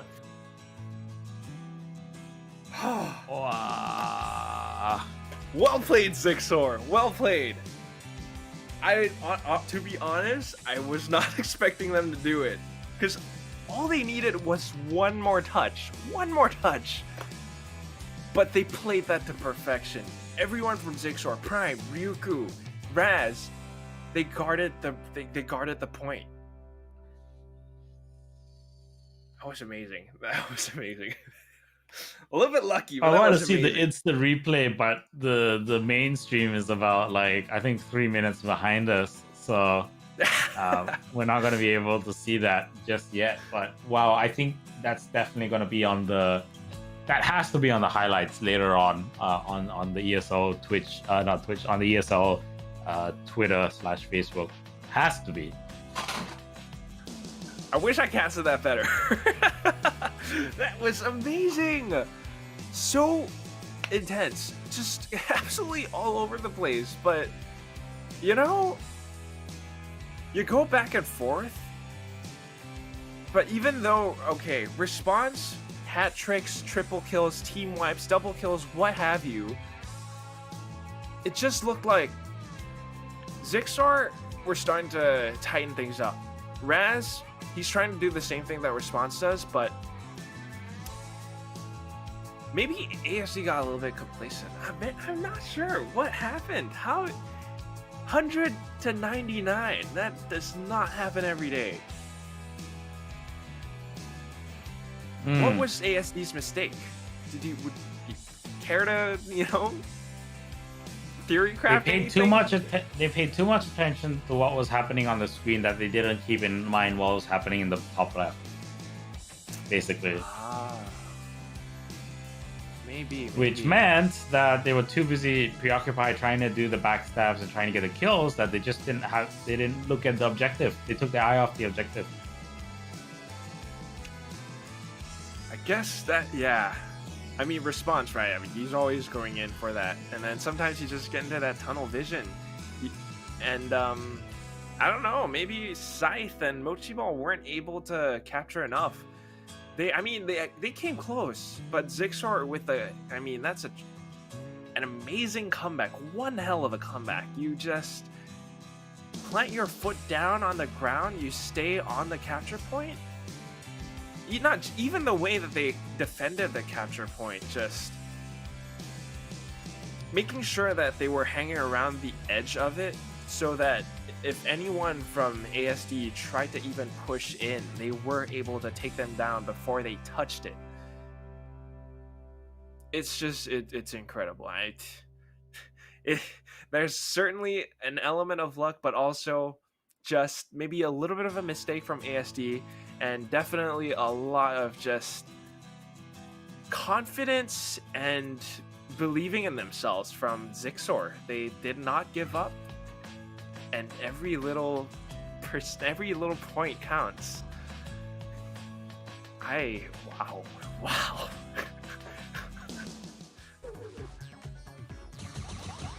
So that is one point on the overall scoreboard for Zixor. Still kind of, I guess, match point. If they lose this one 2-0, then that's that. But it's too early to say. We're in towards split, and it's going to be Zixor kind of at the back foot again as Ryuku falls to side.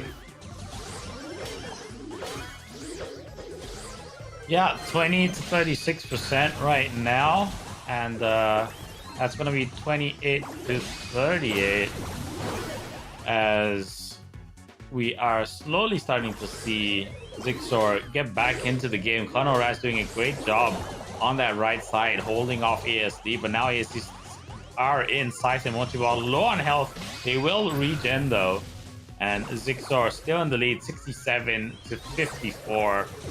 ASD just having so much trouble clearing Zixor off the points. Ryuku will upgrade, but then gets taken out. So Mochiball and him, they switch. They basically trade lives. And now 93 to 77. Zixor, I don't think they're gonna have any problems. Prime on the left side with his super, just hitting Scythe, forcing him out. And Zixor will pick up that round. So we might see us going to a fifth map.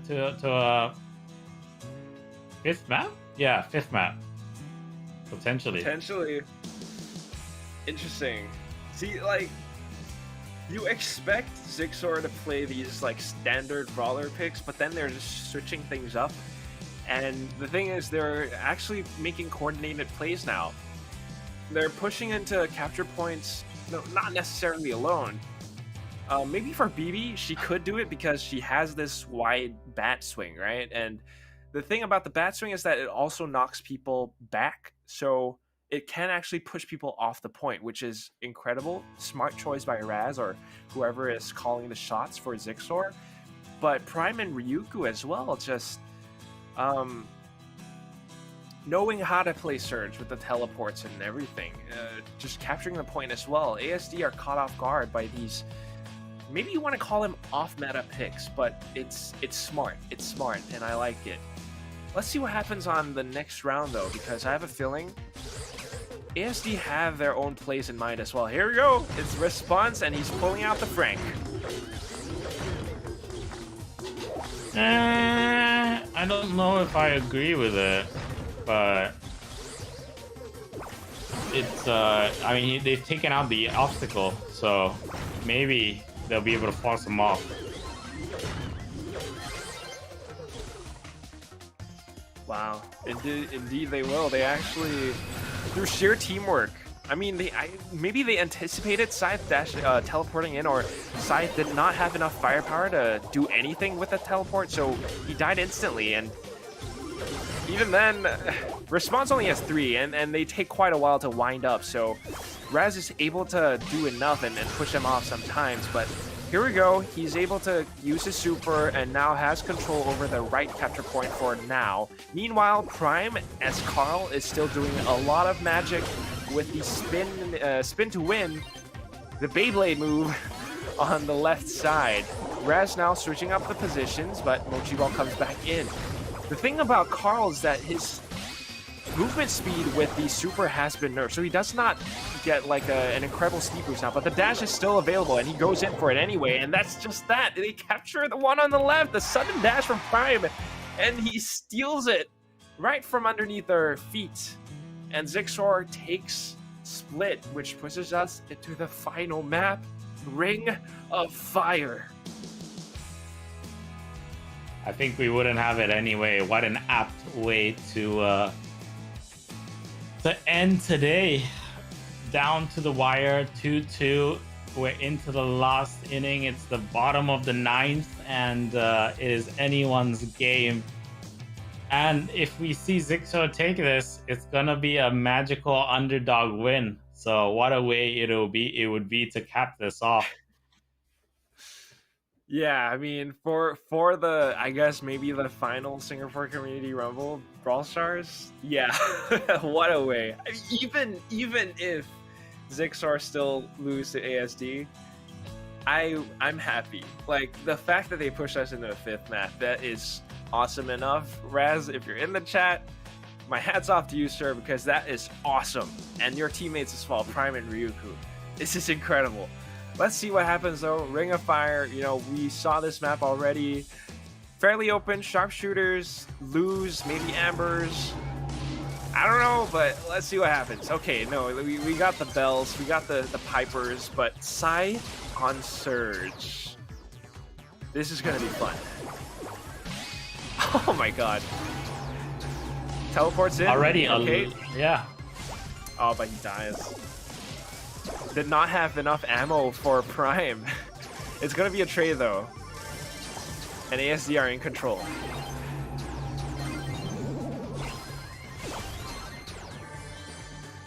Yeah, I mean, there's no Lu as well, right? They're not playing any Lu, so it's interesting to see. Zixor, though, it seems like they're slightly more comfortable, but Scythe will get the better of Ryuku, just barely survives, and they will have the brawler advantage. Plus, he has his rank up. Prime going around for the backstab will pick up 1. Colonel Raz with the Piper down the middle picks up 2, and so they're going to be able to make their way in. Ryuku onto Scythe. They trade frags, and now ASD will have control of that middle section for a short bit, and that's going to help them increase their lead ever so slightly. So lead still over onto ASD, but now both teams, everyone's respawned, so they're just going in for the fights, the duels. Scythe on towards Prime. They make it a trade. Raz stays alive, but Response misses his shot. He anticipated the landing zone, but does not quite connect it, and that could be the mistake that cost him as Ryuku comes in with a flank. Still though, there's a 10% difference. And ASD knowing to fight on the point, they're like going in and out of it. So they're playing hokey pokey, but Zixor have the elimination, so they come back in. Still the 10% difference.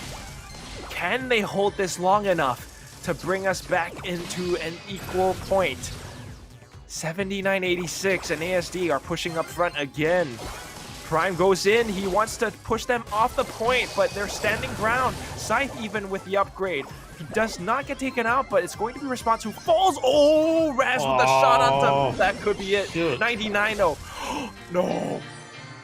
And that's just that. It's 99. Mochi Ball, knowing that he just needs to touch the point, pushes for it anyway. And of course, since there weren't any respawns, I mean, they weren't able to back, I think, Prime up on that point itself. So first point goes over to ASD. Match point now. And Zixor, you want to push us into the very final round, this is where you do it. They might, if they take it, it could be a reverse sweep. And what a way to go out it would be. But it's close, 99 to 96. The only reason why they couldn't hold on to that is because they didn't have one of their sharpshooters up, right? They didn't have a Piper up, or they didn't have the B up, or the Surge up, so just couldn't do enough damage. Okay. This is the one for all the golden nuggets. They're going in. Scythe does not want to give up any lead whatsoever, just dashes in. And it's going to be Prime that falls. They make it a trade, but still, Raz and Ryugu down really low. It's going to be Response just putting his foot down on the point. Now Scythe looking for those teleport plays. Raz unable to do anything about this. Does not have the mobility unless he has his super. Prime even trying to make those plays happen, but without his teammates backing him up, it just won't do anything. 60% already for ASD. This is not looking good, Phil. Oh, Raz needs to hit his shots. Prime also needs to get in there. And the problem is Prime can't make an entrance like straight up because it's not going to help him out. He needs to come in from the back, and I think that might be it. Ryugu, the last one standing, calls in the jump, and yeah. Unfortunately for them, ASD, straight out aggression, Zixor couldn't adapt, and your grand final winners, none other than ASD, dominating that final round, taking it, and bringing home the bacon with a 2-0 win, overall 3-2. So big shout out to them. They walk away with $550. Not too shabby for Zixor. They walk away with $300, if I'm not wrong. Waffles Monster with 100 and Covalence with 50. Yeah, I guess anything else? Quack social shout outs? I mean, what more is there to say? ASD deserving of the win. Clear, just demonstration of how you're supposed to play as a team for this game. The communication on their side, it's apparent. They work together as a team. Everyone's on the same page. And I think Zixor kind of ran out of steam towards the end. They started to default back to that, Prime's trying to do his thing. He's working on his role, but without his teammates to support him, and it just doesn't work out. So I guess maybe we do a quick recap of the brackets that we've seen so far today. And, for everyone else in the chat, yeah, this might be the last Community Rumble, but it's not over. ESL is still alive. ESL Asia, that's the mobile open and everything. So just real quick, it's Zixor. They made their way through the upper brackets. They got knocked down. They played against Waffles Monster. They beat Waffles Monster 3-0. And of course, facing against ASD, just this, I guess, the giants of Singapore Brawl Stars, partially Team Flash. And you guys know how strong they are. Of course, they're not undefeated. They have lost before. And Zixor proved that they are able to make it go all the way. They push us into the final map. It went 3-2, just as you have witnessed.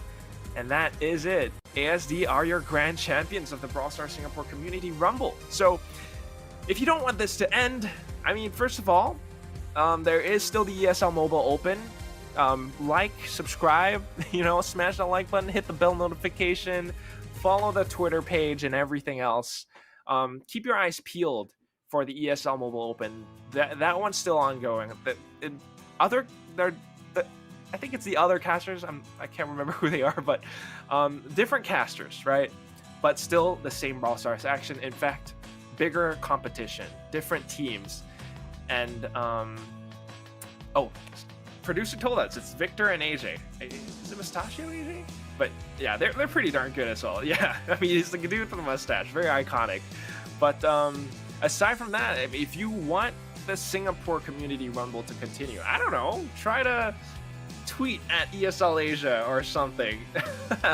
Like, make some noise, right? I love these comments in the chat. It's very heartwarming. It makes us, not just us, the casters, the producers, or the production team. They've been with us since the very beginning of this Brawl Stars Community Rumble. I mean, Jan from the start. For a while we had Iqbal, we have Ultraman I as well right now. Not to mention Seth, who has been, not really communicating with us, but he's working behind the scenes. He's working on the overlay. Someone's, working on every single bit of this, like controlling the bit rates. I don't know, our volumes as the microphone goes haywire sometimes, but it's been a journey. It's not necessarily the end. If you want to, we're still around. Phil is on Twitter at the Phil Effect, and a lot of other channels as well, right? Like, you stream on Twitch occasionally? You got a Facebook page?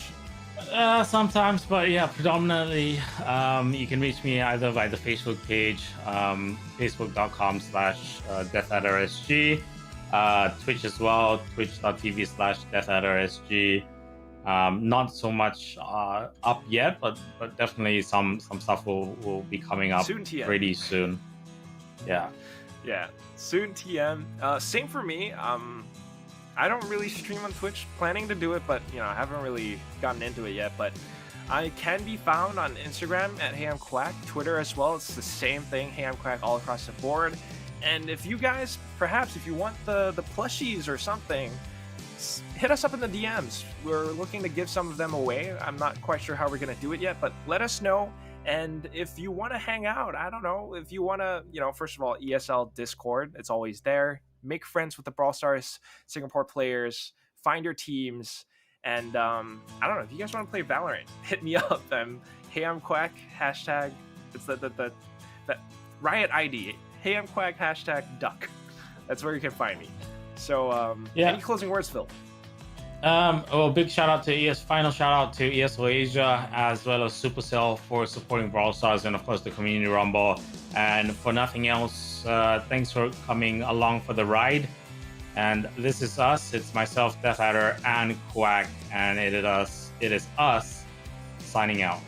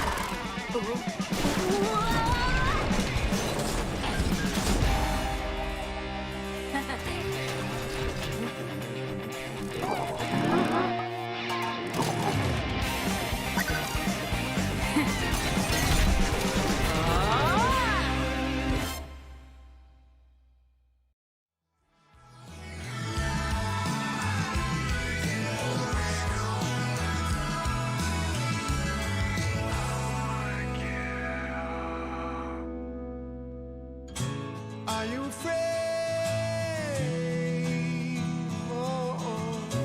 Are you afraid? These days always end the same. Your mind never can tell. I guess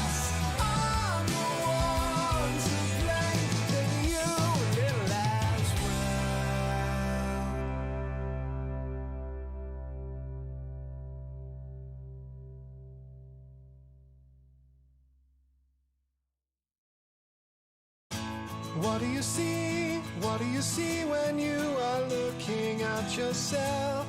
Is it a friend? Is it a brand new start of the bitter end? I gotta say, I see a